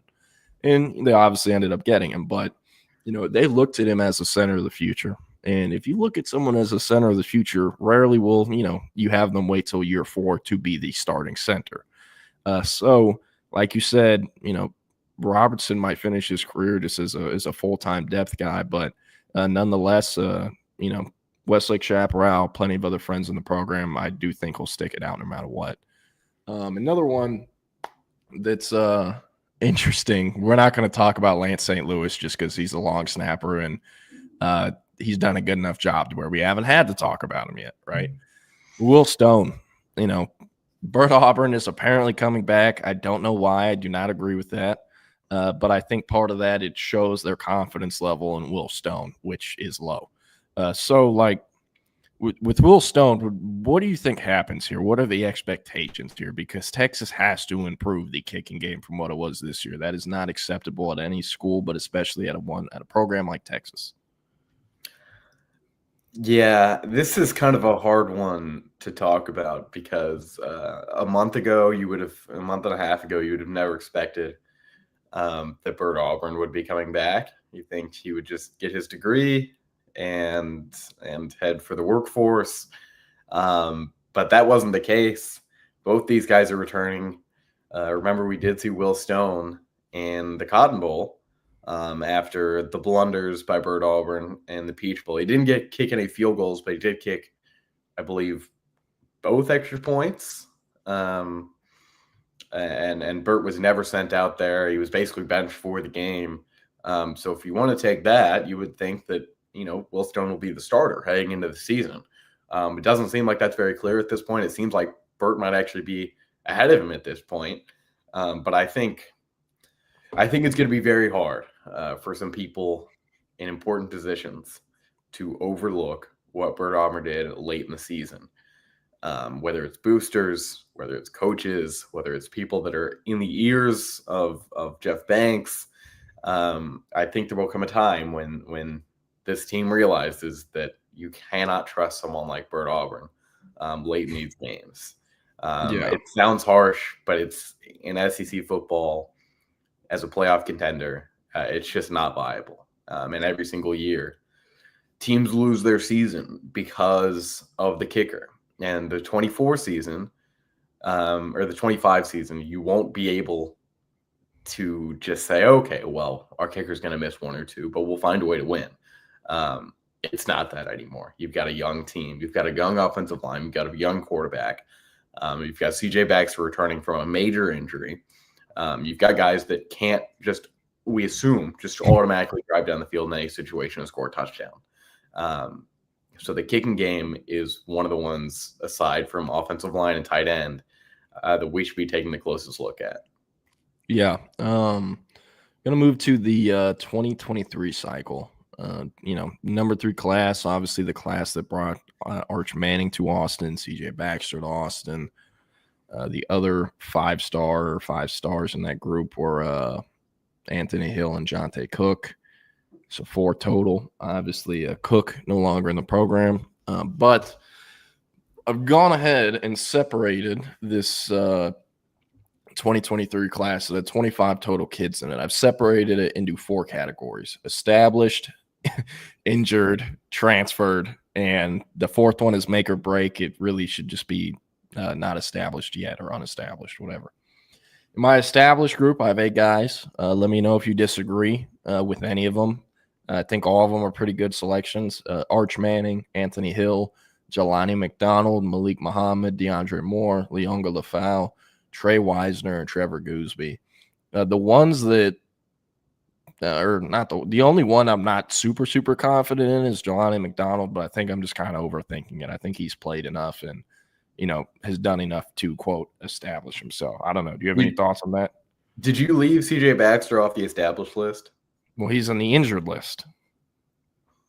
So in my eyes, he will be playing week 1 next year. Very likely as the starting back. I think he's established. I think we actually saw enough of him in his true freshman season. Once Brooks went down with the ACL, and there was just so much excitement around him heading into this past season. I think he's established. I think we've seen all about we need to see. I think, yes, it was an awful injury. And yes, he may not be the same that he was as a freshman or even as a high school player. But there's just too much potential to say that he won't be the leader in rushing yards and maybe the most impactful player on the offense this year. No doubt. I agree with that too. But for the injury category, I don't know. I just figured it was worth it for them. Like you said, we don't know, if he'll be the same player once he comes back. And I mean, that ACL happened the first week of fall camp in August. It's a 9-month injury. So he's going to miss spring ball. Won't be fully cleared until after spring ball is done. He'll be able to do, fall camp again. But it is hard to expect him to show up week 1 and be the same CJ Baxter he was in the Sugar Bowl versus Washington. There's going to be an adjustment period. It's going to take him a few weeks, and I'm sure his snap count will increase from week 1 to week 6 or whatever. But I do agree with you. I think if I had to stick him in one of the other categories, it's definitely established. Derek Williams, another cat in a similar, situation, played a ton as a freshman, played a lot as a sophomore before he got hurt in a rotation that had, Drew Makuba, Mookie Taff, a lot of other talented guys. He found a way to, also stick out a few plays a game, which is not easy to do, especially as a sophomore. So blanking on the injury, I forget what it was, but it happened a couple weeks into the season. I believe he'll be good to go through spring ball. Texas, obviously, losing Drew Makuba to the NFL draft, but everyone else in that safety room is coming back. Mookie Taft, Jelani McDonald, Derek Williams, Warren Roberson, Jordan Johnson-Rubel, Xavier Phillips-Smee, and then the two guys who signed out of high school, Jonah Williams and Zealous Hicks. So with Derek Williams being the most tenured guy of that group besides Mookie Taft and Jelani McDonald, I think he is established, but, want to see the injury. Still want to see the injury. So, yeah. And Coach Top, I appreciate you commenting and joining, but I don't know what you're trying to say. I've always felt like the safety room is pretty deep. I know a lot of people were curious why Mookie Taft decided to come back, but it's because he's a starter of that room, the leader of that room, and especially now that Gideon's gone, he'll be an even bigger leader of that room. So, yeah, in the transfer category, 7 of the 25 signees have already transferred out. Jonte Cook, Celia Kana, Peyton Kirkland, Darian Gillette, Billy Walton, Sadir Mitchell, and Samaje Burrell. All had various reasons. We know what happened with Cook. Not going to get into any more of that. Celia Kana was a great tester out of high school, had all the length, all that, played super weak competition in Utah. And honestly, I think just appeared better than he was. Showed up to the All-American Bowl at 196 pounds when he was getting weighed or listing himself at 225 the entire process. That was a huge red flag. Someone close to the family did say, he can put on weight and take it off super quick. And, he was 220 just a month ago. And that's what we were told. But I don't think he ever got higher than 215 on the Texas roster as his weight. So I was not able to put on weight. Was also a tweener. Played edge in high school, was an edge prospect, but lacked the explosiveness, physicality, and the weight to play edge. They tried him at backer, needed more weight to play that position, couldn't do it, and also just didn't have the instincts. Linebacker is arguably the most instinctual position on the field. You can't teach someone to be physical or coach that into them. They either have it or they don't. Peyton Kirkland, he was severely overweight, showed up over 400 pounds at the All-American Bowl in San Antonio the week before he moved into Texas, was actually 415, and he listed himself in the 360s around that time. Struggled with, taking that weight off at Texas, and I also think for him, if y'all remember how that recruitment went down, dropped to top 5, never visited Texas, and then committed to the Longhorns, there was always red flags around there, and for him, I know he wanted to play early. So he left Texas after 1 year, went to Colorado to play early. They ended up getting Jordan Seaton, who was a true freshman starter that started over him. But he wants to play. So he went in the portal again and found a home at Miami of Ohio. Peyton Kirkland's now at Miami of Ohio with Cordell. Did not know that. Yeah, that was a pull. Yeah. Fun fact, he's at Miami of Ohio with Cordell Russell, if you remember that name, Will. I'm going to be watching. I think they're the Red Hawks, right? That's right. I'll be watching some Red Hawks. Ohio. Yeah. Hey, you know who's from Miami of Ohio or nearby that area? Kevin Ryan. Fun fact, Will. Darian Gillette had a really, really bad injury playing pickup basketball in Marlin in the summer heading into his senior year. And unfortunately, he just hasn't been the same athlete since. Played 2A competition at Marlin, so he played literally every position. Was actually a all-state receiver as a sophomore at like 6'3", 220.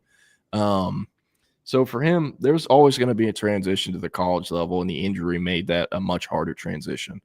Was listed as an edge prospect. Choate always wanted him to play linebacker. He never really got a look at edge, and he did play linebacker at Texas, but guys passed him very quickly. Leon Lafau, Ant Hill, and the writing was on the wall. He wanted to play, so he left. He's now at Mississippi State. Billy Walton III, a similar thing.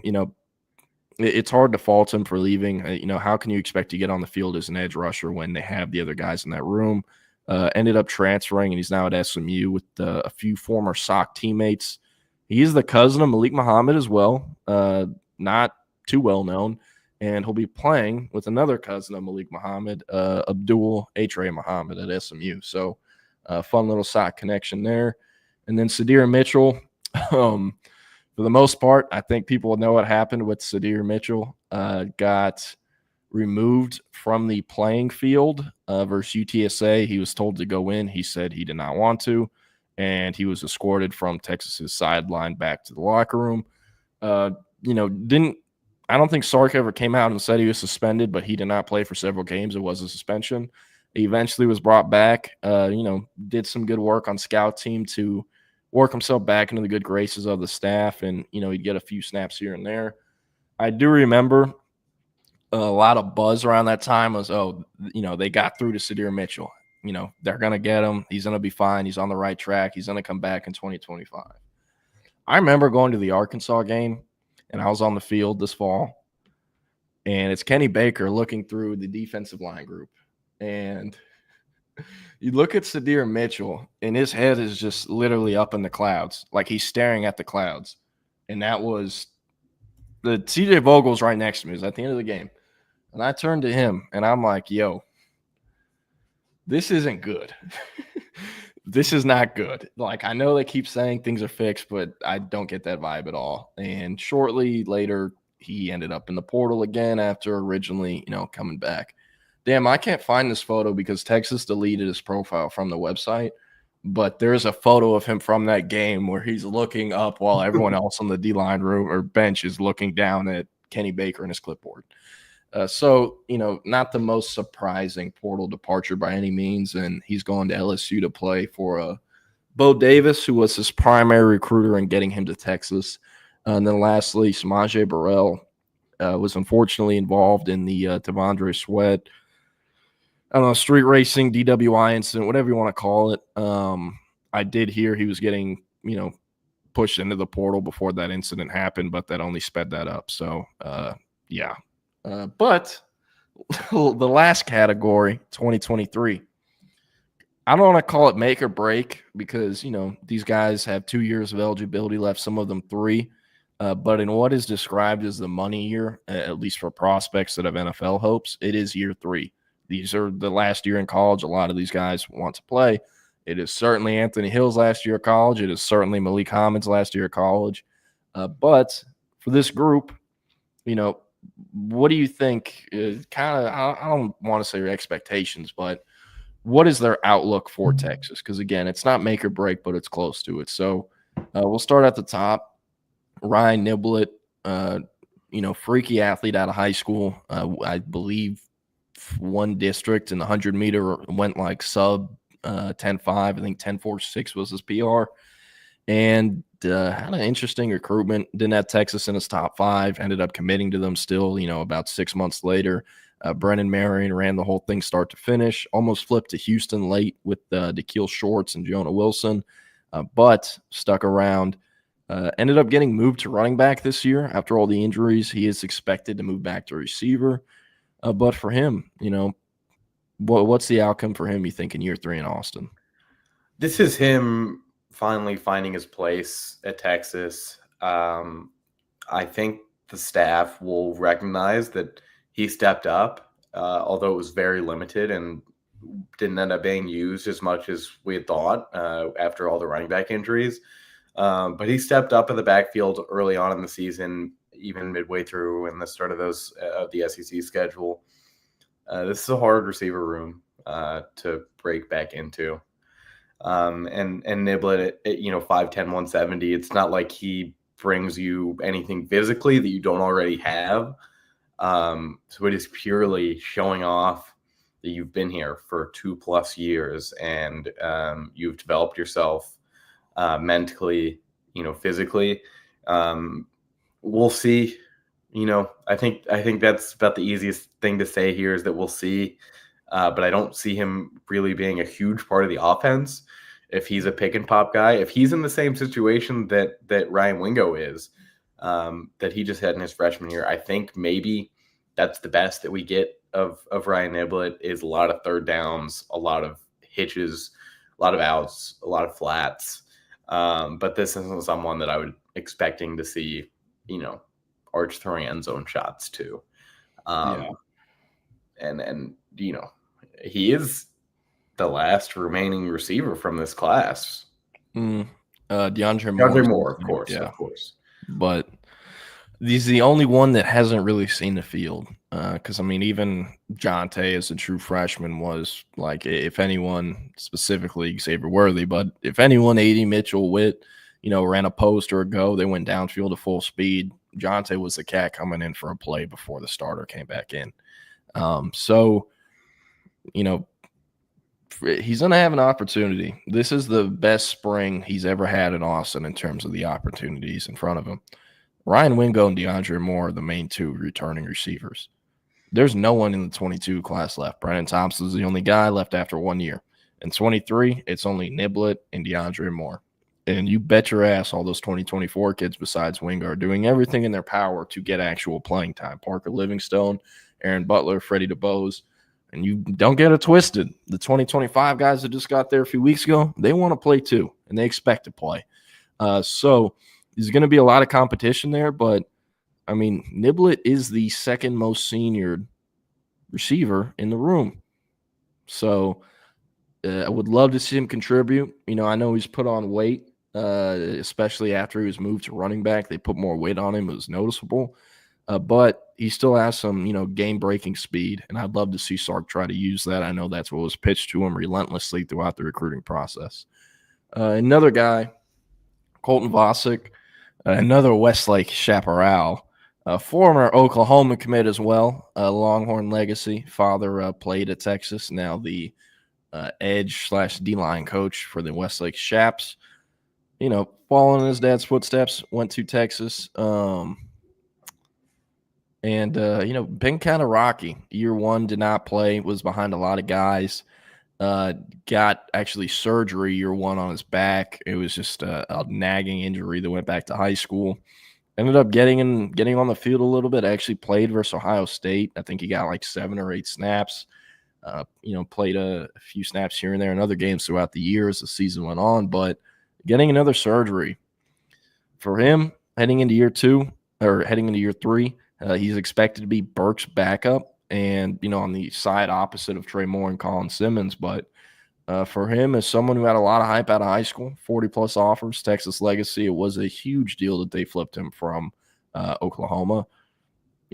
For him, what are the expectations here? The expectations are to stay healthy and go into the 26th season healthy. He'll see a lot more, I don't want to say significant, but a good amount of snaps throughout the season. And just being able to show that he can hang with offensive tackles in the SEC will earn him a spot on the team in 26. Whether that's a starting spot or not, obviously we'll have to see. We'll have to see how some of these younger guys progress. But it's more about, and we've mentioned this with a couple other guys, being that helping hand. When it's the next man up, it's your time. And he's one of the biggest next men up on the team. So for him to kind of assist Burke there, I'm not so sure how healthy he'll be week one, coming off of, another surgery. But let's get him through this season and see what the D-line room is looking like in 26. And that's about all there is to it, because I don't think either one of us expect him to be a contributor this coming season. Yeah, the good thing for him is, with the injuries, especially as a freshman, he didn't play.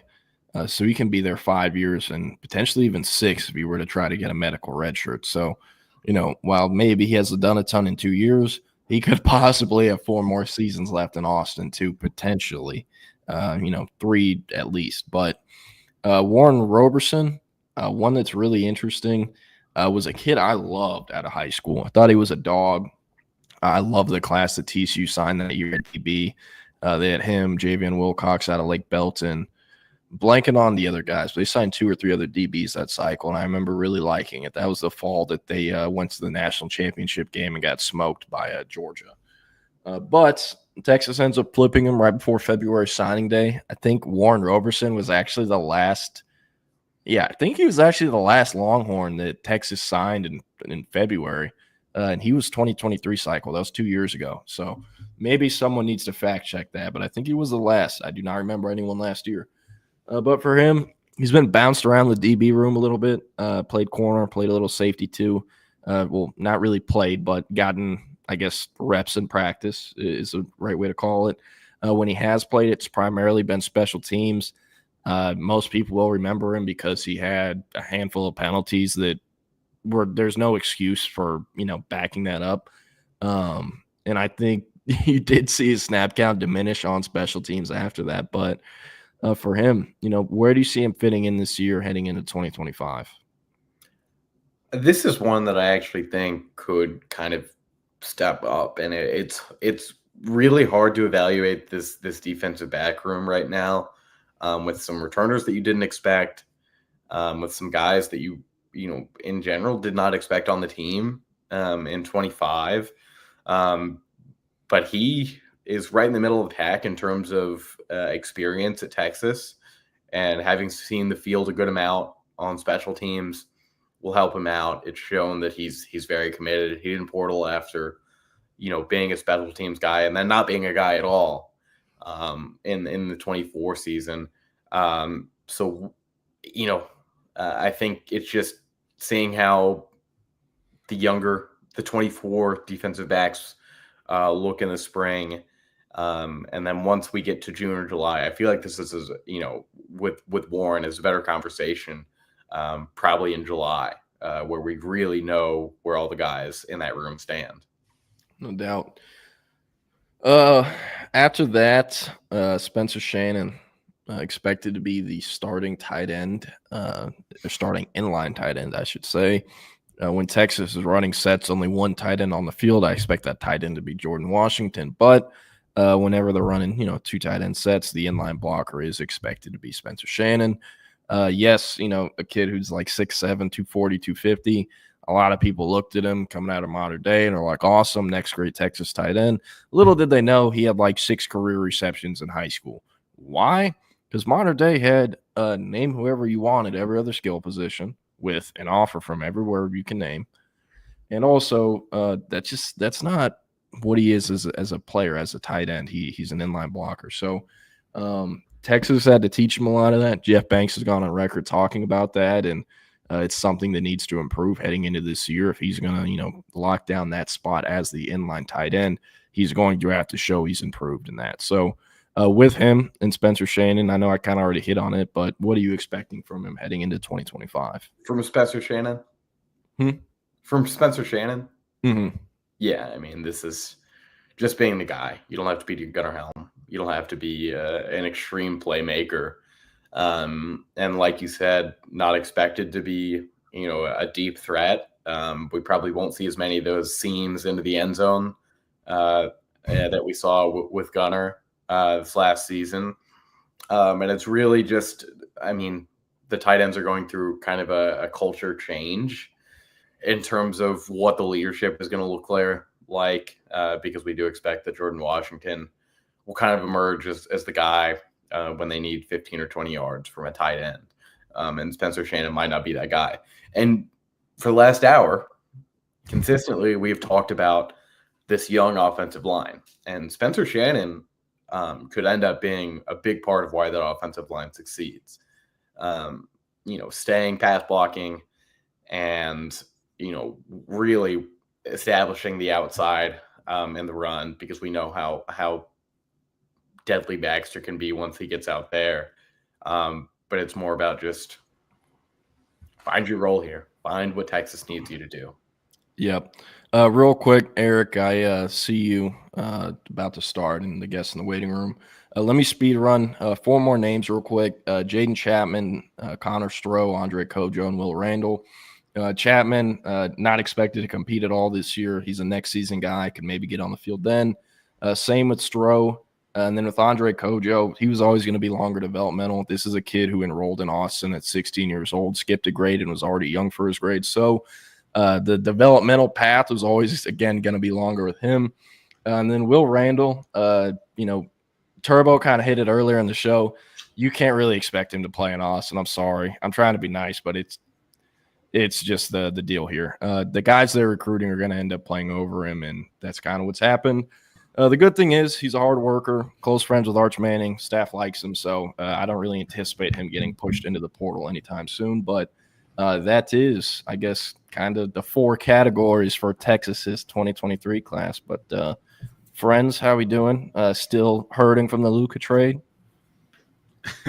He's got the Lakers. Yeah. He's officially got the Lakers polo. He's officially sold out on his Mavs. I'm gonna root for the Magic too, though, Eric. Did you make that yourself? No. Who was selling a blue Lakers shirt? I bought it online. I'm a golf shirt guy. I always wear golf shirts every day. I wear a golf shirt, so this is like Jordan, the newest edition. You may not remember this, but back in like the mid 2000s when throwbacks was really popping like that, the Lakers used to wear the old Minneapolis Lakers jerseys. That's what it is, yeah. And they were that color. I guess whatever color they wore in Minneapolis was like that. And then I got a pair of those shorts. What's up? I have a pair of those shorts. There you go. The blue ones. There you go. I'm not going to get up, though, because I'm wearing pajama pants right now. So 42 and 17 from the King last night. Second player in his 40s to ever score 40. And then we've got Luka's debut tomorrow at I believe. I think he's debuting Monday. I don't think he's playing tomorrow. That's what I heard. But playing the Pacers, they pushed off the Florida-Tennessee game off of ESPN. I know that. I will deal with you the next time you're on this show because I'm going to assume you are a LeBron guy, correct?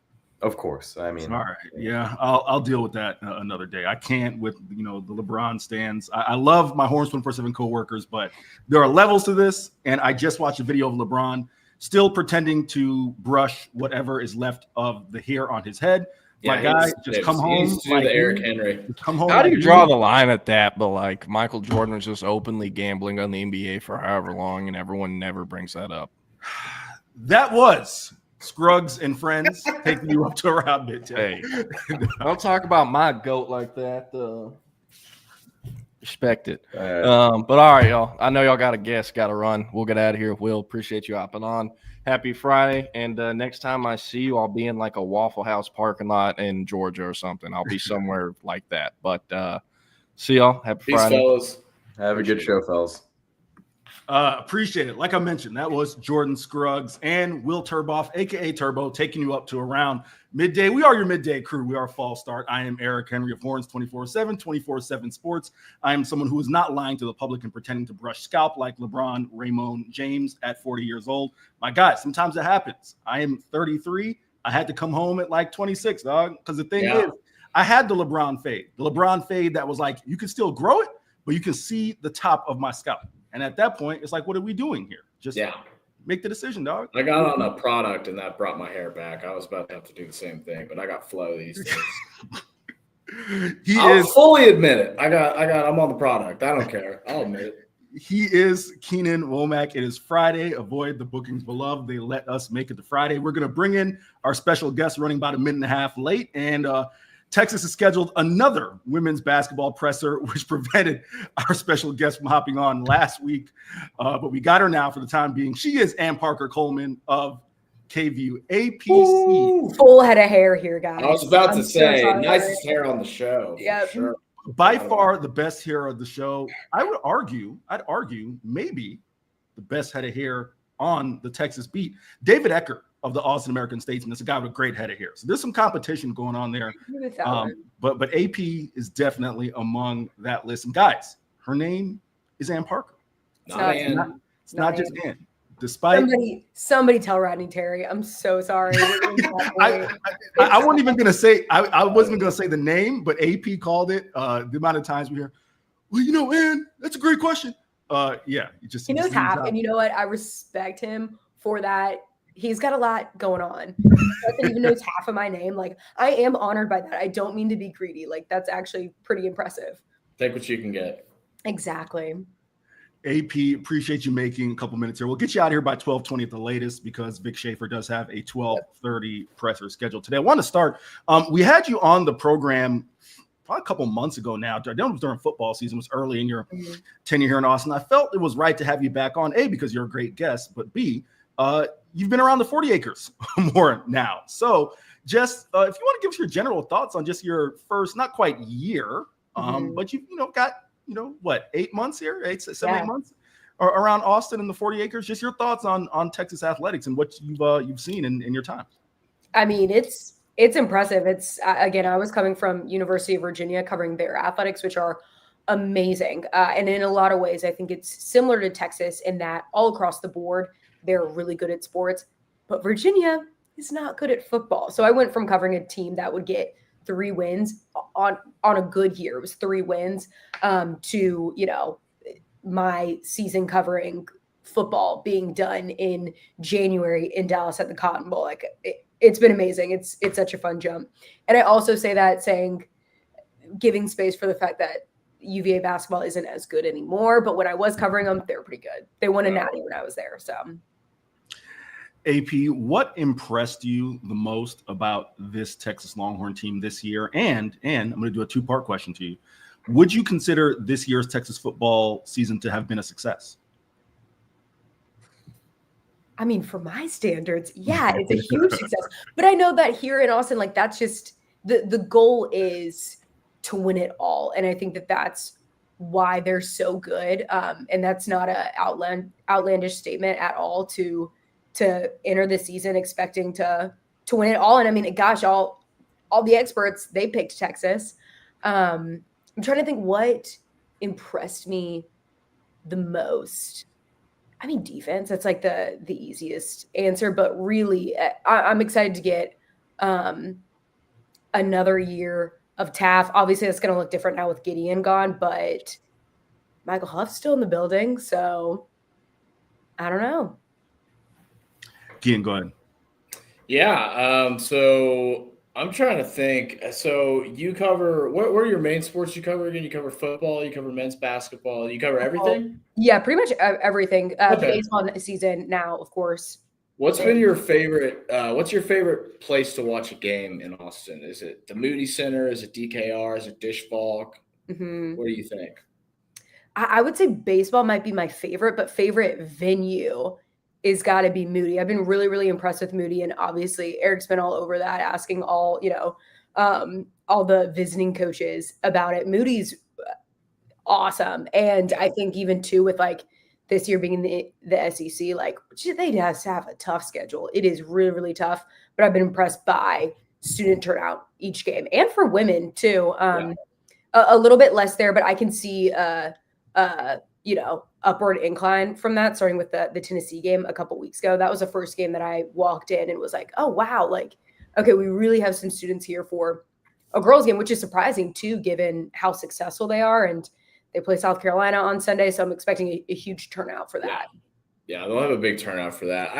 I think it's interesting to see like compare and contrast the men's and women's programs, because the women's program is in a better place right now. I don't think that's hard to say, or that's a controversial statement, but you could say it for a couple years. Yeah, sure. I mean, they're looking better down the road. I mean, they're in the hunt for Aaliyah Chavez, the #1 player in the country right now. But yeah, I always thought it was interesting to look at fan turnout in the two sports. I think women's basketball in general has exploded since the Caitlin Clark, Angel Reese kind of class of WNBA players. WNBA is expanding. They're getting 2 new teams, I think. And the Wings have the #1 pick in the WNBA draft this year. I'm sure they'll trade it for nothing, because that's what Dallas basketball teams do. They trade their best players for nothing, but we'll see. We'll see. Yeah, it's always funny kind of walking in there too. I think just it's for women's basketball, it's, kind of the blue hair and special. Like there's a lot of old people there, which is amazing. Love that. But we got to get some more students there. Yeah, fair enough.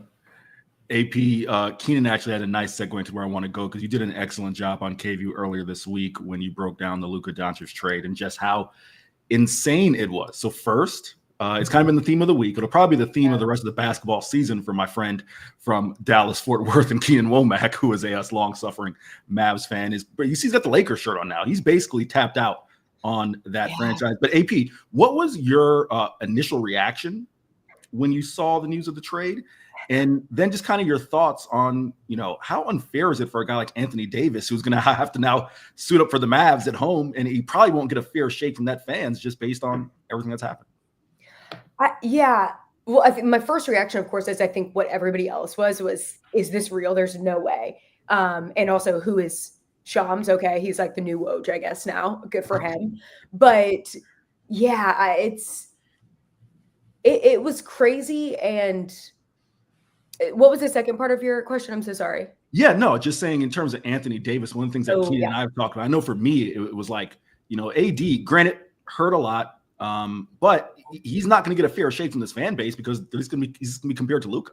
Yeah, and I think, thank you. Sorry, I don't know why that just like exited my mind, but I think that is part of the problem too with a trade like this. It just kind of shows from management. I don't know how you make that decision and think that your fans are going to respect it, like it, and ultimately stay your fans. Because when you have a face of the franchise like Luka was, that's the kind of, he's the kind of player that when he moves, people aren't Mavs fans anymore. Keenan threw his Mavs jersey out the window. He's got a Lakers shirt on now. Like that's the kind of reaction you get. And it's just a poor decision. And two, I hate trades like this, or just, this is why I love college athletics and professional sports less so, because there is no loyalty. No one is safe. If you can trade somebody like Luka, no one is safe. Okay, fine. Like AD is in Dallas now. Sure, that makes sense. Like there's just never any stability. Or as a fan, you rooting for these players, you have to do that with almost like an open heart, because at any second they could be traded. And here you are, like a fan in the crowd is telling your guys on the bench that you just got traded to Minneapolis or something. Yeah, I think that's a good point. And like we were saying this, I'm in a giant Mavericks group chat with a bunch of writers and fans and people who post Mavs memes, just like everybody, right? And somebody in there made a really good point. They were like, even if this team's competitive, good, say they make it to the finals again, it's not the same. There's a soullessness to this new roster that is nobody's fault other than the executive's fault. Yeah. But you have your homegrown guy, the guy you drafted, the guy you've invested all this time and resources in, you've built a team around. And to trade him away, I mean, Daniel Gafford himself was like, yeah, it sucks. Like the players are on the page of being like, this sucks. Like they're being honest about it. You know what I mean? And to have this kind of discord sown within your fan base and within the executives and even the lower levels of the front office, were not cool with this because they didn't know about it. It was done in the shadows. There's just a lack of personality to this roster. I mean, I've always liked AD. I've always thought he'd be a good Maverick. But if you'd asked me last week, would you trade Kyrie Irving for Anthony Davis? I would have had to think about that. This is completely different, Yeah. And that's the thing. If you're going to give away the guy that everybody's the biggest fan of, the face of the franchise, you have to get somebody who is equal. Like it has to be like LeBron is a tough one, but like it has to be somebody else who could come in, and people still aren't going to be happy about a different face, but like AD is not going to be that. It's just not an equal. It's not equal at all. Or some picks, like some kind of draft capital. There's just nothing. They got one first rounder. They didn't even get both 2 first rounders. They got one out of it. And part of me, for the Mavs' sake, like almost wants Harrison to have some inside information that we don't know of. Like Luka he has some illness, some injury that he'll never play the same again, because it truly is just that outlandish that they made this deal. It is so bad. All right, AP, got a few more for you before I get you out of here. I got a couple fun ones, but to finish up on Texas, this is a general question that I get a ton, and I'm going to ask it to you, which probably poor on my part, quizzing my fellow members of the Texas beat, but it's a question I get so often. Just your general thoughts on Steve Sarkisian, because that's going to be the number one question that I get from fans. It's like, how's Sark? And I'm always curious how to answer that question. I'm curious just your general impression as someone who, is fresh, did one season on the beat. Your just general thoughts on Steve Sarkisian. Honestly, I would say my interactions and my impression of him has been way more positive than what I thought it was going to be. Because I mean, coming in, I didn't know much personally about him, except for the video of him chewing out the security guard, in the like, that was my one thing that I was like, the glimpse into his personality that I was like, and there's a lot of baggage with him, of course. And so that's what I was like, going into press conferences and game days expecting is like this hothead who's like kind of crazy, but like it's pretty chill. Like, I don't feel like I've seen him ever get super heated about anything. Like he's much more mellow than I expected. And again, I use that term loosely because we are talking about a college head football coach. Right. Like you can't really call any of these guys mellow. They're not. That's why they have this job. But still, I would say a little bit more mellow than I thought. Overall positive. What would you say, Eric? And what do people expect when you ask that? Like, what's the fans' perception maybe? I think most people see, the Steve Sarkisian that you get post game and things of that nature. And also they're asking from a fan perspective, right? So it's naturally like if your coach is winning, naturally you're happy with the guy. Yes. But I kind of here's my thing, AP. I understand when fans are asking that question, they're looking for something that kind of bolsters their own thoughts. So I'm not like, oh yeah, Steve, might be inconsistent on certain things, right? Or Steve says this and then so on and so forth, right? Like I kind of just give them the answer. I know they're looking for. I'm just like, he's cool. Yes. That's the answer most fans are looking for. True. If for example, like if you'd asked me that question before you came on the beat, I might have given you a more detailed answer of like, okay, here's kind of some questions he kind of goes for with the media. Here's some things to avoid. I don't remember if you were on the Zoom when another reporter asked him a hypothetical question. And Steve, yes. I take it back. I have seen him mad. Yeah. Right. So the answer I would give you would be different from the one I'd give fans. But we're up on 12:20. I'm going to get you out of here in enough time so you can get to Vic. So quick rapid fire here. Yes. We'll close with a video. Here are the 5 questions. You can answer them however you want, AP. Number 1, barbecue or Tex-Mex? Tex-Mex, because I love quesadillas. Love quesadillas.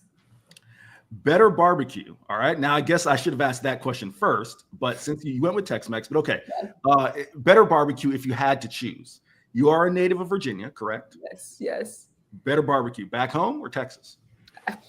Y'all been a vegetarian for 6 years right. now, so I don't know. Forgot about that. That's my right. wife too. My wife is a vegetarian. She's a pescatarian. But I'm pescatarian. I eat fish, and this is the thing. Like I'm chill about it. I know, like I'm getting to that point where it's been 6 years. Like I need to introduce meat back into my life because I'm not that like into it. It's just something that I started and I never stopped. And now I'm like, shoot, like if I don't get off this train soon, like it's gonna be really hard to get off this train. So. In my time in Texas, like I will start eating meat again at some point. I just need to like buckle up and get ready to throw up after a burger or something. Favorite thing about living in Austin? Oh, probably Zilker. But my favorite thing to do is go to Zilker and play catch. Like I love it. Good vibes all around. Last two, we'll get you out of here. In honor of National Women and Girls in Sports Day, which just passed, AP, who were some of your role models for getting you in this industry, and what made you want to get into this field? God, that's such a good question. My role models. I'll go with the other one first. What made me want to get into this? A little less female, but my family. I grew up with 2 older brothers that played college football. My earliest memories as a kid I'm from Virginia, but we were on the Virginia-North Carolina border. So we growing up would go to North Carolina football games. Like we were huge Tar Heels. My brothers ended up playing football at Virginia. So that's how we did a full switch. But my earliest memories are in Keenan Stadium with my mom, my dad, and two brothers. And so it was just such an easy, like just such a gradual, like it's just your life unfolds. This is just kind of where I found myself. There was never like a light bulb moment of like, this is what I'm meant to do in life. It's just like literally everything in my life has pushed me right here. And then role models, it's got to be Melissa Stark, my fellow who she is so impressive and just does such a good job. She just carries herself in a way that I would like to do that too, because it is as a girl, there are just different things that you have to be aware of and be smart about that guys don't have to worry about in this industry. And I just think she does a really good job of doing that. Last one, and I agree with you on that last part. I am going to put it to the test. I am going to wear the same suit like 6 times in a row and just see if anyone notices compared to. You get called out in a Twitter post. No, These people need to dress better. There's no better like picture of what it is to be a girl in sports, then I posted my Luka Doncic trade thing. And basically what that was is I went through bad trades throughout history. And I'm sorry, I'm humorous. I'm a girl. Pretty much everybody has seen Disney princess movies, but I was like, Ariel trading her voice for legs, like bad trade. But I also said, you know, Babe Ruth to the Yankees, like things like this. And they commented on it, but they also, they were like, you should be fired. Your career is over. And then 2 days later, I just posted not even just a picture of me, game day, horns up. I guess it looked pretty, but then being like, oh, this is so hot. Same guy. I was like, okay, so you got my career's over. Got it. You think of a smoke show. Cool. Which one is it? It's a good combination of things to say to a woman. It's really my favorite too. Really solid. How you win us over. Here's the one I'm going to get you out on, AP. And for those of you who may have missed it, you have to go back to the archives. AP had one of the most fire fits at the Cotton Bowl, topped off with an amazing hat. You have to go check it out, see if you can find in the archives. But AP. Oh, that's right. I was thinking about it. I was like, I don't even know what you're talking about. I was saying, do I need to remind you? Evidently. Real quick, and there's no right or wrong answer. Yours truly will not be offended. Top 3 best dressed members of the the Texas beat. In no particular order. In no particular order. Okay, obviously, Corey is in there. I think Eric, not even just because you're on this call, you do dress really sharply. Joe Salazar, my guy, always in shorts. No matter what the weather is, got to put Joe in there too. What a good dude. Listen, yeah, exactly. Joe, I appreciate AP putting me in the list. I like to think I do it decent. No, you do for sure. On game days. But Joe Salazar is the man. That is the man in Austin. No doubt. She is Ann Parker Coleman of KV. You can find her on Twitter at Ann Parker Cole1. APC, she is the homie. I appreciate you making 15 minutes. Go be great on Vic's presser for both of us. Are you not going to see you there? Chip Brown is going to be on it. Hanging with me. So I've got obviously. I'll give Vic your regards. It literally is in 5 minutes. I don't even know why. I just asked if you would be joining. Like, you're busy. I'm hosting solo. I would typically join, but Chip is gonna handle it for Horns 24/7. APC, appreciate it.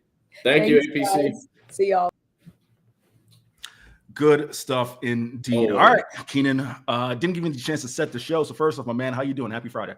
I'm great, dude. I am. My father-in-law's coming in town tomorrow. We're gonna get lunch with him. He's the man, and yeah, dude, just doing a lot of family stuff tomorrow and the next day, and then tonight I'm just chilling. Keenan, gonna dive right into it. It's got another 35 minutes where we pass it off to Chip Brown and Zay Collier. Do not know, I guess I might as well just say it from now. If Chip is gonna be on that Zoom, he'll probably be late because Vic Schaefer is not the most on-time guy in the world, and he's rather verbose. So yeah, he likes to talk. There is that. Keenan, the Texas Longhorns have reportedly made a move as far as the coaching staff. And no, I'm not talking about Blake Gideon, and I'm not talking about the safety room. Jason McIndoe, Keenan, the longtime Oklahoma State, they call it the cowboy backs, but basically that role in their offense was kind of the more or less like the H-back, Keenan, because they didn't use a traditional tight end for many years. They just kind of started doing so over the last few years. But he coached the tight ends and fullbacks, also played a huge role in the run game, Keenan, and that is where I'm going to come to you. I'm not expecting you to be an expert on Jason McIndoe's career.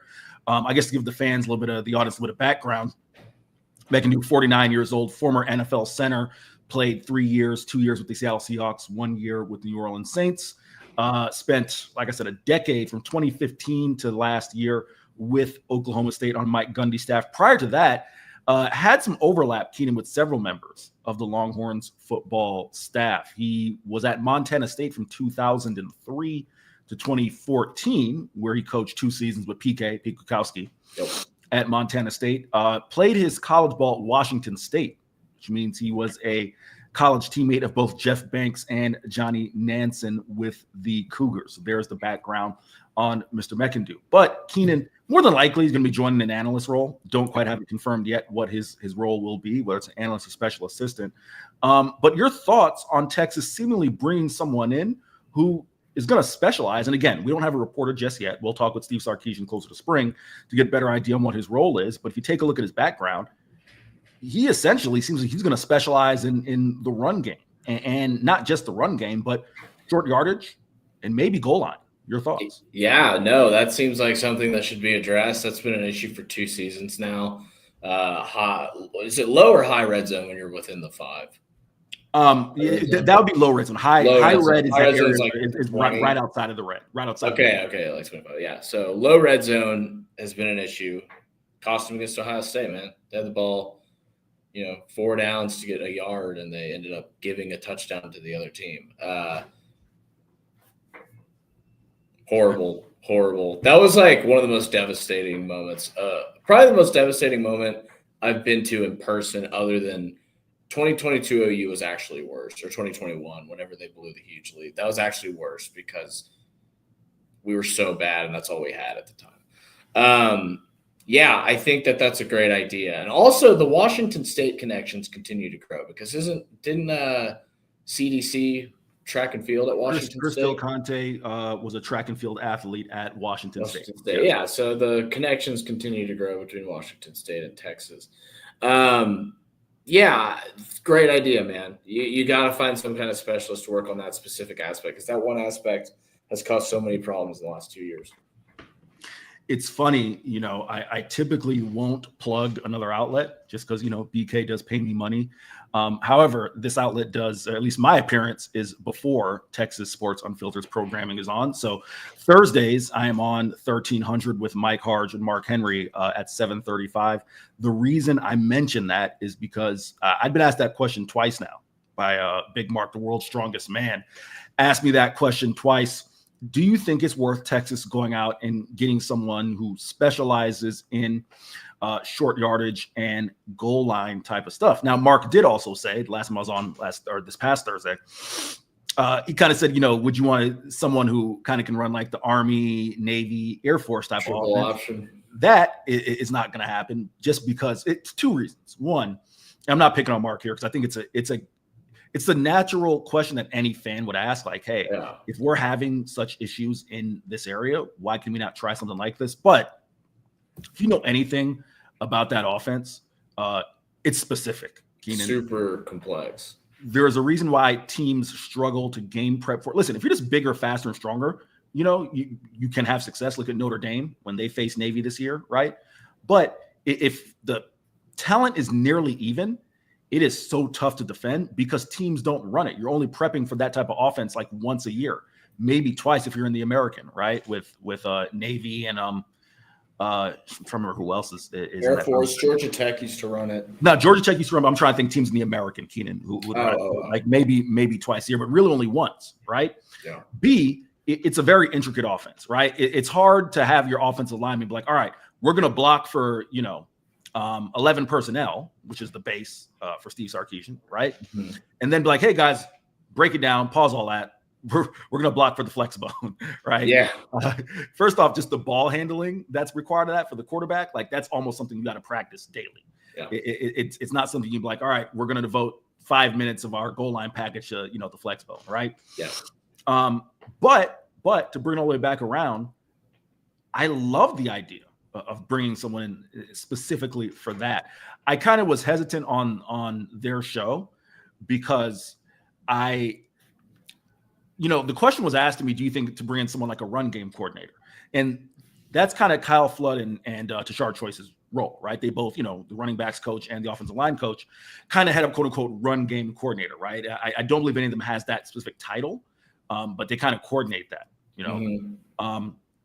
But if you have like an analyst, someone, and this was my thought, I don't think it's someone to work with the running backs per se. I think it's someone to work with the offensive line, right? And McIndoe fits that role. Matter of fact, he fits both roles because, as I said, he used to work with the Cowboy backs, kind of that short yardage deal. So I think it'll be super interesting, Keenan, to see how this thing evolves. And I got to give Steve Sarkisian credit. This is my thing.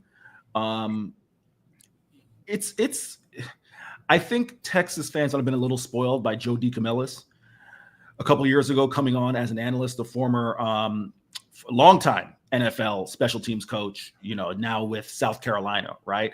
That was a one-time thing. Good friend of Jeff Banks, someone who has been a mentor to Banks, and Joe D was out of work, right? Yeah. For the most part, you're not getting heavy hitter analysts, right? I mean, eventually, sometimes you get a coach who's been fired, right? A head coach, a bigger name head coach, right? Has been fired. But for the most part, you want someone who's like, this is a smart voice in the room who has great experience. And I love this for Texas. You're getting a voice in the room who's been a coach for 20-something years. He's going to fit in, right? Because he's got the relation with Banks and Nansen and you would assume Steve Sarkisian at some point based on his friendship with those guys. And he's done this before, Keenan. So I'm really intrigued to see. We probably won't hear from him because we don't hear from assistants outside of coordinators. But I'm really interested, Keenan. So just curious, again, your thoughts on again, bringing someone in specificity for that role and just Steve Sarkisian being willing, Keenan, to bring another voice in the room. Because most coaches, especially a guy who's an offensive guy, wouldn't do that. I think that's the key takeaway is that he's willing to adapt and that he's willing to be listened to and willing to listen and be told what he's doing wrong, especially in his position. He could easily say, F you, I know what I'm doing. I've got this team to the playoff 2 years in a row. I've gotten them to the national semifinal 2 years in a row. I know what I'm doing. Shut up. I'm the man. But instead, he's taking, outside advice. And I think that you have to be able to do that if you're going to succeed at this level, because there's so many innovations every year. People are doing different things defensively, offensively, whatever you want to say.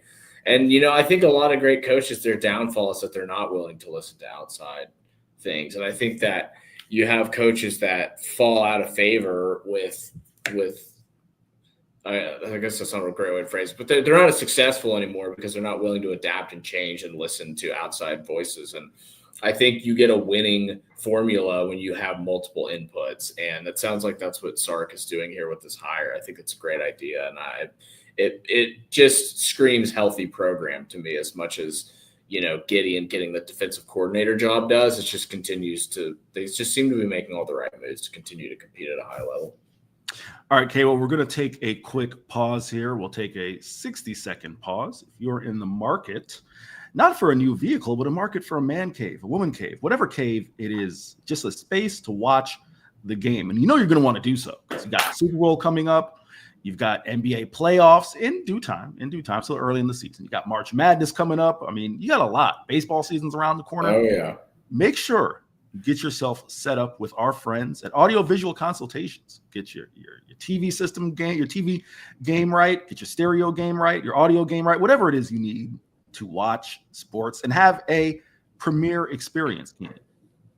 Go to Audiovisual Consultations. Let them tell you all about it. Hi, this is Tom McKay, owner of Audiovisual Consultations. We've been providing custom electronic systems for Central Texas for more than 36 years. And old man, I think they all know who you are and what your company does. This is Camilla McKay. The old man believes in big fun and big ideas. He can make dreams come true, so why not dream big? I've been up in Boston, but I know the old man and all his friends and fellow radio heads have been spreading the holiday spirit here in Texas. Why should we stop there? Keep spreading the good feelings all over. Audiovisual Consultations carries all major brands of televisions and stereo equipment at prices you can't find in stores. And you don't have to leave your house. Just like Santa, they deliver the gifts to you. Yeah, I like that, kid. Throw a party, hang out with your friends, catch a concert. That's all fun and good, but can we get back to the business? You can give us a call at 512-255-8678 or visit our website at avconsultations.com for some cool electronics. Oh, now you're forgetting something. And as always, hug your kids. We only pretend to be annoyed. Watch some games with your friends and make love to whoever the hell you want.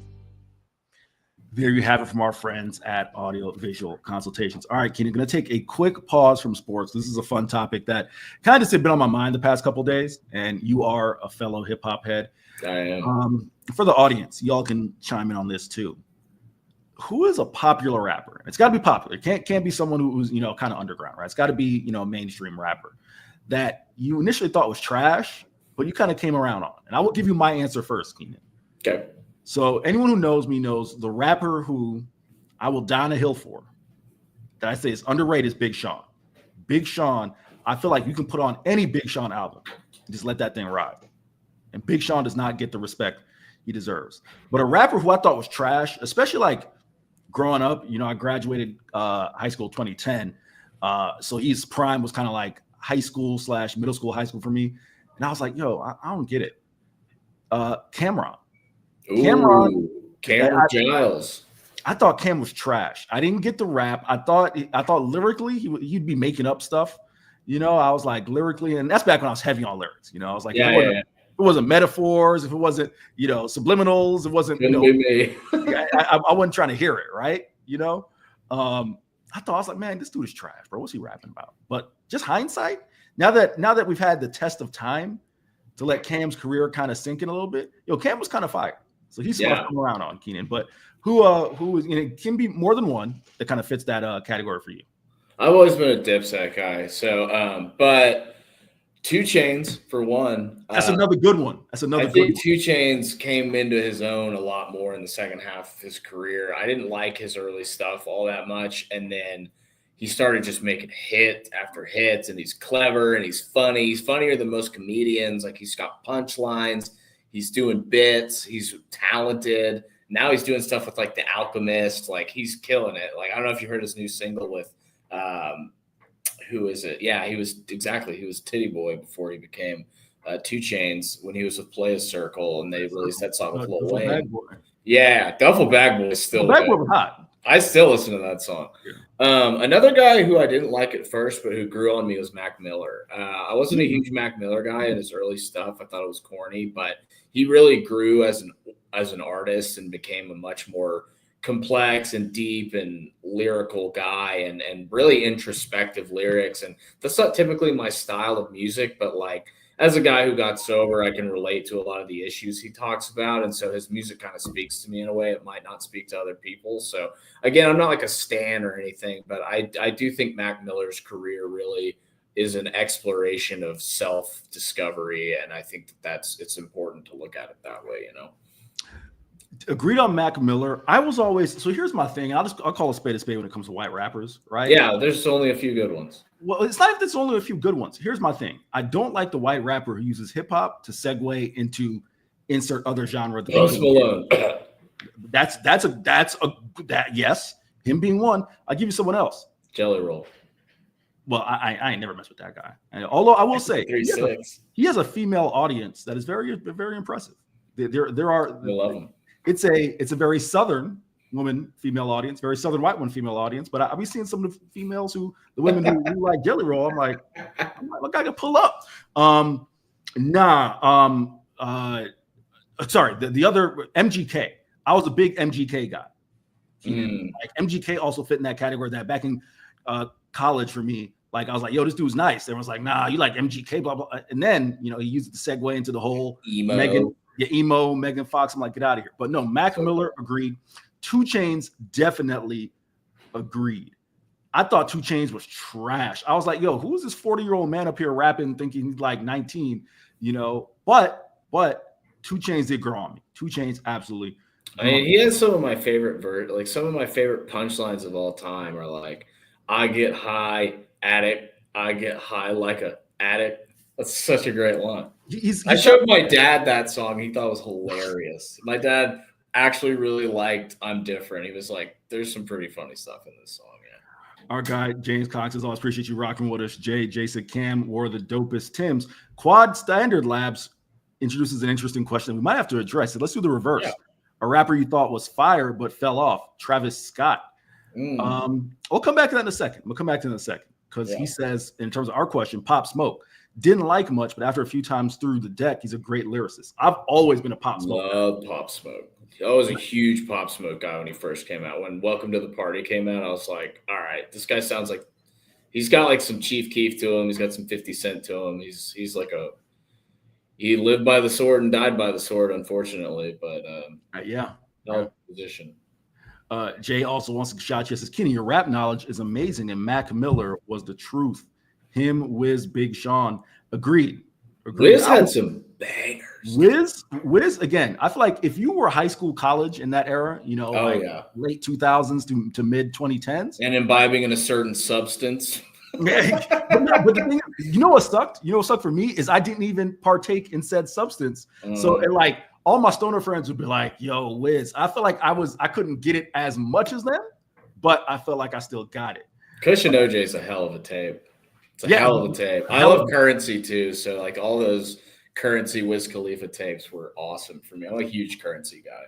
hell of a tape. And Big Sean, like I said, Big Sean is I could go on an entire tangent about Big Sean not getting his respect. I'll go back to Quad Standard Labs question here. Keenan, do you have anyone who comes to mind immediately? Let's do the reverse. A rapper you thought was fire, but then fell off. The first person who comes to mind for me, I'm trying to think of a more recent example. But back middle school days, G Unit, I thought Lloyd Banks was going to be next. Oh, yeah. He had some bangers. This doesn't necessarily fit that category because for me, this is more like guys never reached their ceiling. Because Lloyd Banks had a nice, he had a debut and then kind of did his thing. Jewels never reached his ceiling to me personally.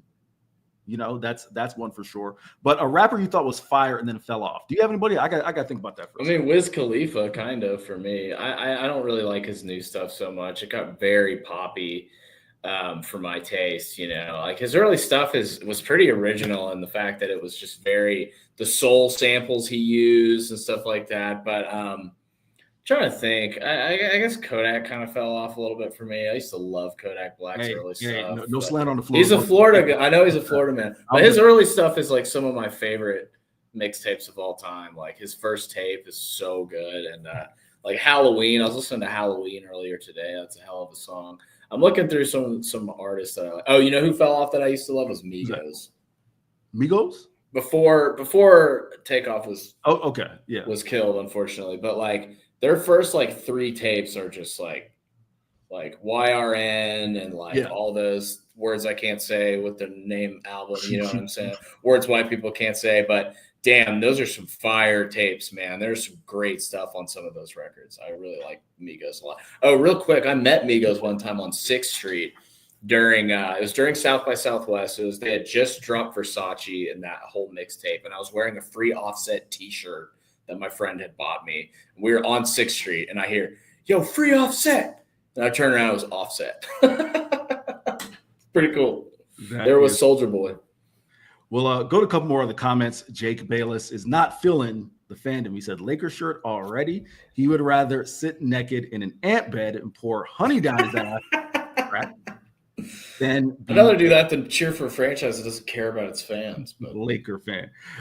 Jace's class of 07 here. Was banging all that freshly being 21. Yes, Currency highly underrated. Excuse me. Fantastic artist. 2011. I'll run through a couple more Quad Standard Labs. It's too bad Shine did what he did. Hey, Quad Standard Labs, you better go watch that interview with Shine, where Shine said it wasn't him, it was Diddy. Oh, it wasn't me. Yeah, sure. Sean Combs was the one who made him take the fall. But that dude was the only bad boy artist he rocked with.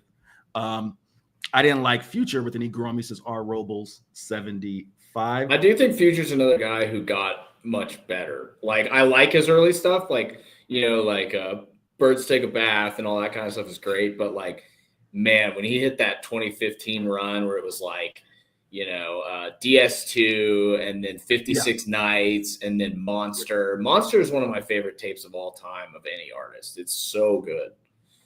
The thing with me with Future, and I would put him in this category. I'll read 2 more and then we'll transition back to sports.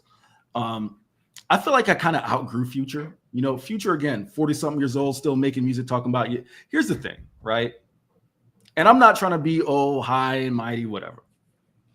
But at a certain point, your music can't be, I'm gonna smash women and then not care about them. It's like that's like 20-year-old behavior. Yeah, and things like it's old. It's like a guy who fits this category is The Weeknd. I don't know how The Weeknd has such a female audience because his whole gimmick is, women are trash. We're going to do drugs, and then I'm not gonna talk to you ever again.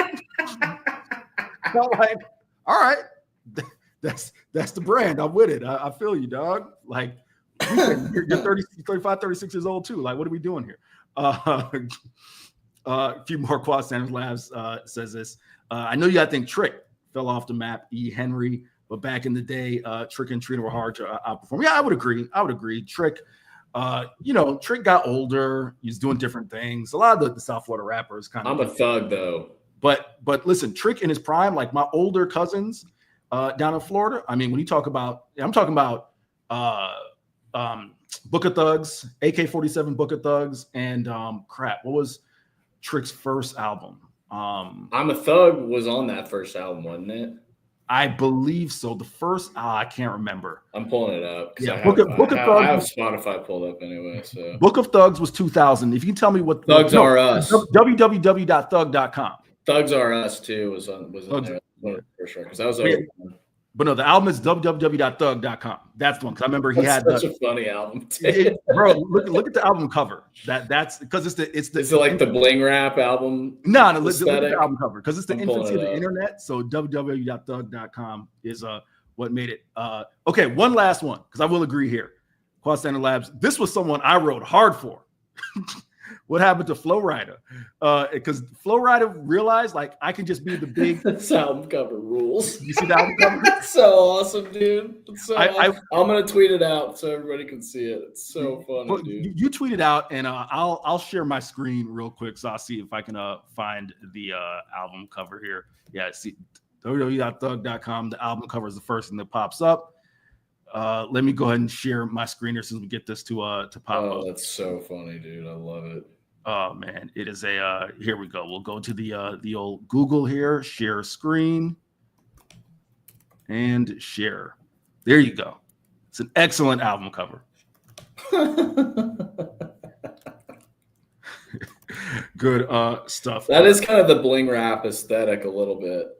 Kind of. All right, Keenan, before we get out of here, another 10 minutes left. We've got a couple topics I know we'd want to dive into. One, NFL MVP. Your thoughts on Josh Allen taking home the hardware?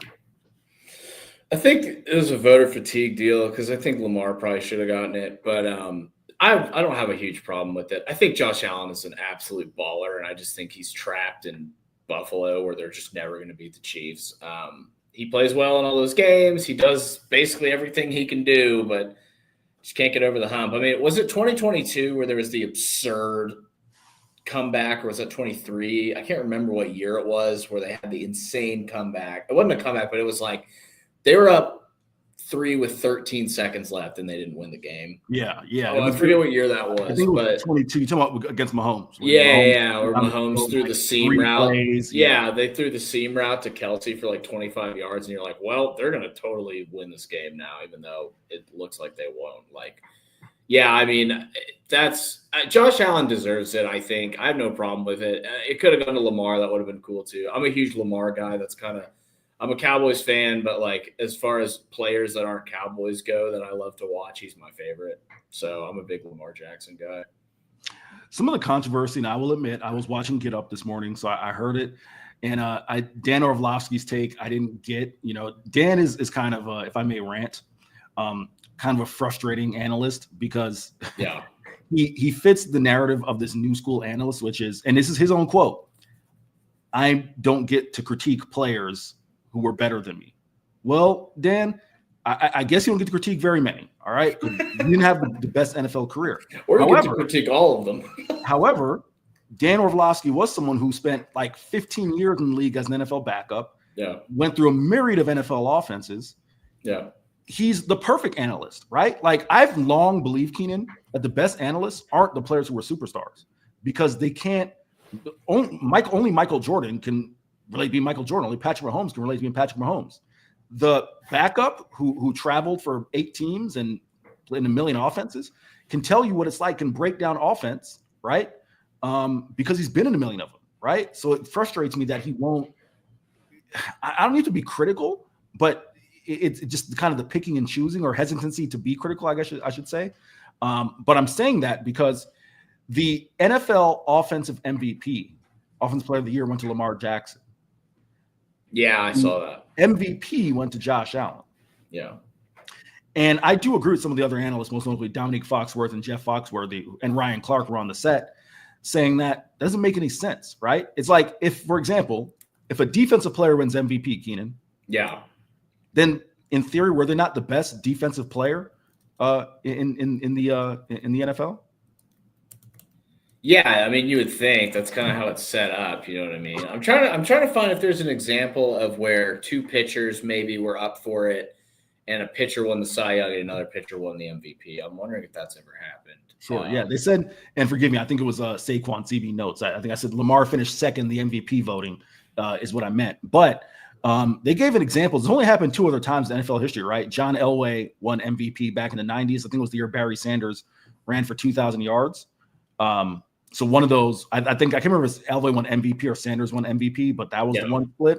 And then Steve McNair, in the year that he split the MVP with Peyton Manning, that was a year where there was a split. Outside of that, if you're the offensive, an offensive player wins MVP, then you're the offensive player of the year. It's how it works.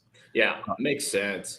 I kind of agree with CB though, man. I think Saquon should have at least been in the conversation. I mean, listen, if there was ever a year he could have won. If there was ever a year that a running back could win the award in like recent history, right? It should have been this year. Talk about impact on a team. I mean, he's a gigantic reason they're in the Super Bowl on Sunday. So Quad Standard Labs, this was kind of the argument that Dan Orlovsky was making.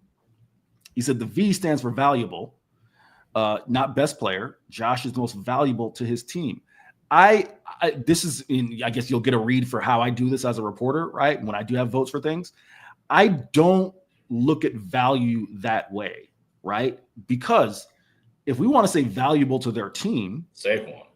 Well, we can say Saquon. Well, you definitely say Saquon, but Keenan, that gets very subjective there, right? Because there are players who you could say aren't the best player on their team, but hold a certain value to that team, right? Yeah, now, you could have said that. Sorry, not to interrupt, but you could have said that about Mike Conley on those Grizzlies teams. That's what I'm saying is like it depends on how you measure value, because then you start getting into the aspect of how do you measure value, right? So Quad Standard Labs here says it's not about production being more than a player, it's about the amount they mean to that team and wins. But that's where I said Quad Standard Labs, it can get subjective. I agree with you, right? That's a way that you could view it, but then it starts getting subjective into value, right? Like Keenan, who's the most valuable player on the Texas Longhorns this year? Football, in your mind. That's really tough. Literally might be Makuba. I'm not even kidding. Like, you could say Makuba. You could say Matt Golden. You could say Gunnar Helm. You could say Gunnar Helm. You could say Anthony Hill Jr., right? It's not necessarily Jade Barron. Yeah, right? Barron, maybe. It's not necessarily the best player on the team, in my opinion. But, and I'm not saying Quad Standard Labs is wrong. I'm just telling you how I kind of view it personally. So there's Good that. point from CB. No, MVP is like becoming the Heisman. It's like a quarterback award. Yeah, it's becoming a quarterback award. You know, they're looking at offensive and defensive players of the year as a cop-out. Say, all right, we'll just insert defensive player of the year as opposed to MVP, right? Yeah. There's that. Who was the last player defensively you think you could think of that could have won MVP? Micah Parsons could have been in the conversation that year. Yeah. He had some sacks. Yeah. I was thinking Micah Parsons. I was thinking maybe Aaron Donald. Aaron Donald could have been in that conversation yearly. You know what I mean? You're the best DT you've ever seen. I mean, I'm a Sapp guy personally. Well, wasn't Sapp an edge? No. He was a DT. Okay. I'm a Sapp guy, but that's biased, right? I'm from Tampa. It's my formative years of football. Aaron Donald's probably better than Sapp, which, side note, and I'm sure CB will note this, Sapp had some weird spaz out. Did you see his weird spaz out at Radio Row during the Super Bowl? No, what happened? He was doing just a regular hit. Anyone, you know how Radio Row works, right? Yeah. And the host, it's a Dallas guy, asked him, hey, I'll send it to you when we get off the air. Yeah, because I bet I know him. Do it in the next 3 minutes. Was talking about his best players, and then asked him, "Oh, who's like a great pass rusher?" And the guy mentioned Micah Parsons. I think it was, and then I think Sapp said, "Who was the last great pass rusher to come from Penn State?" And the guy said Micah Parsons, and got offended. Sapp got offended at that, and then walked off. Just left the interview. Why? And if you know anything about Warren Sapp, and again, I'm from Tampa, so this has been my entire life. He just gets in beefs with guys to where, like, if you mention them, I'm done. Like, there's no way that it's like the beef with Keyshawn Johnson, the beef with he's had a couple beefs. Yeah, it's very Shaq-esque, right? When Shaq just Dwight Howard, oh no, he was a scrub. It's like it's not true, right? Like, so anyhow. There is that. Let's get into these two real quick before we get out of here, Keenan. The Mavs, Ali LaForce, mentioning on the broadcast yesterday, to implore the fans in the Dallas-Fort Worth area to remember it's just a game, because apparently some of the Mavs front office are needing extra security to come back to the Dallas-Fort Worth area. Your thoughts? I think they're trying to spin sympathy for this front office. Go ahead, Keenan. Go for it. Yeah, go off, King. Seriously, I really think they're trying to be like, oh, they feel bad about it. Nobody's going to attack Nico Harrison. Nobody's going to throw shit at him. It's just not going to happen. It's an NBA. This isn't like when Chris Beard went back to Tech. This is a different deal, right? Like, NBA fans are also not as insane as college fans, I don't think. At least, I would be shocked if any extra security was needed at all. Though if I were Nico Harrison, I wouldn't show my face. I wouldn't even be there. Not because I'm scared, but because it's going to invite terrible energy into that building. I don't know what the hell he's going to do. So, Keenan, did you happen to see or hear the report during the game, or were you just checked out? I heard about it, but what was it again? Can you rehash? Yeah, I'm going to pull it up here. I'll just share my screen. Okay. So I think it's basically Allie's entire. Oh, I saw Allie's report. I thought you meant there was like something that. No. Yeah, that's what I was referring to. Yeah. Okay. Oh yeah. No, I heard what she said. I don't believe it. I don't. I'm just going to read it real quick for any of the audience. Yeah. It said one big concern though is the safety of the Mavericks players, front office going back to Dallas. We hope fans make the wise decision and remember that this is a game and that lives are far more important. Keenan, I'm not going to lie to you. I'm inclined to agree with you. There's nothing insane about what Allie said. What Allie said, this is one of my favorite, sayings. Two things can be true. I do what Allie said. No one's going to debate, right? This is just a game. It's not that serious. It's how I feel about sports, even though I make my living off of it.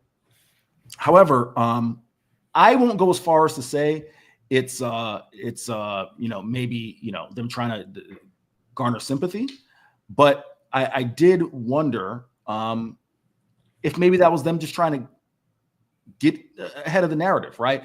Jake Bayless said Nico's address was shared in a bunch. That's bad. Can't do that. Yeah, I know the second part he said he's kidding. Did that happen? Because I didn't hear. I'm sure it was shared somewhere, but right? I mean, like that crosses the line, of course. Of course, obviously. Quad Standard Labs wanted me to go back to his comment, so I'm going to bring it up real quick. Yeah, go for it. Off the air. The Mavericks are so much better defensively. You aren't giving Max Christie and Davis enough love. I get you're upset, but giving up on the Mavericks is going to bite you. Look, it's not that they might not be better or not better long term, but like it's not even that they're not competitive this year. The soul of this team is gone.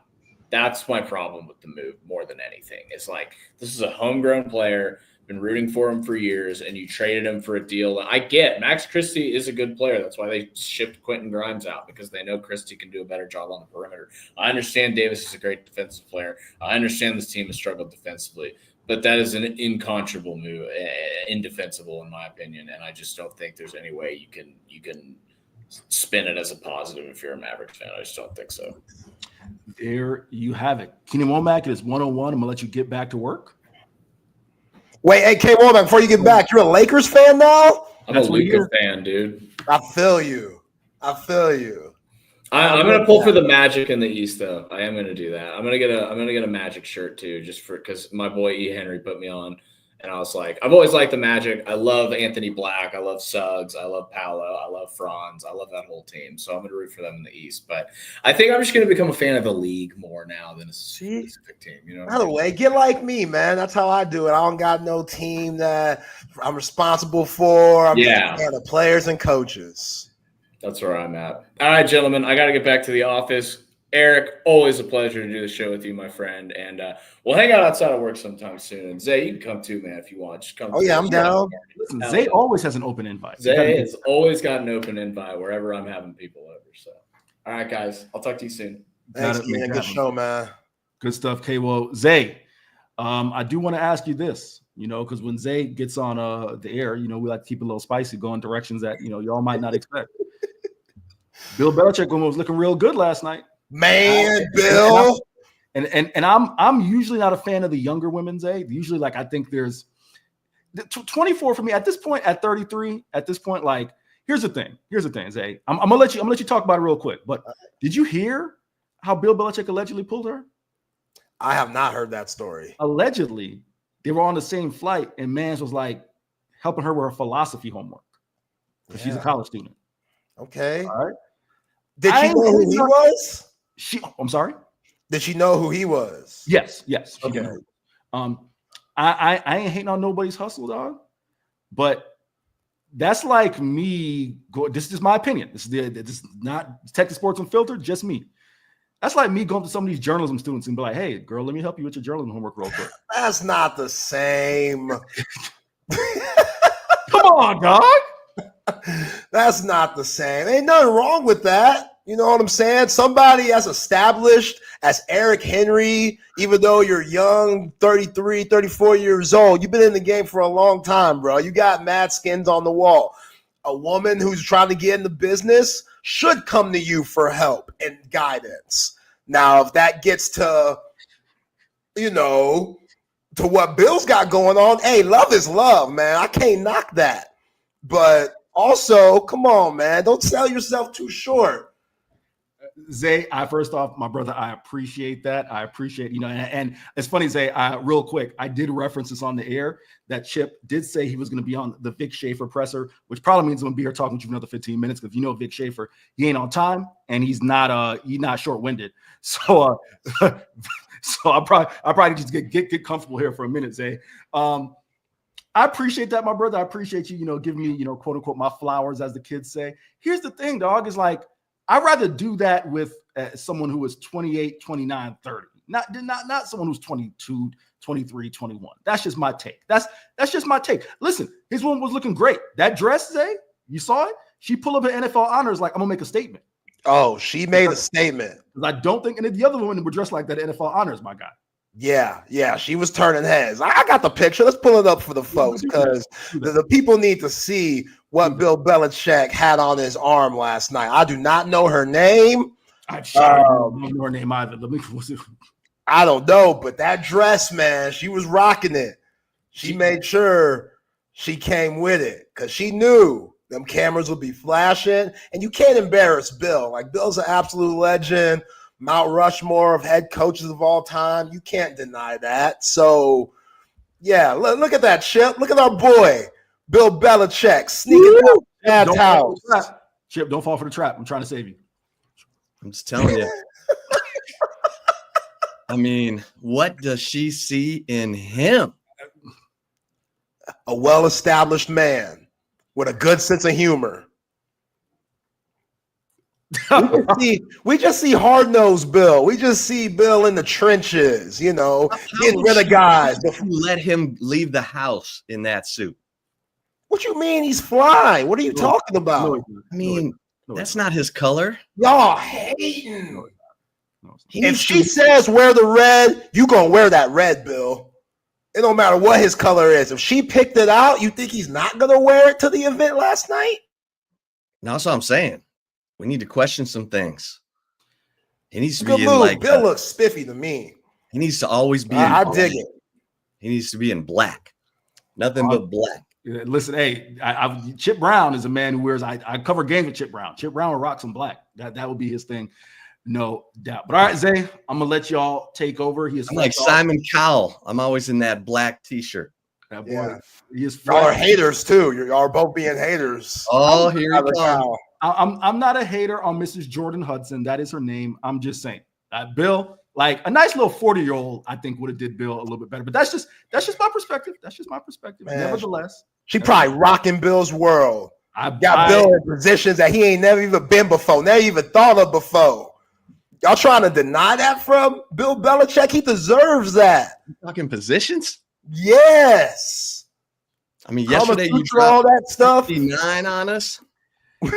Chip, let me save both of us, all right? Because earlier this week, I was talking about titties on the show, and both of us are doing this with horns 24/7 underneath our chin. So let me save both of us and let Zay Collier not sink the rest of my growing career that he gave me the flowers to. Zay, Chip, I will let y'all take over. Who thought in the Super Bowl, E. Henry? This answer is sponsored by Hate. I have the Philadelphia Eagles. Damn. Okay. Sponsored by Hate. I respect that. It's a hate and ass answer, but it's the answer I respect got. it. Fellas, y'all have a fantastic Friday. Happy Friday, Henry. Appreciate you, Henry. Have a good weekend. Hey, in the immortal words of Judy Brown, happiness is a choice. We're happy you're spending some time with us right here on Chip and Zay, holding it down midday. Texas Sports Unfiltered. Zay, how are you doing, my man?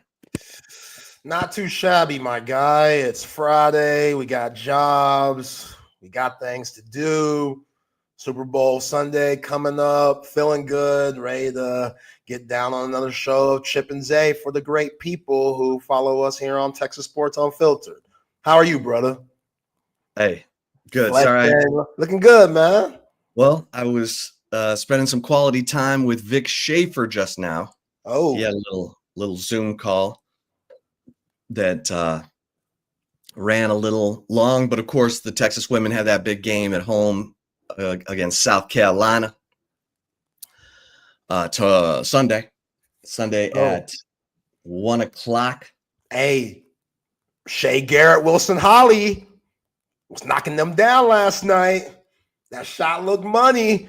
Was G. Wilson in the house? I don't know, but that's the Shea Holly I need. That's the energy I need from Shea Holly. What she had, 16 points last night. Oh, yeah. 5 from 3. If she can knock down them shots. Shea G-Dub Holly? Yeah, Shea G-Dub Holly. Yeah. Hello.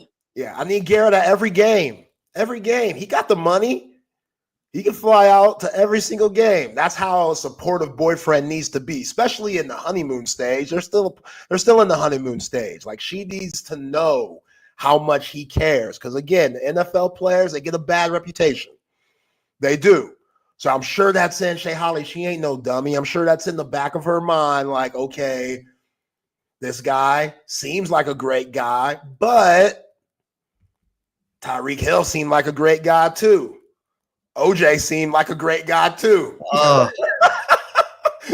I mean, all NFL men are, A-okay. Shea Holly, you got to move cautiously. I don't knock you for doing that. But Garrett, you got to go above and beyond, brother, to prove to her that you ain't a part of that. You ain't part of the scum of the NFL that's known for just wilding out. How did we get from Garrett Wilson to OJ? I'm just saying that's synonymous. They NFL players. Okay. Synonymous with each other. So we've got Perze Hilton, but we need to also have you as the love advice guy, because you like to offer that up. Thank you. I appreciate that. I'm not. You're not Chuck Woolery, because he was like he was hosting the match game. He was trying to make matches, but you're really right. You're more like Dr. Ruth, so we need to call you like Dr. Zay. Yeah, I appreciate that, man. Look, I'm just trying to give these guys advice. Each relationship's different. I know that. For example, we were just talking about Bill Belichick and girl, you said the suit wasn't spiffy enough. The suit, the color didn't match Bill and his swag game. But if she says, I want you to wear this, I like you in this darker red color, Bill Belichick, being the good man he is, says, you know what? I'm going to give my woman what she wants because she makes me happy and I want to make her happy. So even though I might feel uncomfortable in this jacket, I'm going to do it for her. That was a good move, Bill. Them brownie points. Who knows what she going to throw at them when they get back home, when they got back home. Who knows? I like this Dr. Ruth side of you. Yeah. Again, now, some of y'all I'm going to have to charge for this advice. That's okay. I'm not an expensive guy, but this is free game to a lot of y'all out here. Ain't nothing wrong with free game. Take notes. Do what you have to do. Like and subscribe, obviously. Hit me up on the Twitters, X, whatever. And, it's not just basketball and football with your boy. I got range here. I got more to offer for the people. That's right. He's He's got his degree in bachelor and bachelorette behavior. Facts. From multiple seasons of Bachelor and Bachelorette watching. So Dr. Ruth Collier. Yo, that's a dope name. Yo, Quad, you on to something here. You on to something. You could be Love an executive between producer. the lines. I don't even think you need to say sidelines. You can say love between the lines. Yeah. I'll put y'all in the credits. See, so Dr. Ruth here is helping you with the love when it's good. You come to me for when you're thinking about getting married, because then I send you on the boot camp and y'all are going to find out if you really like each other. Because like Chris Rock said, you're dating, some of you are dating representatives out there. You're not dating the real. I'll get you to the real. I'll get you. You'll be out there busting rocks and in the middle of West Texas with no cell phone, no makeup, living in a tent, rattlesnakes. You probably sent Travis Hunter and his woman out there, right? They need that. You got to go willingly. She ain't gonna. And if they don't want to go, that tells you something. That's the red flag right there. Tells you a lot, because you should be willing to go through some adversity together. Yeah, a little taste of hell, just a little taste. Taste of hell. Hey, it's not all smooth sailing. You got to work through stuff, but the working through stuff is good stuff. It is. That could Come be out healthy. stronger, right, Dr. Ruth Collier? Oh yeah, 100%. Between the lines. Yo, last night everybody's complaining about Lamar Jackson not winning MVP, but Josh Allen took it home. Do you see Josh Allen's woman? He deserved it last night. I'm giving it to him. If I would have changed my mind, Roger Goodell and those guys, Haley Steinfeld, however you say her last name, Josh Allen, he could take the MVP this year because she was looking right too. Like, give him the MVP. Lamar, you had your chance, and he beat Lamar. You got a picture for us? Oh yeah, I'll pull it up. Yeah, we'll pull it up. We can find that real quick. I know you're always on top of that stuff. Yeah. You have a nice little library of photos. Oh yeah. We're always ready. But now her situation, she's actually talented. She just ain't along for the ride. You know what I'm saying? She's not out here Kelly Stafford. Like, she's got range herself. Actress, singer. What's her name? Her thing. Haley Steinfeld. Okay. Seinfeld, that sounds right. Steinfeld. Yeah. My wife hears me upstairs. She's helping me out. Yeah. That's her name. But Haley Steinfeld. now their relationship's getting tested because she's in a new movie with Michael B. Jordan. Ooh. Yeah. And she's the love interest. Yeah, she's touching Michael B. Jordan and stuff. That might be hard for your boy Josh. Okay. I hope you get through that. Like, Josh, like, it's just acting, bruh. It's just acting. It's just acting. Like, this is what you wanted. You knew what you got yourself into. You knew. Not like she's enjoying it. Exactly. Like, you knew you married somebody talented in the game. So there shouldn't be no surprise. But Michael B. Jordan's Michael B. Jordan. That's just saying.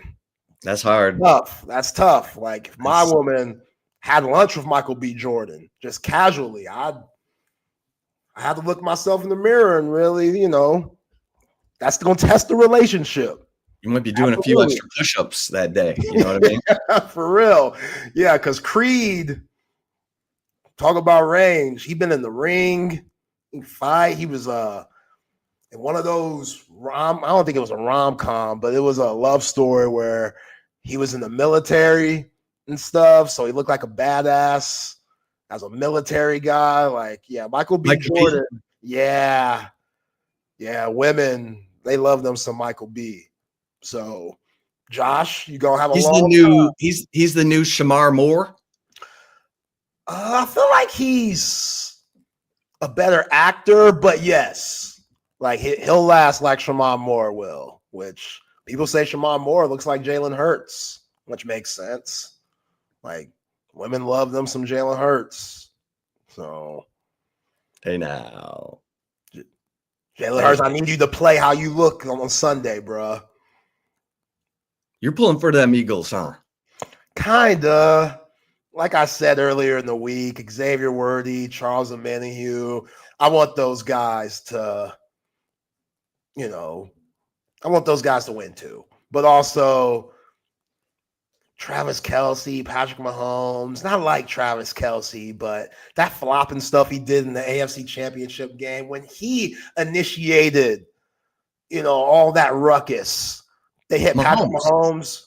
Yeah, and then Kelce went over there to go protect his teammate and Patrick Mahomes, and then the Bills player came over to protect their teammate and DeMar Hamlin, and he kind of nudges Travis Kelce, and Travis Kelce goes full Manu Ginobili and falls on the ground. It's like, guys, we get it. Y'all get all the calls anyway, so y'all feel entitled to flop and do different things like that to get more laundry out there.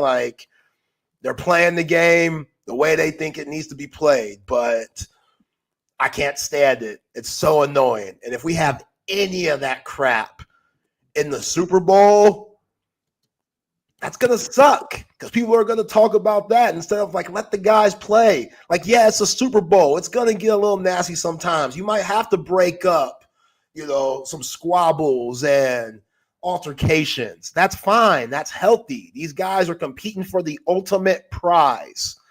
That's why it's the most watched game of the year. It's the ultimate prize. So there's going to be some feelings and emotions that get a little high, that get a little hot. Refs, I don't even want to hear about y'all this game at all. At all. Please. Not at all. Horrible. And FYI, Hyde Manning is going to join us Monday. Nice. Going to join us Monday. Nice. So Hyde Manning, younger brother, Texas freshman. Hyde Manning, younger brother of Arch, will join us on Monday. Yeah. We're just trying to see if old Lance Taylor can squeeze in before we get to John McClain at 2:00. So keep you posted on that. But Worthy, oh Lord, if Worthy gets a Super Bowl ring in his rookie year, you imagine how much money he's gonna burn through? This narrative that he's just blowing through his money, man. We gotta stop that. Let him live. All right. Just looking out for the man. You're right, but I just want him to I don't want him to be on broke, episode 20. Yeah, broke back then and broke now. It's a little different. I get it. Inflation's high and buying eggs is crazy right now. But Xavier Worthy, I'm sure somebody will run into him and he'll figure it out. Year one, blow it. Especially with what you got NIL the year before. A lot of those guys didn't have NIL that went broke. Now, Xavier Worthy got broke off a little something during this time at Texas. Now he just got his first round money. Let him spend it a little bit. Now, don't spend it on them tacky-ass suits that we showed y'all yesterday. That white suit with the crosses. Please don't do that. Spend it on some better fashion. I know Xavier Worthy loves his fashion. I know these young brothers out here, it's a different era. So fashion to me and fashion to them don't see eye to eye. But tacky's still tacky. Hey, were you surprised that Josh Allen won MVP with 383 points? Lamar was second at 362, and then Saquon, who was threatening Eric Dickerson's 2,000-yard rushing record, only got 120 points in the voting. No, again, we just value quarterbacks at a different level. Running backs especially now with what they get paid, they're always an afterthought. Like Bill Belichick, speaking of, he used to bring in Scrub McGriff to play running back, and Tom Brady get another ring out of it. So, no, not surprised one bit. We just know the responsibility that comes with playing the quarterback position. And, I thought Josh Allen should have been first-team All-Pro and MVP. Like, it's weird that Lamar got first-team All-Pro and then Josh Allen won the MVP. I don't understand that. I've seen different examples of that over the years in different professions. Like when LeBron got second and defensive player of the year one season, Marc Gasol won it, but Marc Gasol wasn't even on the first team all defense. Like I don't get how they do that. I don't know if different people vote for different awards, whatever. But yeah, Josh Allen, he didn't have Derrick Henry in that background or in the backfield. Now, James Cook is probably a top 5 running back in the league. So, not to knock him any, but yeah, I thought this was Josh Allen's year. And as good as Saquon was, he's still a running back. So he was always going to get the short end of the stick. You dig? Yeah, dig. Were you surprised? Yeah. I thought Saquon, look at his role and importance to the Eagles this year, and they're in the Super Bowl. Like, I love what Josh Allen and Lamar did this year, but this is like the Heisman. They need to vote for this after the year is over so that we know. Yeah. Come on. Yeah. AJ Brown is really freaking good. Dallas Goedert is really good. Like, he's one of the more underrated tight ends in the league. Speaking of Heismans, you got Devontae Smith on the side. So they got weapons everywhere. And Jalen Hurts, he's not trash either. So maybe they're just giving the team more credit there. But at the end of the day, we know what the quarterback position means for this sport. And they'll always be in the lead for getting these awards whenever that time comes. Well, no surprise on the offensive rookie of the year. Yeah, that's pretty easy. Aiden Daniels. He got 49 out of the 50 votes. Brock Bowers got the other one. Damn. Like, that was as unanimous as possible. Yeah. Brock Bowers was incredible this year, though. Yeah. I didn't expect him to be this good.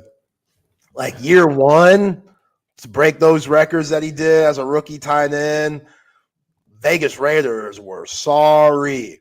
But the bright spot was Brock Bowers. And I'm sure if you're Pete Carroll, who just took the gig, you're looking at Big Brock like, yo, man, we're trying to make you the next Rob Gronkowski, Travis Kelce in the league. Because Travis Kelce, he don't got too many seasons left. George Kittle don't got too many seasons left. Like, that tight end position seems like it just keeps getting better and better, especially with how creative these offensive minds are and using them. And yeah, I thought Brock, as good as he was in Georgia, I thought he was kind of a product of his environment there. Prove me wrong. Shut my black ass up. That dude came out to the league and was like, nah, I belong and then some. Pro Bowler year one. And the other Georgia wide receiver that went to the Chargers, what's my man, Ladd McConkey? What's his last name? He had a good year. He was good too. Like, it makes a lot of sense why that offense for Georgia took a huge step back this past season with Carson Beck and Kirby Smart, because they just relied on Bowers and Ladd so much. I didn't think, because it's Georgia. You just think next guy up's going to come in and produce and is going to lead those guys to another title. And that clearly wasn't the case. They basically led the nation in drops, definitely led the SEC in drops. So, yeah, kudos to McConkey and Brock Bowers. Them boys showed out this year. Yeah, the finalists for the Offensive Rookie of the Year, Brock Bowers, Jaden Daniels, Malik Neighbors, Bo Nix, and Brian Thomas Jr., 2 LSU receivers, make the finalists for Offensive Rookie of the Year. As I said, Jaden Daniels got 49 of the 50 first place votes. Brock Bowers got 1. The Defensive Rookies of the Year finalists, Cooper DeJean, Braden Fisk of the Rams, Quinyon Mitchell, cornerback for the Eagles, Chop Robinson, linebacker for the Dolphins, and Jared Verse for the Rams. Fisk and Verse were both with Florida State, right? I know Fisk was. Yeah, what a draft by the Rams. Yeah. That was helpful. That was big time. Who won Defensive MVP or Defensive Rookie of the Year? Defensive Rookie of the Year went to let's see here. Who did win the defense? Jared Verse. Yeah, Verse. Yeah. Yeah, he went to Florida State too. Yeah. What a draft. That's the brother that was talking all that mess to Philly. Yeah. He ended up eating it. But man. Yeah, the Rams loaded up. I missed the NFL honors last night. I missed it too. I didn't watch any of it. I can't stand it anyway. I saw pictures of Snoop Dogg and Jelly Roll both in football gear, and Snoop, who's basically anorexic, looked weird as hell, and Jelly Roll, who's quite large, he's a Tennessee Titans guy. I think he was wearing a Trevondre Sweat jersey too, 93. If I'm not mistaken, that's T Swizzle. And he looked bigger than Trevondre Sweat, which says a lot. Jelly Roll. Yeah, that name fits. That name fits for sure. And he's a talented guy. Like, he used to rap back in the day. Obviously, with all the tattoos, you never want to assume, but he's been through some stuff with all the tattoos, I think gang-related stuff. And for him to turn his life around and, embrace the country Nashville culture, they've embraced him too. And clearly he brings a little edge to country, and I'm sure people enjoy, but also he gets down to his roots. And yeah, CB, I've seen his wife. His wife, she looked crazy as hell, but she looked good. To be with him, you probably got to be a little out there. But yeah, Jelly Roll, Snoop Dogg. I think Snoop Dogg made a joke about someone. I missed that, but I might check it out later. Yeah. Snoop's got jokes now, huh? I mean, he's always been a funny guy. I want to be Snoop in my next life. What, high all the time, making cool raps? A genius. That dude's a lyrical rapping genius. Like, his just impromptu flow sessions are, like Dre talked about, always having a recorder ready. Yeah. Wherever they were, he had one of those little pocket recorders, because whenever Snoop would just get going, Dre would just hit record, and chances are they'd be in the studio later that day. What's your favorite Snoop song? I mean, I love all of it, but I kind of love his Christmas song, Hit that, like Santa Claus Back to the Ghetto, that one? Santa Claus coming straight to the ghetto. That does jam. That does jam. Not gonna lie. Every Christmas, Santa Claus Yeah. comes straight to the ghetto. yeah, Death Row Christmas album. Yeah, that's a classic. But you're right. He's just got such a good sense of humor, man. I mean, everyone wants to be around him. He's doing stuff with Martha Stewart. Yeah. Like I was in Fredericksburg last weekend. I walk into some shop. There's like a Snoop Dogg and Martha Stewart candle. What's that? And I'm like, wow. Like Snoop he's so smart. He's like cross promoted with the right people to expand his brand so big. Like, yeah, Martha Stewart went to jail for insider trading.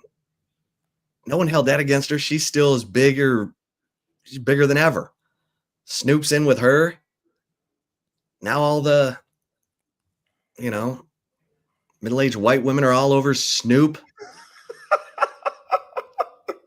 I mean, no, you're right. He's a genius. Corona. Dude almost went to jail for life. Murder was the case that they gave me back in 94. Beat that and just kept making hits. Doggy Style's classic. Like Master P saved Snoop's career? CB, you're gonna have to elaborate a little bit more than that. I know when Death Row wasn't a thing anymore and Dre went and started Aftermath and all that, Snoop went with Master P on No Limit Records, which was I like some of Snoop's No Limit albums. Like it's different. It's a different sound just because No Limit, based in New Orleans, C Murder, Silk the Shaka, obviously Master P. Master P was like dropping albums with the record label like every week. Like that was a classic time, but Snoop was a part of it. How about that? Yeah. Master P went to visit Suge in jail and P bought out his contract. Oh, okay. That's dope.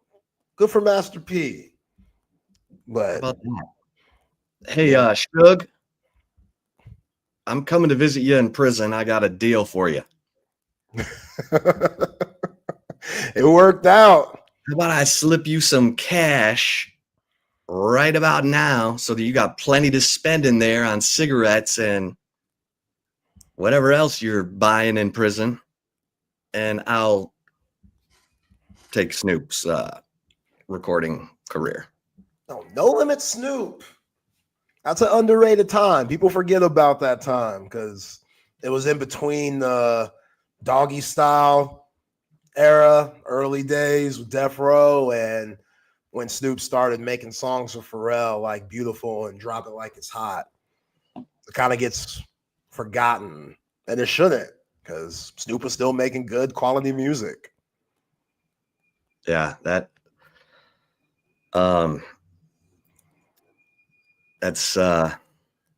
unbelievable storyline. That whole storyline.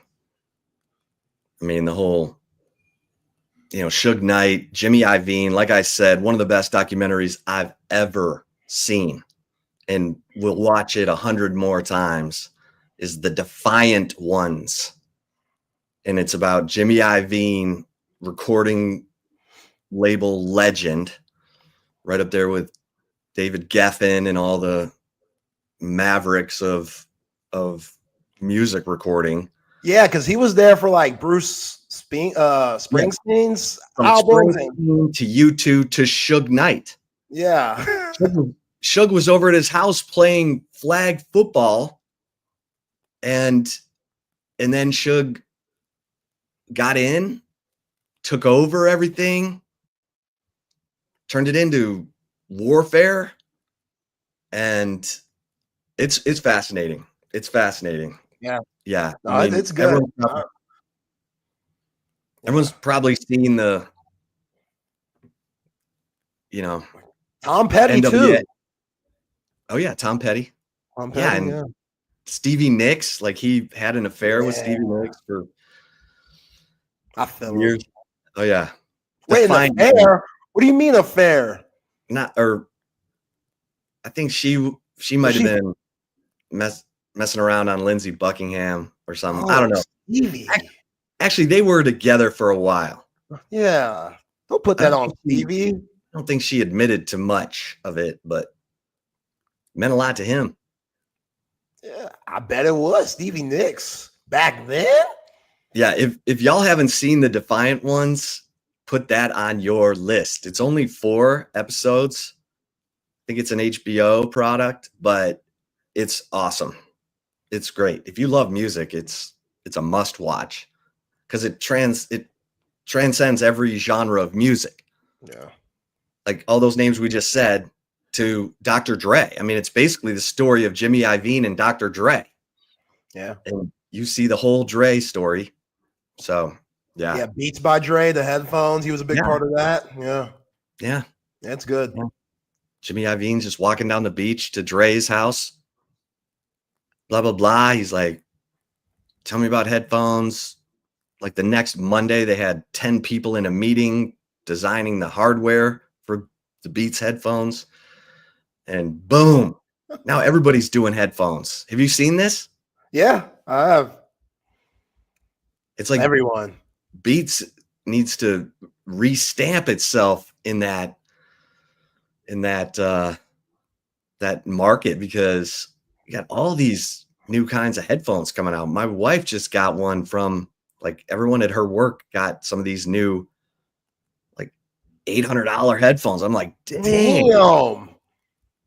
$800? Yeah, and when you put them on, like on an airplane, you don't hear a thing. You feel like you're in the music studio. Yeah. So yeah, Jonte Cook. I remember him giving the Longhorns when he had that NIL deal, which again, why are you stealing? I feel like that was a good piece of change there. Talk about blowing his money. Now he's out here on his B&E game, breaking it in there. Look at these folks' lockers. God, that's a sad story. But CB, what are you talking about here? Chip, that Jane Slater, John Hamm pick is on the text line. Oh, check the code text line. Yo, what? John Hamm, you're wildin'. Wow. John, they must be cool or something because ain't no way John Hamm's bugging out like this. Oh man. Yeah, he is. He's busted, man. Oh. He is so cold busted. I mean, you know. John Hamm, he's got quite the reputation too. What you mean? Oh yeah, he's a big time player. Oh, I'm not surprised by that. Big time player in Hollywood. I mean, good looking dude. Mad Men was a classic. That's still one of the better shows to come out in the last 30 years. For sure. So I'm sure he was enjoying the fruits of his labor from that one. But yeah, you imagine? He hates John Hamm just from his Bridesmaid cameo, where he's like actually being an ass. Like she thinks that that's how he is too, and I'm like, that's just good acting, babe. But no, that's how it is. Oh wait, Rodney, how you know, bruh? Right, let's grab Lance Taylor. Lance'sLock.com, baby. At the Lance Taylor on the Twitters. LT, how you doing this Friday before the Super Bowl? I'm good. I cannot believe like the difference in temperature. There might be something real about this this global warming thing. I really don't pay much attention to it. I hate paper straws. I did hear that Trump is going to do an executive order to get our regular straws back. But man, I mean, 2 weeks ago when it was snowing, it was like a blizzard, not only around here, but in New Orleans.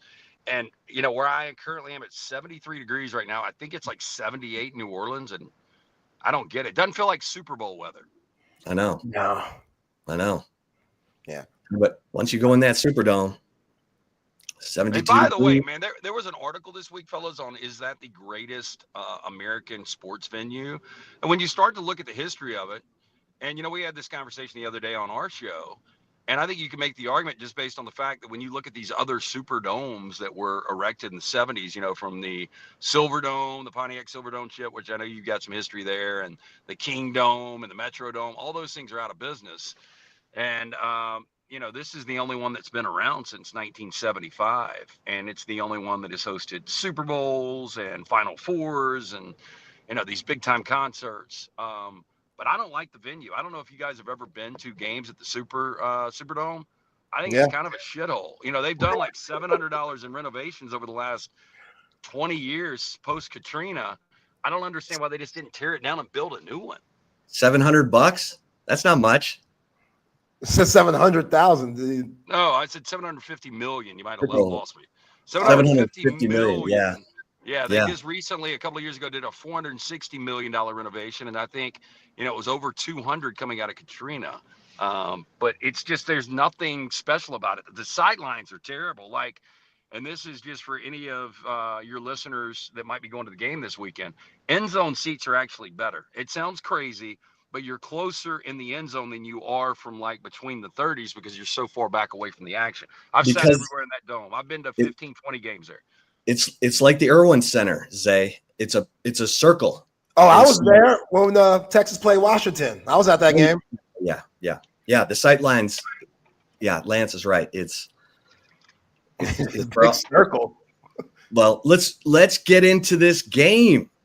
LT, lanceslock.com. I know you got a lot cooking over there.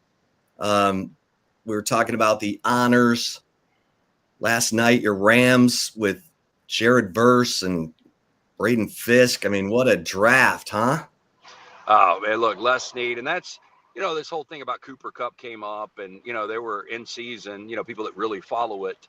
I know there was conversations between the Steelers and potentially the Rams in giving up Cooper Kupp, and they decided to stick with him. And it's just crazy, in game one against your Lions, he was targeted 21 times, and he was only targeted more than 10 times in 3 other games. And so now it looks like he is definitely going to be gone. He's no longer a Ram, and people question it. I love Cooper Kupp. I just don't question Les Snead. When you start to look at, and I saw a mock draft, if you were to redraft, and Jared Verse went in the top 10, and then they had the Rams with their first round pick taking Braden Fisk, the guy that they were able to get in the second round. So I trust Les Snead. Big night for the Rams, young defense, excited about that. I guess there was controversy with Josh Allen getting the MVP. I don't like Josh Allen. I like Lamar Jackson better than Josh Allen, but I thought Josh Allen was actually, the numbers don't back this up, but I thought Josh Allen was the better quarterback this year, just watching both teams. Yeah, definitely agree with that. Lance, as far as the Super Bowl. Well, hold on a minute. What about Mama Stafford shooting her mouth off about Kelly Stafford, the wife? Kelly. I haven't heard Kelly's comments. I know she is very, very opinionated. We remember her throwing a pretzel at a San Francisco fan, but what has she said now? I can play it for you, Lance. Yeah. All right, here we go. Kelly Stafford. He's not happy. Rams, not happy at all. Wasn't planning on discussing this, but hell, why not? My husband wants to win. He's not trying to put a team in a bad situation. If you're catching my drift, you're catching my drift. I will say that the trading away of Cooper, I guess I'm just I'm confused because we were one play away from going to the NFC Championship. And I think if we go, we win. I have to be the dog in this situation, being like, I want the respect for him that he deserves. Yes, I love the city of LA. I love the city of LA. With that being said, I love an adventure. Okay. Look, fact of the matter is Stafford and Kupp are really good friends. She's probably friends with Kupp's wife. I don't know this to be true. You get these personal relationships, and when people get traded and people get cut, it does get really, really personal. I just don't know if he's worth 20, 25 million, whatever that cap hit is. I've also never been a big fan of, and this is going to sound misogynistic, but I've never been a big fan of the wife or the mom or the sister. Thank you. Or anybody being vocal about this stuff, because you know who has to deal with it? Matt Stafford. She's not walking in the facility. She's not looking the teammates and the general manager and the head coach and the assistant coaches in the eyes. I mean, he's the one that has to. And you know what their thought is behind the scenes? Man, you can't handle your wife. You can. I mean, really? You're the king of your castle or not? The question is to him would be, I mean, I would ask this if I'm Les Snead. Hey, do you share Kelly's sentiments? Like, do you believe that we're not trying to win a championship? Because I think it's a fair question, because, you know, at home they're having conversations. And, you know, what that tells me, and again, this might not be fair. Maybe she is on an island. It's her opinion. Matthew doesn't share this. But I believe behind the scenes, he's probably said this, and she's echoing exactly what he's saying. You know, the easiest way to get this thing done, if you're Matt Stafford and you really want to keep a guy like Cooper Kupp, and not to bore your listeners with this, is, hey, look, man, I can tap out. I can retire. I got plenty of money. I turned, by the way, happy birthday, Matthew Stafford, 37 today. 37 years old. I've got the luxury of never having to work another day in my life. But if you guys want to win a championship, I need this, I need that, I need this, I need that. I don't know. I've always thought it was weird, going back to Brenda Warner calling up a St. Louis sports dog, bitching to those guys about her husband and their opinions. I mean, just back off, let it go. It's never worth it. And that's the thing, Lance, because with her, this ain't the first time that she said something to maybe embarrass Matt Stafford. There was the whole back at Georgia thing where she dated the backup just to get Matt's attention. That was weird. And she likes to be in the limelight too. I've seen them in multiple commercials together. Yeah, sleep number. Like, we know who you're sleeping with, Matthew, but you ain't got to put her ass in the commercial. Yeah. All right, LT, let's get into this Super Bowl. I know you're on a tight schedule. Well, I'm going to pump gas. You guys just bear with me. Yeah. So people are sick of the Chiefs, but are the Chiefs going to win? You know, Chip, here's the fact of the matter is I'm terrible at Super Bowls. I'm a contrarian at heart, and it seems like each and every year the public wins these Super Bowls. So I can't pick my ass when it comes to the Super Bowl. Now, I'll do good on the totals and props and all that kind of stuff. But when it comes to a side, I've just never really been good at them. I don't know why. It's very, very strange. It's like my kryptonite. With that said, I lean the Eagles. I don't think people realize this. You know, they're an underdog, but they're only a point and a half wherever you're shopping as an underdog. And I don't think people realize. You guys realize that that the Eagles have won 15 of 16 games. Yeah. Yeah, I mean, like, it's a really good team that nobody talks about. But this after Lane Johnson told Nick Sirianni, run the fucking ball. Apparently that's right. Yeah. And you know what they started doing? They started running the fucking ball. And I do think that Kellen Moore, come hell or high water, he is so hard-headed in, I'm going to run the ball and win a championship. And so I think they're going to go out there. I do think Jalen Hurts, you know, I think we talked about one of these storylines, and one of you guys agreed, or both, a couple of weeks ago or last week, that, you know, one of the overwhelming storylines is Jalen Hurts is such an average quarterback, one of the more average quarterbacks who can possibly win a Super Bowl. This guy just doesn't really make mistakes, though. He hadn't turned it over in this postseason. I think he's going to be in a spot where he makes multiple plays. And I don't know if Saquon, the total right now is 114.5 rushing yards. I don't know if he gets to that number because Spagnuolo and these Chiefs defense don't give up 100-yard rushers. But I still think that they are going to do everything they can to run the football with him and Hurts, and then take a couple of shots up top with Devontae Smith and A.J. Brown, and then work out underneath. And I'm sure you guys have all heard that KC, their kryptonite, really is going to get tight end this year. So I think Philadelphia, I think this is going to be a back-and-forth game, and I've just got a feeling that Philadelphia wins this game. Yeah, Lance, there's been just talks about some of the Eagles players feeling under the weather. I think Jalen Carter's dealing with flu-like symptoms. He'll try to be as ready as he can come Sunday, but they say it's going around the roster right now. But this defense for Philadelphia, how do you think they match up against Patrick Mahomes and Andy Reid's offense? I think they match up well, Zay. I mean, I think this roster, like literally, I think if you went around and you pulled the 32 general managers and take these two away, so the other 30 general managers, I think now I'm not saying that they wouldn't rather have the Chiefs just because of 15, but if you asked them top to bottom 1 through 53, I think all 30 are going to tell you the Eagles were a better roster. I think it starts with that defense. And you just look at the Georgia Kirby Smart flavor, and one of those guys we were talking about, the illness is running through, is Jalen Carter. And people were talking about, is there a possibility he won't play? I heard Adam Schefter this morning talking about it's been a little overhyped, and these guys eventually be fine. But I think this defense is freaking legit. And, the only problem is Mahomes just doesn't have bad games. Like, I can't remember the last time I saw Mahomes have a bad game. Yeah. That's amazing. It is amazing. amazing. He just doesn't have bad games. Freaking all right. You want to talk prop bets? What tell us what's going on at lanceslock.com. So we will have prop bets up. We're coming off an awful night last night, 0-4, and that's impossible. So all that would tell me is that we got 3 NBA plays up tonight. Jump on board. We go 3-0 tonight. Free winner every single day. Lanceslock.com. We will have the side of the game. We will have the total. We will have player props. But I will throw out one player prop for you here. I had these earlier. Let me go one on the fly.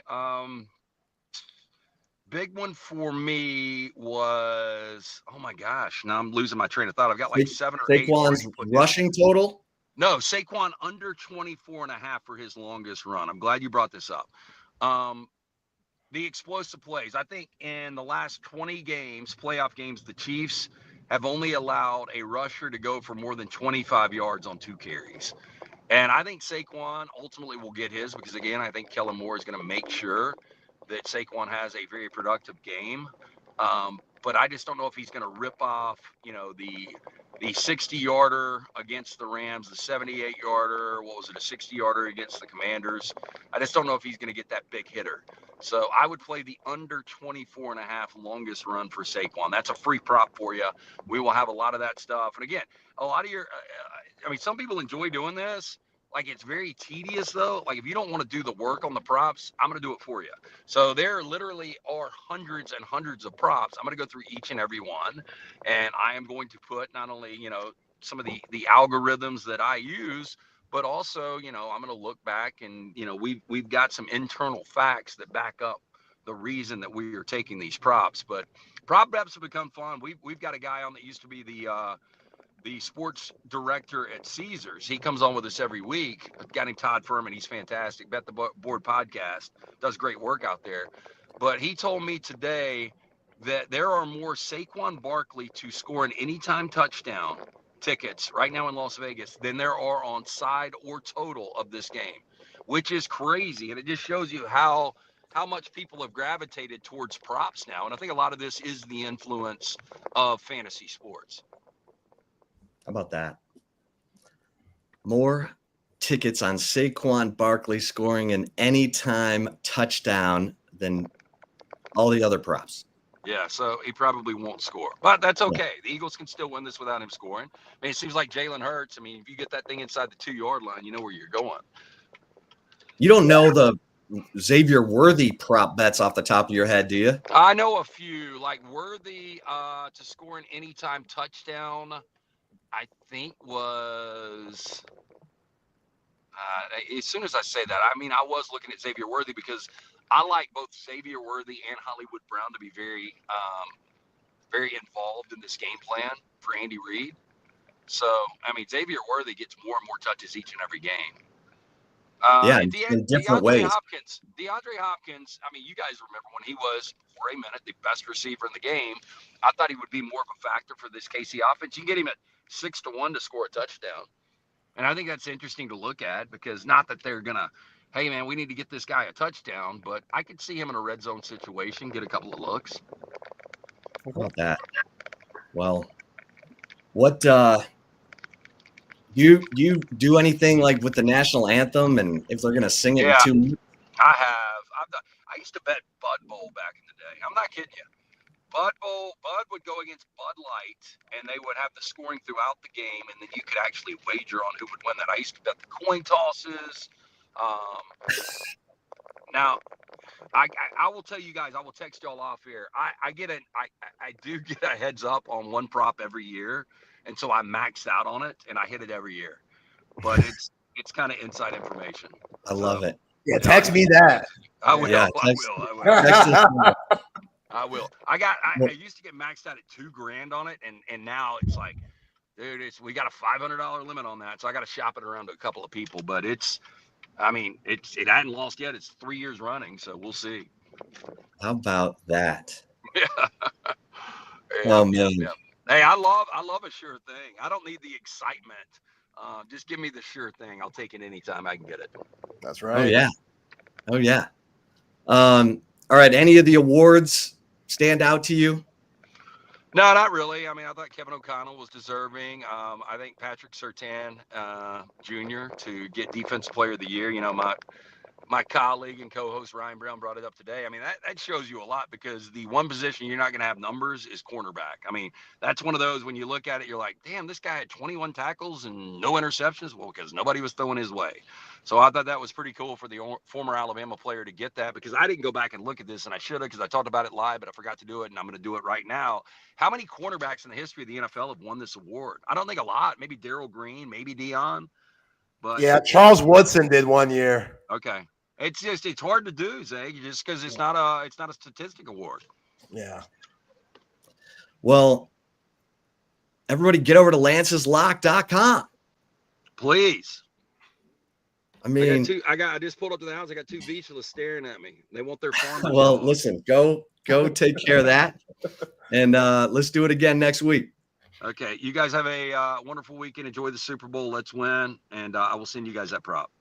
Appreciate you, Lance. See you guys. Get over to lanceslock.com. Let's bring in the general. We got all kinds of stuff to talk about with John McClain. We call him the general because, you know, he is in the Pro Football Hall of Fame for his coverage of the NFL. He votes on Hall of Fame inductees. We just got our list. John, smallest class in history? No. Smallest since 2005. By the way, Larry Brown of the Cowboys, wasn't that his name? Intercepted 2 passes and was MVP. Against the Then Steelers. he got a big contract, and then he never was worth a damn after that. A corner's got to make a big play, and he's got to have an interception or make something spectacular when no offensive player stands out. Could that happen in this game? No. As far as DeAndre Hopkins, I definitely think Patrick Mahomes, when they get inside the 10, maybe the 5, will go out of his way to get the ball to D-Hop because he's reliable in that situation. Balls don't ricochet off his hands for interceptions, and he can go low, he can go high. He can make almost any kind of catch. What he's not going to do is beat you with his speed. Once Xavier Worthy learns how to use his speed, which he hasn't done this year, probably next year, then he's going to be an unbelievable threat. As far as the Hall of Fame, the 4-man class being the smallest since 05, they changed the bylaws on us. That's us on the committee. And you got to get, everybody had to get 80% of the vote. Used to be you'd have 5 modern era, and you would have coach, senior, contributor. So we put in 8 a lot of the times. I think we don't put in enough. There's so many deserving candidates. Now so many people around the country, fans, media members, you know, they're calling us all morons. The fact of the matter is, to get 80% of the votes, 39 of us out of 50 could vote for a player, but 11 can keep him out because you're not getting 80%. In the past, we voted yes or no on the seniors, the contributor, and the coach. And the big committee would rubber stamp the subcommittee's recommendations because they knew how much we'd worked on that. And as of those 5 finalists, there'd be 1 coach, 1 contributor, and 3 seniors. Only 1 made it, and that was wide receiver Sterling Sharp. And I was happy to see Sharp get it. If you haven't seen the video online of him getting the door knock, he actually went over to his brother Shannon's house not knowing what was going on. And the NFL was all down in his basement, which is like a monstrous man cave. So Sterling comes in, and I can't remember if his wife or somebody else is shooting it. And she says, well, he's down in the basement.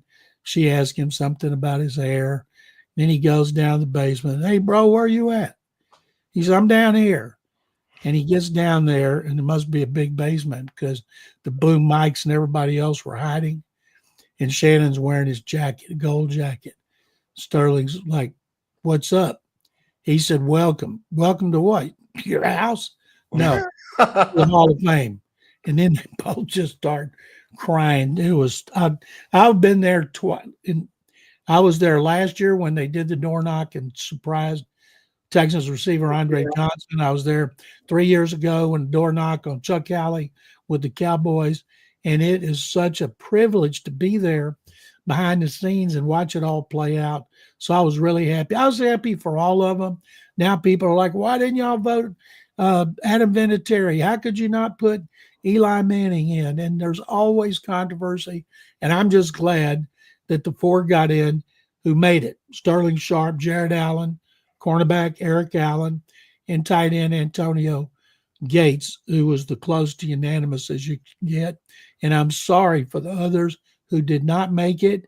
And I'm hoping that the Hall of Fame will reconsider the changes to the bylaws and let us go back. And I'm thinking, too, their big induction weekend by having only 4, isn't that going to cost people a lot of money? You know, they would, if you had more going in like there always are, they'd be bringing more fans, family members, spending more money to eat, more on hotels. So I'm hoping that we go back or have more changes.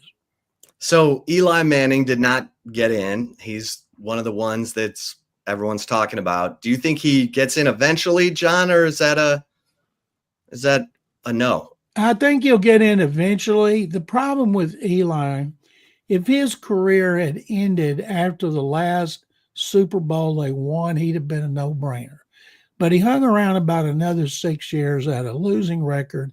His career record was 500. And he never was an all-pro, 2 Pro Bowls. And people said, well, he played in an era with great quarterbacks. Yeah, and he was never talked about in the same category as his brother or Drew Brees or Aaron Rodgers. And I do think he'll get in eventually. Don't know when it is. Guys like Ben Roethlisberger, Phillip Rivers, Drew Brees, those guys are coming up. And Ben Roethlisberger ought to be worried because he's got 2 Super Bowl rings, and seeing that Eli Manning has 2 and it didn't help him get in, he's got to be worried. But you know what? Jim Plunkett won 2. He had 2 MVPs as well, and he's never gotten serious consideration. Yeah. John Antonio Gates, one of my favorite players growing up. Glad to see that he got in. But talk about just from your point of view, his career going from Kent State as a basketball player, undrafted, and now off to Canton. One of the greatest undrafted free agents in history. He had, I think, 112 touchdowns, which blew away almost every other tight end. And he was an incredible target because he's so tall. And he worked so hard to transform himself into a big-time football player for the Chargers. And he and Phillip Rivers were one of the best combinations in NFL history. He didn't get it on the first year. I'm glad he got it on the second year. Nobody ever says, let's hold this guy out. Nobody ever says, I don't think this guy deserves to be in there. And so that's why I think I was asked in New England about Adam Vinatieri. And I said, I can't tell you why he got in. Could have been 11 people keeping him out, and 39 of us voted for him, and that's just the procedure. And but like Adam Vinatieri, to me, to everybody, the greatest kicker in history. So I'm guessing at least 11 guys said, I'm not going to vote for a kicker on the first ballot. Yeah, makes sense. Roethlisberger has better numbers across the board than Eli, right? Better passing totals, wins, all that. Yeah, well, he played for a great organization with great personnel people and great coaching, where Eli, other than Tom Coughlin, who he won the 2 Super Bowls with, and there's another coach. We didn't vote Mike Holmgren in. He won a Super Bowl. And then he won one at Green Bay, lost one at Seattle. But you have coaches like Mike Shanahan, won 2. And so I don't know why people thought Holmgren didn't get in. I thought he was a lock to get in based on our discussions. And that's why a lot of us on the committee, we've been talking today about we're as confused as the public. And I'd like to tell your listeners and your viewers, go on Twitter and put the name in there, Clark Judge. And Clark, who works for Hall of Fame Network and is also on our panel, he wrote a great column today. I tweeted it, taking everybody behind the scenes, and it is the most thorough job that could be written about this year's Hall of Fame. Yeah, go to John's Twitter at McLean_on_NFL. Right there on the screen, you see it. John, speaking of the Steelers, Mike Tomlin has become this polarizing subject. My cousin is a massive Steelers fan. His son, they're like, we're done with Tomlin. What's your sense of that? Well, tell them that they've won enough Super Bowls and they don't know how the other half lives, and you do, and quit being so greedy. What if they hire the wrong coach? They finally hire the wrong coach, and they get in this vicious cycle of starting to change coaches every 3 or 4 years. Tomlin's problems, what he needs to do, and he hired Arthur Smith, and Arthur Smith is old school, and he did it on purpose. He probably should have hired a guy more up to date on what you do offensively in the NFL today. But you're not going to be able to do that with Russell Wilson. You know, Russell Wilson, this is amazing. Got to be the only player in history. He'll go, Pete Carroll didn't want him. Sean Payton didn't want him. Mike Tomlin ultimately is not going to want him, I'm guessing. And that would be 3 Hall of Fame coaches in 3 years that didn't want him for whatever reason. And the Steelers, until they get that quarterback problem solved, like other franchises, they're just going to be too good to get a high pick, but it doesn't mean they can't still get a good quarterback. Look where they got Ben Roethlisberger.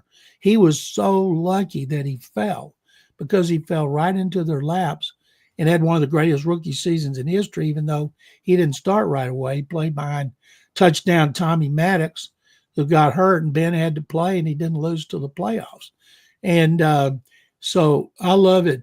I don't want to hear any whining from Steeler fans, Cowboy fans, 49ers fans, Patriot fans. Those people need to learn how to suffer. Of course, Cowboys are learning how to suffer. I love that line Snoop Dogg had when he was doing the jokes last night as the MC, and he took a shot at the Cowboys and pointed out, you know, they hadn't been in a championship game before Bill Belichick's girlfriend was born.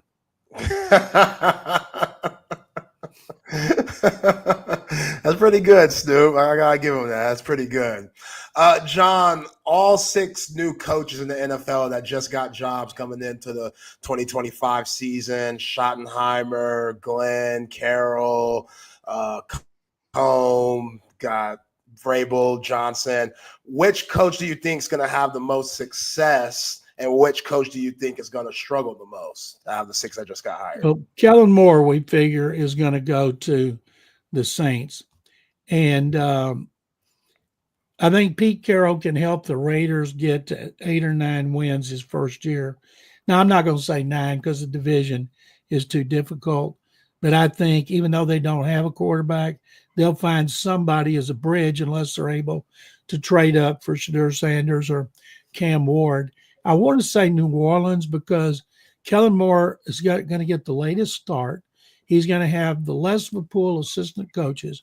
He's got a terrible salary cap problem, and he's got to clean up, and that might take a couple of years of losing. So I would say him. The guy that should have the best time would be Ben Johnson going to the Bears, because Caleb Williams played well. They had a losing streak to end this season, but he didn't throw interceptions, and they have some offensive talent except in the line, so they have to devote their offseason to the offensive line. But they got a good defense, and they were one of the best teams in the league when it came to plus-minus differential. Now, they play in a tough division, except in the playoffs, so I could see them. I thought Minnesota would backslide this year, and the Vikings didn't. I think if they bring back Sam Darnold, they'll be really good. If they let J.J. McCarthy go and get rid of Darnold, I think now they would backslide. But and Mike Vrabel doesn't have a lot of talent, but he's got a really good quarterback, and he's going to get a running back, and he's going to run some more to try to control the ball and play great defense. So I think ultimately the one in the toughest spot is going to be Kellen Moore, and the best is Ben Johnson. Okay. All right, John, who is going to win on Sunday? Never bet against Patrick Mahomes. And I've seen so many interesting prop bets, and I don't bet, but I like the one about DeAndre Hopkins getting a touchdown pass. I don't know. Maybe it's just because I want him to do it so bad because I covered him for so long. I really like him. If he's smart, he stays there under whatever it takes because he needs more catches. He needs more yards. He needs more touchdowns to be a serious candidate for the Hall of Fame. And instead of bouncing around, he needs to stay right there with Patrick Mahomes and Andy Reid because he's made over $100 million and he's single. He has a daughter. But I would think that's the one I'd like to see score a touchdown. I'm taking the Chiefs 27-24. Almost all their games are close except with the Texans. They won by 8 and 9. 8 in regular season, 9 in the playoffs. I think this is going to be a great one, and the only chance the Eagles have to win is to run the ball so well they limit the possessions that Mahomes gets. Because Kansas City's not prolific. Their offense certainly not. Their running game is not prolific. They great on third down, great on fourth down, and they don't turn it over. And Jim Spagnuolo, their great defensive coordinator, in clutch situations, especially in the fourth quarter and overtime, he always dials up a defense that the opponent is not ready for. It is amazing. Yeah, he's good. It's interesting. Why is he just so set on being a defensive coordinator? Because I'm sure his phone rings after every season, Steve Spagnuolo. Like, why is he just so content with being a defensive coordinator? He's not, Zay. He wants to be a head coach, but nobody's hiring him. I think he's 61, which is young compared to Pete Carroll and Bill Belichick. But after he failed with the Rams, I think people look at that. If he were an offensive coach and he was doing what he's doing so successfully, I think he would have gotten a second head coaching job. Yeah. Eric Bieniemy never got the love, and now he tried to take another job to prove that he was the reason that the offense could be successful, and it didn't work, John. Yeah, that Bieniemy's ship sailed a long time ago. Yeah. All right, so Saquon Barkley. Apparently Lane Johnson, after the Eagles opened 2-2, had a meeting with Nick Sirianni, or I don't know, the offensive line, and he just said, run the effing ball. And they started running the effing ball, John, and Saquon Barkley almost broke Dickerson's rushing record. And they're 12-0 since then. And they have a great offensive line. They have the best offensive line coach, Jeff Stoughton. And it's not like all those guys have been there. You know, Jason Kelsey retired, and everybody's like, oh, my God, can they win with Juergens, who's from Nebraska? Well, they haven't dropped off at all. Can he snap for the tush push? Yeah, he can. They took a rugby guy, Jordan Mailata, and turned him into one of the best left tackles. They get Mekhi Becton, who failed as an offensive tackle, drafted, I think, 5th or 6th overall with the Jets. And the Eagles go, let's try him at guard. Yeah, he's 6'7". He's supposedly too big for guard. And he played really well this year.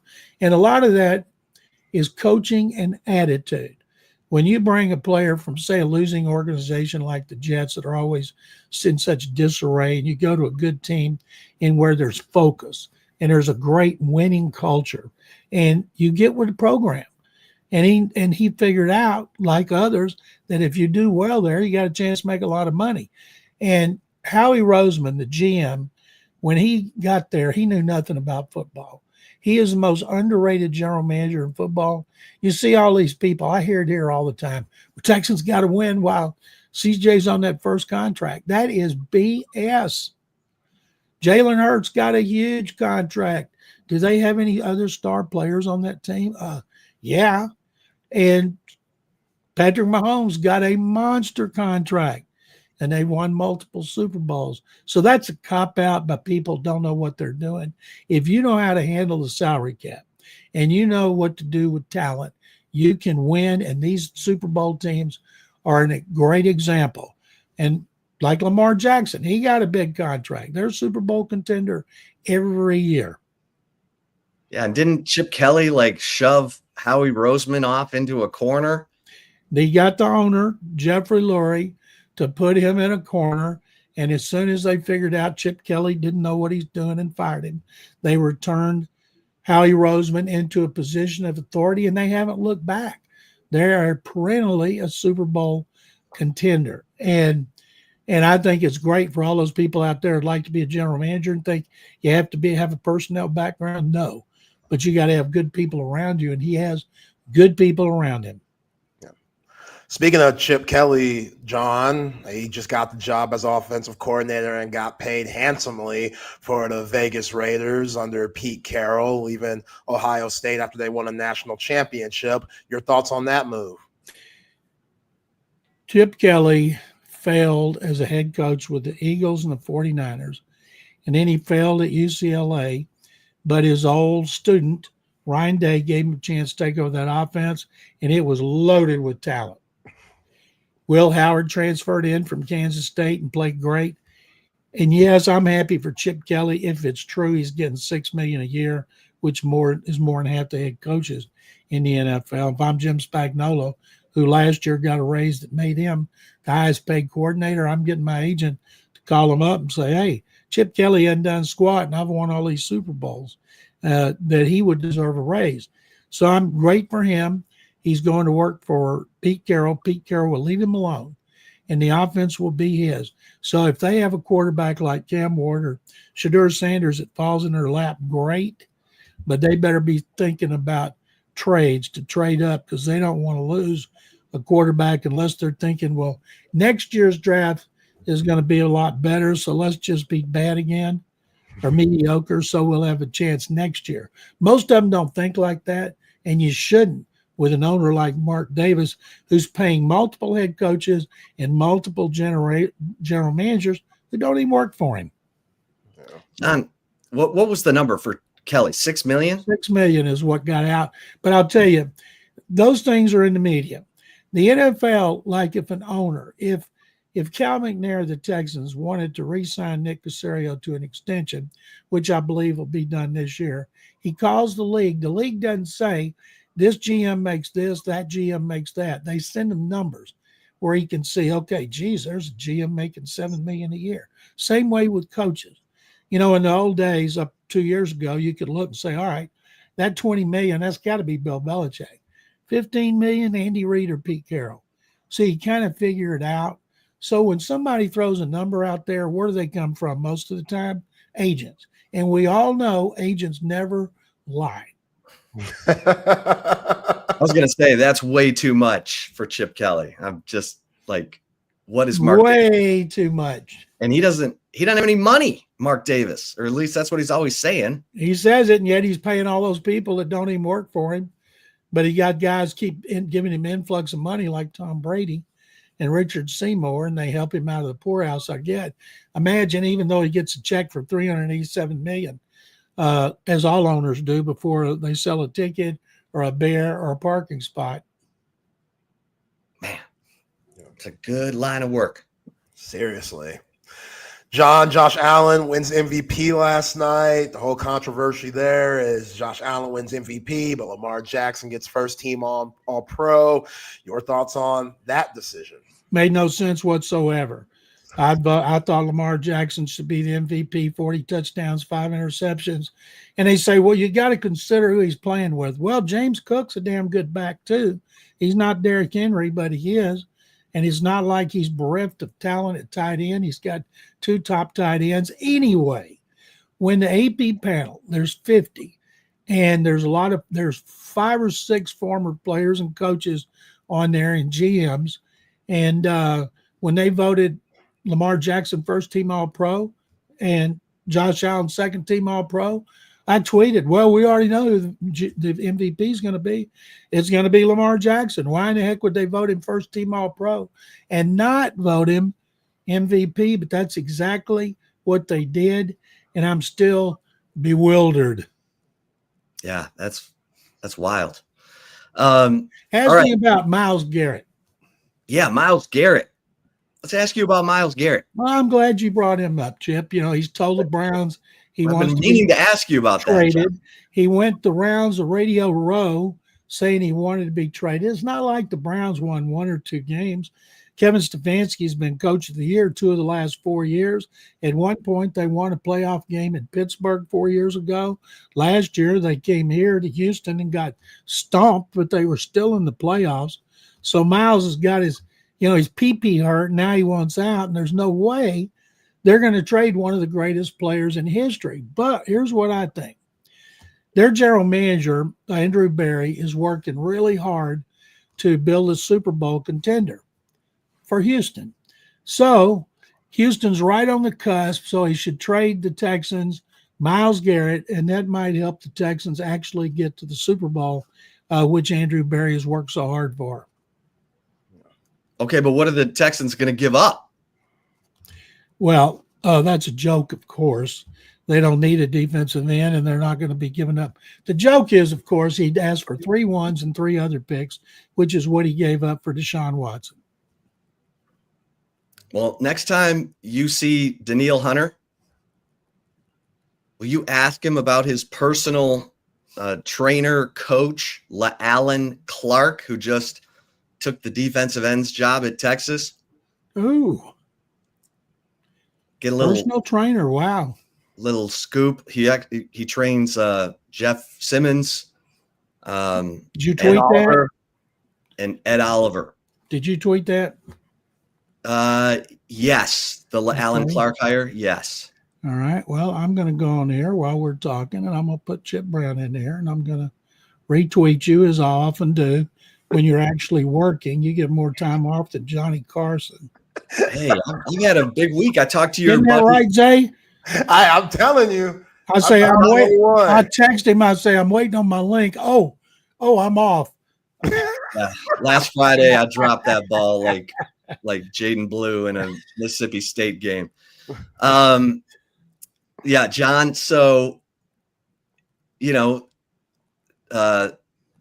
you could get us a little intel on that, that'd be great. But what do the Texans need to get over the hump? Because I felt like they're close. I love D'Amico Ryans, love CJ, love Nico, but the offensive line was a puzzler this year. Did you tweet that yesterday? It might have been a few days ago. Yeah, it might have been a couple. All right, I'll find it eventually. I see mock drafts have the Texans take wide receiver, and I'm thinking, have you watched the game? If they don't take an interior offensive lineman, Nick Caserio and D'Amico Ryans should be fired. You don't need to take a receiver in the first round. Nico Collins, 3rd round. Tank Dell, 3rd round. Stephon Diggs, 5th round. You don't need to do that. They need an interior offensive line, and if they don't get that fixed, and they elevated the assistant line coach, Cole Proctor, and I'm like, boy, they didn't hold the guilt by association against him. And I'm thinking, what did he do all season when Stroud was getting killed? Did he point out to Chris Strasser, the main coach, I think we should do this? And Strasser told him to keep his mouth shut because that offensive line, with the exception of Laramie Tunsil, terrible. And the interior was even worse. I see people haven't taken a defensive tackle. No, they don't need a defensive tackle. They need interior offensive linemen. And the guy I'd like to see him, Booker from Alabama, he's the number 1 rated guard, but I'm guessing he'll be gone before they pick 25th. And then they need another safety. They could use another corner, and yeah, they could use a wide receiver, and they could use another interior defensive lineman. But they've got free agency and they got the draft. But boy, if they make the mistake of thinking these guys that played so bad are going to all of a sudden, Cole Proctor is going to wave a Harry Potter, and all of a sudden they're going to go, oh, we know how to pick up studs. Then they're dreaming. Yeah, that's funny. Yeah, John, you mentioned safety and cornerback. I don't know how much you saw Jahdae Barron for Texas this past year, the Thorpe Award winner, but would he be a good fit for DeMeco Ryans' defense? Well, he's going to go in the first round, so they'd have no prayer for him. If somehow he fell to the bottom of the second round, yeah, but he's not. His stock's going to keep going up, up, and up. And they've got two good starting corners. They need a third one. And then because of injuries, you're going to need a fourth one. And they have lost so many safeties in each of the last 2 years. Jalen Petrie was gone most of the year. He'll be back as one of the starters. But they need Baylor. They need another one. Like Kalen Bullock, who they drafted in the third round. He was really good. And of course, Kamari Lassiter, corner second round pick. He was tremendous. So they don't need a starter in the secondary. That's why they don't need to use a high pick. Like Bullock last year, third round, they need to look at a safety there. Terrell Bernard was really good with the Bills this year. Another Baylor. That's when Baylor was winning. Now Baylor's putting out basketball players and not football players. Yeah, Terrell Bernard. He looks like a star. What do you think of the Baylor basketball, John? I'm so disappointed. I can't tell you. I'm sorry I even brought it up. They're not ranked. They lose too many games. They've had a lot of injuries. The other night, I think they had 5 players available, but injuries don't have anything to do with standing around, letting guys drive down the lane, making bad passes, look like you brain dead on some of the decisions you make. And VJ Edgecombe, who, if he stayed there the entire time, would probably become number 2 to Vinnie Johnson as the greatest players in Baylor history. And he'll be a one and done. They get one and dones now every year, and that's fine. But they had to bring in 4 new starters this year, and then they had the injuries. And us Baylor fans are hoping maybe it'll all come together over the second half of the season. But right now, this is a mediocre Baylor basketball team. What about Baylor women's basketball? That used to be the most consistent winning thing. Where are we on Nikki Collins? I remember when Kim Mulkey was there, they used to hammer the Longhorns every time they played. Now the Longhorns hammer them. Nikki Collins, what's her name? Collins. Collinson, Colldgen. She's done a good job, but she was in an impossible situation trying to replace Kim Mulkey, one of the greatest coaches, not just in women's college basketball, but college basketball history, men and women. Now she's doing it for LSU, of course. Last one for me, John. I'm a big Tom Brady guy. I think he's doing a good job in the booth. Chip thinks that Greg Olsen needs to get back in there, but we know that's not going to happen. Your thoughts on how Brady's done this year and compared to Olsen and some of the other guys in the business? Well, Olsen is great, and he was a guy who was getting network analytical jobs while he was still playing. And that gave him a great head start on his post-career. And everybody knows he's great. And they told him last year, Brady's coming in. He's going to be number 1. You're going to be number 2. And I hope when his contract's up, he hits the road and goes somewhere else like ESPN or Amazon or CBS. And Brady, it's like when he was a quarterback. When he finally got his chance, he struggled, and then he got better.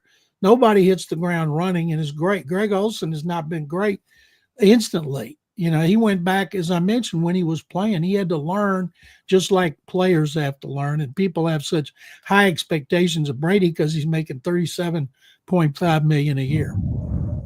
Yeah. Well, I had a chance to talk to Cooper Manning and Arch's little brother Hyde. And your name came up, John, because I was talking to him about the recruitment by David McWilliams. And he said, yeah, I was set to go on a visit right before Christmas in 91. And he said, I called up John Makovic. I'm like, hey, do I still come in on this visit? And Makovic told him, no, we're good. Archie calls him Cupper. Yeah, I told Cupper this, Cupper that. I tell you what, Cooper, that entire family, the Mannings and the Matthews family, you talk about you want to raise great athletes who are great people. Those two families, they have stopped the mold, broken the mold after both of them. and they're you can't say they're perfect. Nobody's perfect. And I love that the way you did the interview with Arch that Marty Smith did, ran the Q&A. And I thought afterward, is there any question I would have liked to have asked him? No, there wasn't. Now, he didn't answer them all. He wasn't pablum, but he was polite. And Marty asked him every question that I would have asked. And I think you guys are going to have so much fun covering him. I'll tell you a quick story, and I'm sorry if I've told it before. In 1998, when Peyton was a rookie, they were playing Ryan Leaf. They were the first two quarterbacks. They were playing a preseason game in gosh, I can't even remember where it was. And so I went over to New Orleans and went to Archie and Olivia's house to do a big 2 open page special with them. And then the third story with the headline said, Eli's coming. And I asked Archie, I said, can I get an interview with Eli, who was going into his senior year at Newman High School? And he said, yeah. He said, why don't you go up to the school, go wait on the front steps at 3:00, and I'll have him talk to you. And I said, well, do you need to be there? He said, why do I need to be there? I said, well, to make sure I don't ask him something. No, he can handle himself. He knows how to do interviews. And he was great. And I'm thinking, geez, this kid is going into 12th grade and he's so smooth. And that's the way that whole family is. And Cupper is the best talker of all. Yeah. And Cupper, Peyton worships the ground that Cupper walks on. And that's why they thought if Cooper went to UT, that Peyton would follow him. And so, in other words, as I like to tell people here, John Makovic cost the Longhorns Peyton Manning. Yeah. Yeah. Yeah. Right on the money. Probably would have ruined his career. Yeah. He didn't throw the ball very well. Yeah. Well, John, you're the best. That's why we love having you on every Friday. You going to be back next week? Yes. Okay. Zach, when he's gone, you got my number. We don't need Chip. Let him go to the Caribbean. I know that was on me too, John. When he's gone, I'm always scrambling, guests and different things. So, well, you text me anytime, and I'm happy to do it. Thank you guys for having me. Let me ask you, I got Chiefs 27-24. What do y'all have? Yeah, that's right. That's right in the neighborhood. Well, give me a score. 26-23 Chiefs. I got 27-21 Eagles. Well, I'm tired. I've got Chiefs fatigue. If they win, great for them, but I'd love to see the Eagles. One thing we know, guys, is the winning quarterback will be a Texan. That's true. That's right. Thank you. Right. See Thanks, you next John. week. Great stuff as always. Always appreciate the general. I mean, next week we can go into all the, Hall of Fame voting again and who he thinks will be up on the ballot, big prominent next year. There's just so many things to talk about with John because of his incredible base of knowledge, and he does not lack for opinions. He's taking his own Baylor basketball to pieces there, and probably rightfully so. Okay, we got to get to the commentary because we got Super Bowl picks, although I think you might have just heard them. Hey, we'll go into depth. How about that? Let's get some mentions in here, though, like Cover 3. Get into Cover 3 this weekend. You need a spot for brunch? Then get over to Cover 3 Anderson, Cover 3 Round Rock up there off Old Settlers, or Cover 2 at 183 in Lake Creek. Their brunch is melt in your mouth good. They've got the do-it-yourself Bloody Mary bar. And heck, you can go in and watch the Texas, if you go in on Sunday, watch the Texas women play South Carolina, then hang around for the Super Bowl. Hello. Does it get any better than that? Cover 3. Passes.com. Passes.com/Texas One Fund. If you're a Texas fan and you have been like, you know what? I need to help out with NIL. Send them $25 a month.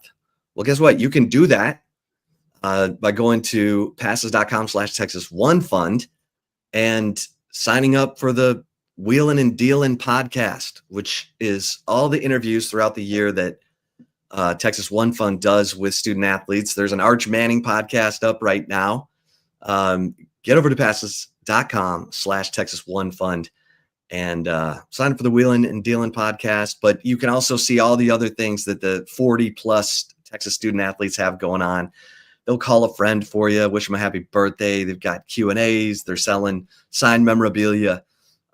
Check it out. Passes.com/Texas One Fund. And McCall Custom Homes, the key word in that, other than McCall, is custom. If you are looking to redo a bathroom, a kitchen, expand some outdoor space, you want a custom renovation.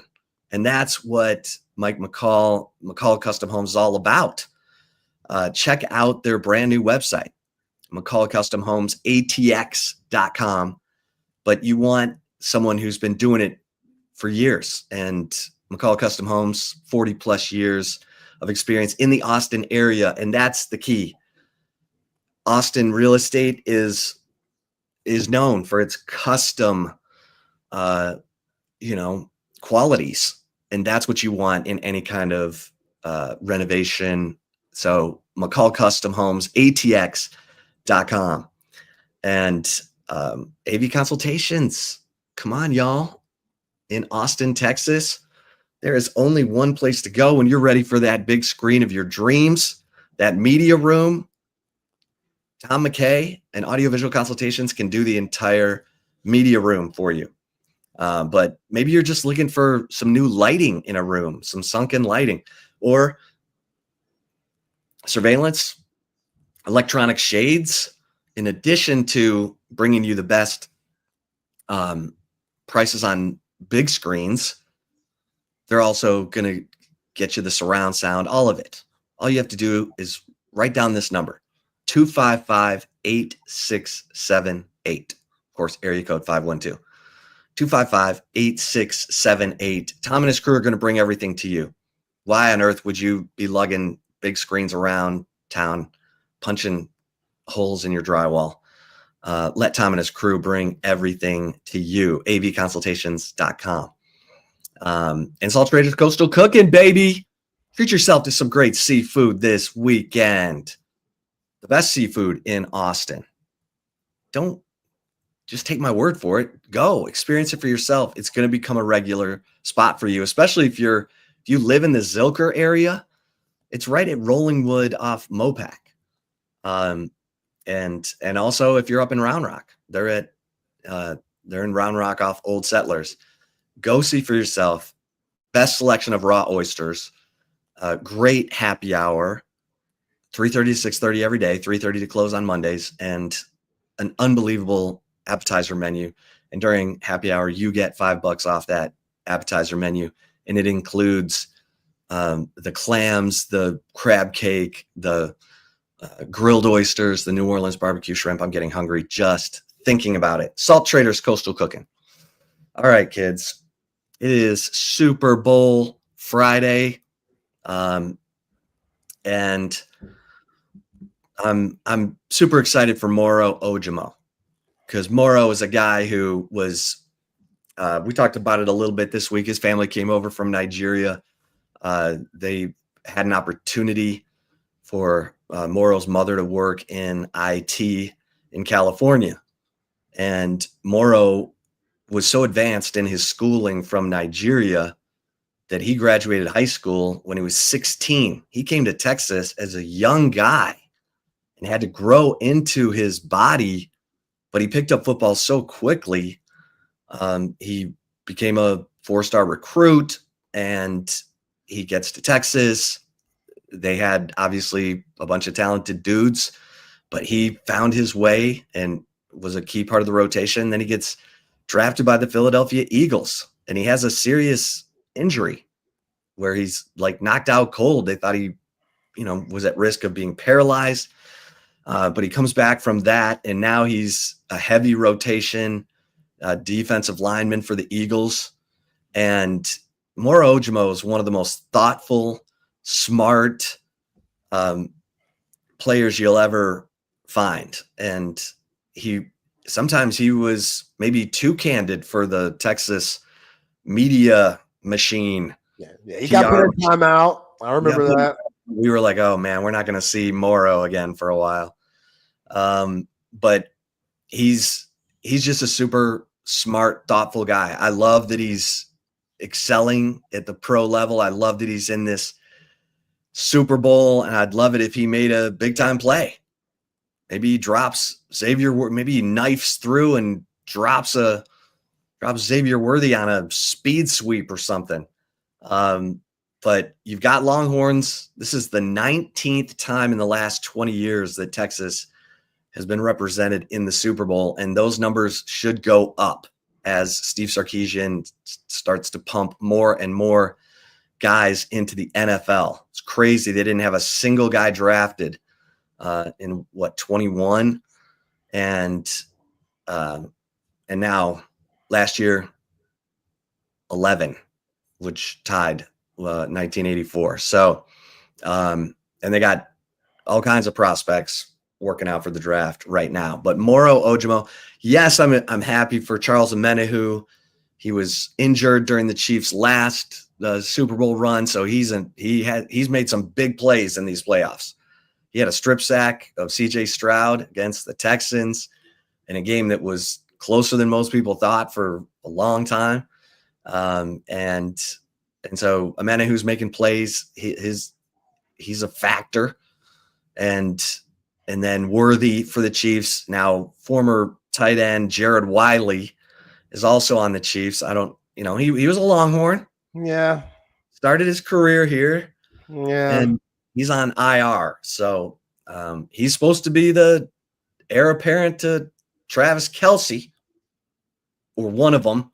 So we'll see. We'll see how that goes. But yeah, Moro Ojomo, man, could not be happier for that guy. He's a super smart, thoughtful, talented, and getting better. Like, he's just growing into who he is physically, Zay, because he was so young when he got to Texas, 16 years old.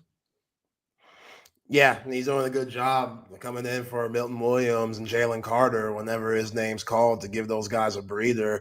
Definitely holds his own. And, that defense for the Eagles, that's the reason why I'm picking Philly to win this game, because I think they're. You said they got the flu. What you mean? I know, man, but they should be fine. Again, they got the best doctors and trainers in the world working with them, so I'm sure they're going to be hydrated and on those IVs to where it's not going to become a problem. And that was earlier this week. Hopefully, come Sunday, everybody's 100%. But that is something to look for, Chip. Like, the health of these guys. Because this flu is no joke. Oh, it's going around. Like, I'm back to, if I'm going on an airplane or something, I'm back to, like, should I be wearing a mask? Because I don't want this nonsense. Yeah, I feel you. All right, let's get to the right call. All right, little Texas basketball for the right call. But before that, though, shout out to Leaf Landscape Supply. If you're looking for large quantities of supplies to fulfill any landscaping job, trendy house plants, collection of specialty plants and rare plants, Leaf Landscape Supply is your one-stop shop for everything you need. A full-service wholesale and retail plant nursery and landscape supplier here in the ATX. Go visit both of their locations, one down south off of 290 in Monterey Oaks, the other up north off of Pond Springs. And check out their website at leaflandscapesupply.com. Remember, when you go in and you make a purchase, you get 10% off if you mention your boys here at Texas Sports Unfiltered. 10% off for everything you need at Leaf Landscape Supply when you mention your boys, Collier, and the rest of the crew at TSU and Covert Bee Cave, Covert Automotive Dealership. They've been doing it in the greater Austin area for over 100 years. They provide customers with a high quality selection of new and pre-owned vehicles, as well as outstanding customer service and satisfaction. And they got 7 terrific brands to choose from: Dodge, Chrysler, Jeep, Ram, Buick, GMC, and Cadillac. Wifey and I are Covert Bee Cave people, love our Buick Encore GT. It is perfect for us, and you can find the car that is perfect for you. So visit them on their website at covertbcave.com to see all the latest specials and inventory. Nobody beats a Covert deal. Not now, not ever. All right, Chip, this Texas men's basketball team bounce back win tomorrow, hopefully, when they go to Nashville to face Vanderbilt, who's been playing some good basketball this season. They were ranked at one point, even though they've lost the last two. Got absolutely curb stomped by Oklahoma by basically 30, and then they lost to Florida too. But their wins this season have been big. They beat Tennessee at home a couple of weeks ago, and they also beat Mark Pope's Kentucky Wildcats at home in Nashville a week or so ago. So they're capable. They got guys. They're not as, bad of a matchup as Arkansas is. Like Arkansas just has a lot of 6'7", 6'8" wings that can make life difficult for you. We saw the big Croatian who's 7'2", clogging things up for guys like Caden Shedrick, Zerko Yema, and Arthur Kaluma.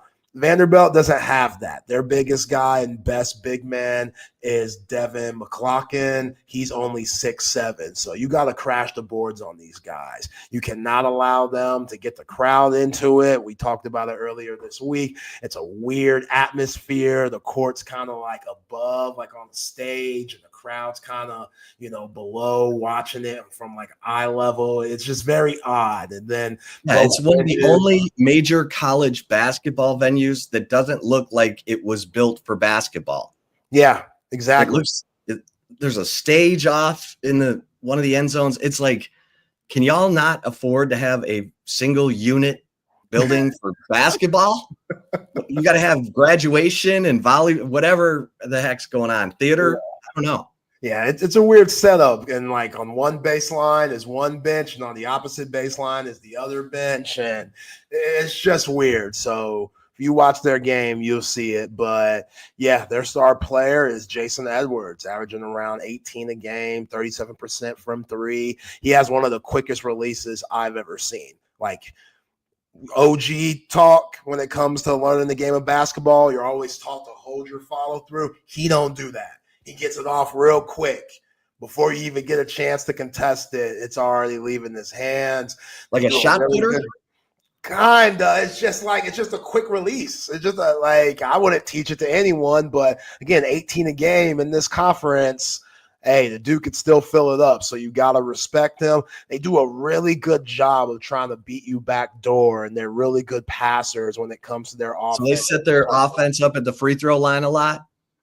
At times, it's just if you overplay guys and overplay their shooters like Edwards, like Trevor Nickel, who could also light it up too, they will hit you back door, and they're looking for that. They're looking for different cuts just to get easy baskets. So your defense has to be head on swivel. You got to do a lot of communication and talking. And again, Texas, this is a good matchup for them. They should be able to get anything they want inside. It's just when Vanderbilt, when they're in the game and they're knocking down shots like Tennessee in the Kentucky game, like it seemed like those teams just didn't respect them enough. You got to close out on their shooters. You got to be like high and tight and follow them around and stay on their hip when they're coming off screens. But also your help defense has to be there too when they're doing all that back cutting and, just different styles of cutting to the basket without the ball because they do a good job passing. So, yeah, I got to see a better performance this game than what we saw Wednesday night against Arkansas. Like that was brutal. Even though they fought really hard to come back, you got to stop putting yourselves in those holes. And I don't know what it is. It happened against A&M. They were able to overcome it. It happened against Arkansas. They weren't. So in a game like this that you need these games where you're facing the bottom of the barrel teams, which again, oxymoron because no one's bad in this conference. You could lose to anybody if you're Texas. Like Vanderbilt, they're going to be more than confident with the Horns coming in that they can win this game, especially off 2 losses to Oklahoma and who else did they lose to this past? Losing to Florida. Like when you lose 2 games, you're itching for a win. So they're kind of in the same boat as the Horns. I'm sure they're ready to get back on the court. We'll see where, Caden Shedrick's body is going to be. He didn't look good, coming off the floor in that game with the back spasms. He came back in and played pretty decent, but you never know with Caden Shedrick. Yeah, he had two dunks in that 12-0 run. that got Texas back into it, I can never tell. When I see old Shedrick on that bike, I'm like, oh God. Oh, here we go. Where's the Home Depot belt next? Yeah. Wrap that thing around him during timeouts. Yeah. But did you think Tremont Mark seemed like out of sorts going up against his old team? 100%. Yeah, he had a lot of dumb fouls. John L. Davis had his number in that game, and he didn't play much, so he didn't get any type of rhythm offensively. Yeah, I thought he was completely out of sorts in that game. He needs a bounce-back game here. Arthur Yeah, they need him to be consistent. Yeah.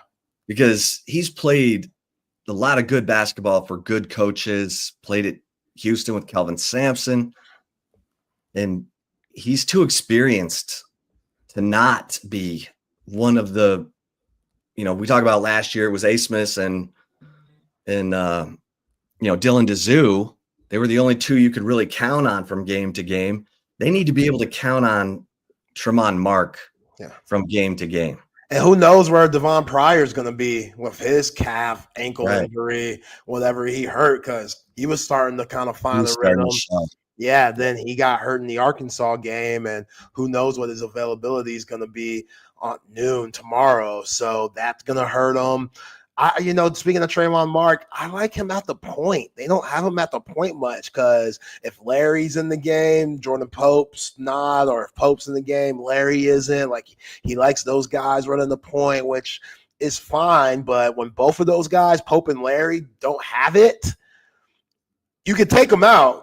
Like, they don't have to be, one of the other doesn't have to be on the court to orchestrate your offense. Like, I believe in Trey Johnson and his passing ability to run the offense at times, and definitely Tremont Mark because he's done it before. And the ball in his hands, I trust the ball in Tremont Mark's hands more than I do Pope and Larry. But when he's not having any touches because Larry's trying to set up the offense up or Pope's in the game, and again, there's just not enough mouths to feed, that could be a problem. And Tremont Mark could look lost out there or irrelevant, if you will. So still dealing with the rotations and different things there. But tomorrow, why don't you call RT, slide him a text. Yeah. And say, yo, dog. I like it when Tremont Mark is running the point. Can I get some more of that? Watch the film. You'll see what I'm talking about. All right. I got his number. Don't text him at all. But slide that right in there. You might be right. It might be time. You're trying to help him. Yeah, it's trying to help him. That's it. I want him to be here.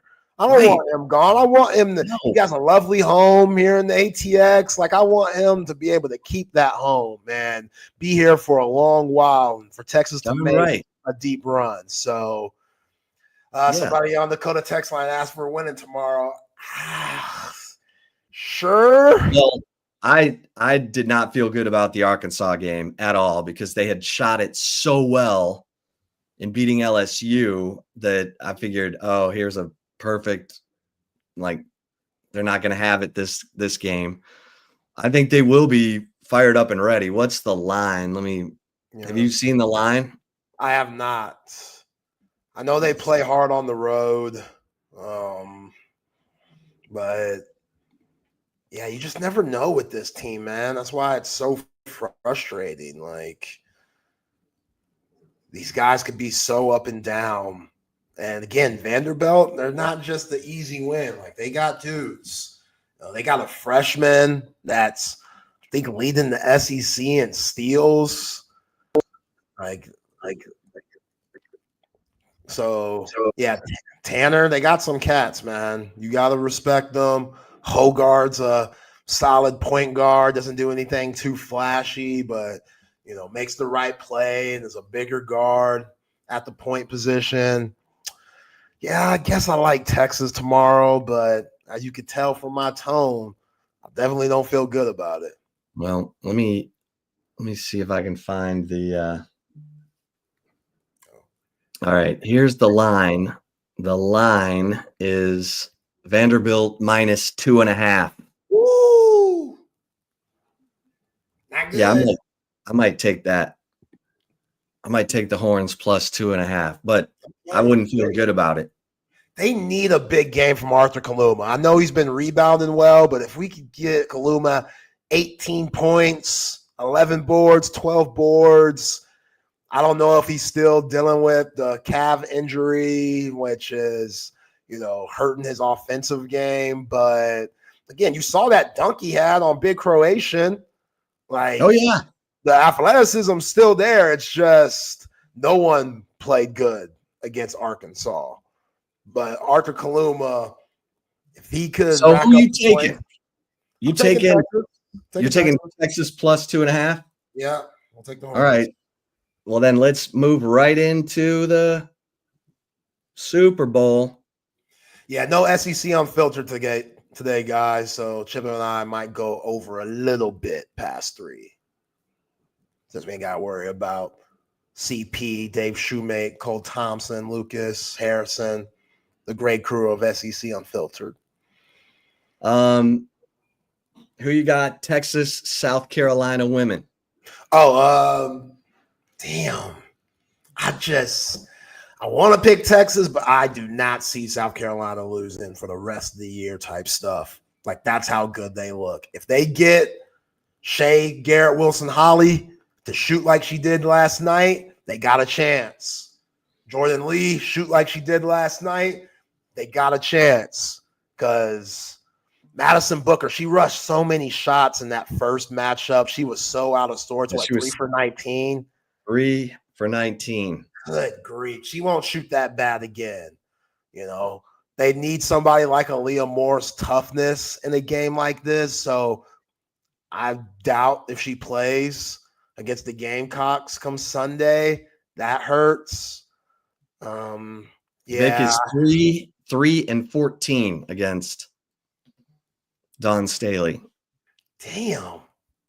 I mean, Dawn's had perennial. Yeah, I mean, she has 11 McDonald's All-Americans on the team. So, they only have 15 scholarships. They got 11 McDonald's All-Americans. Yeah. Well, my mistake, she has 10, but Chloe Kitts was an early enrollee. But when she was rated on 24/7 Sports and stuff, she was a top 10 player. So she would have been a McDonald's All-American. She was just already on campus and didn't play in the game. Well, you're taking South Carolina and you're talking me out of taking Texas. I mean, what's the line there? Let me see if they have a line. That would be good. They should. Let me look real quick. They're just man. Let's see. No. That's a shame. Yeah. All right. That leads us to the Super Bowl. If you were listening a little earlier, you might have gotten a sneak peek. And I'll take Texas against South Carolina. What the hell? There you go. All right. For the Super Bowl, I said the Eagles would never win another Super Bowl after they let go of Nick Foles. You're really sticking to that. I'm sticking to that, but Mahomes is pretty darn good.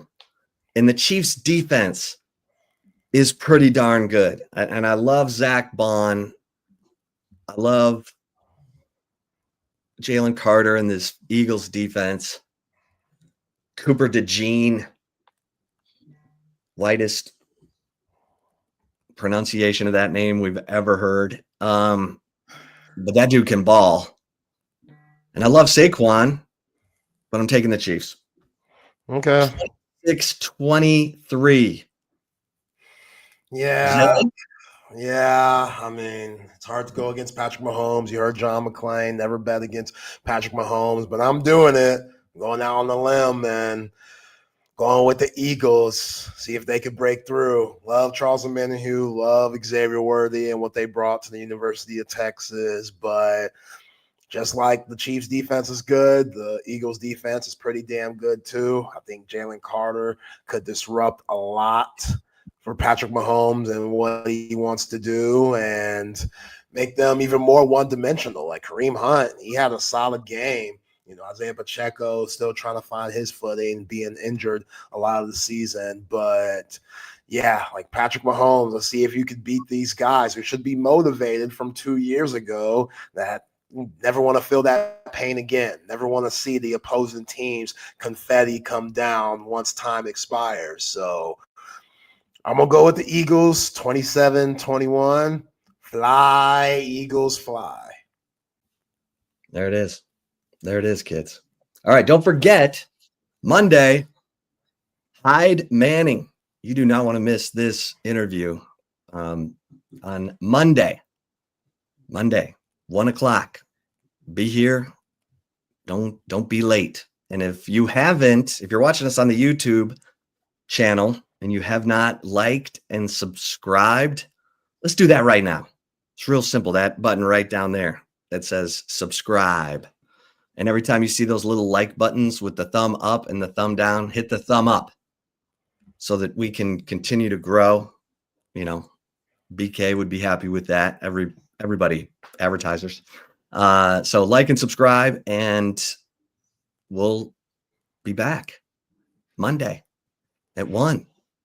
Zay, have a great weekend, my man. You too, my brother. Y'all be cool.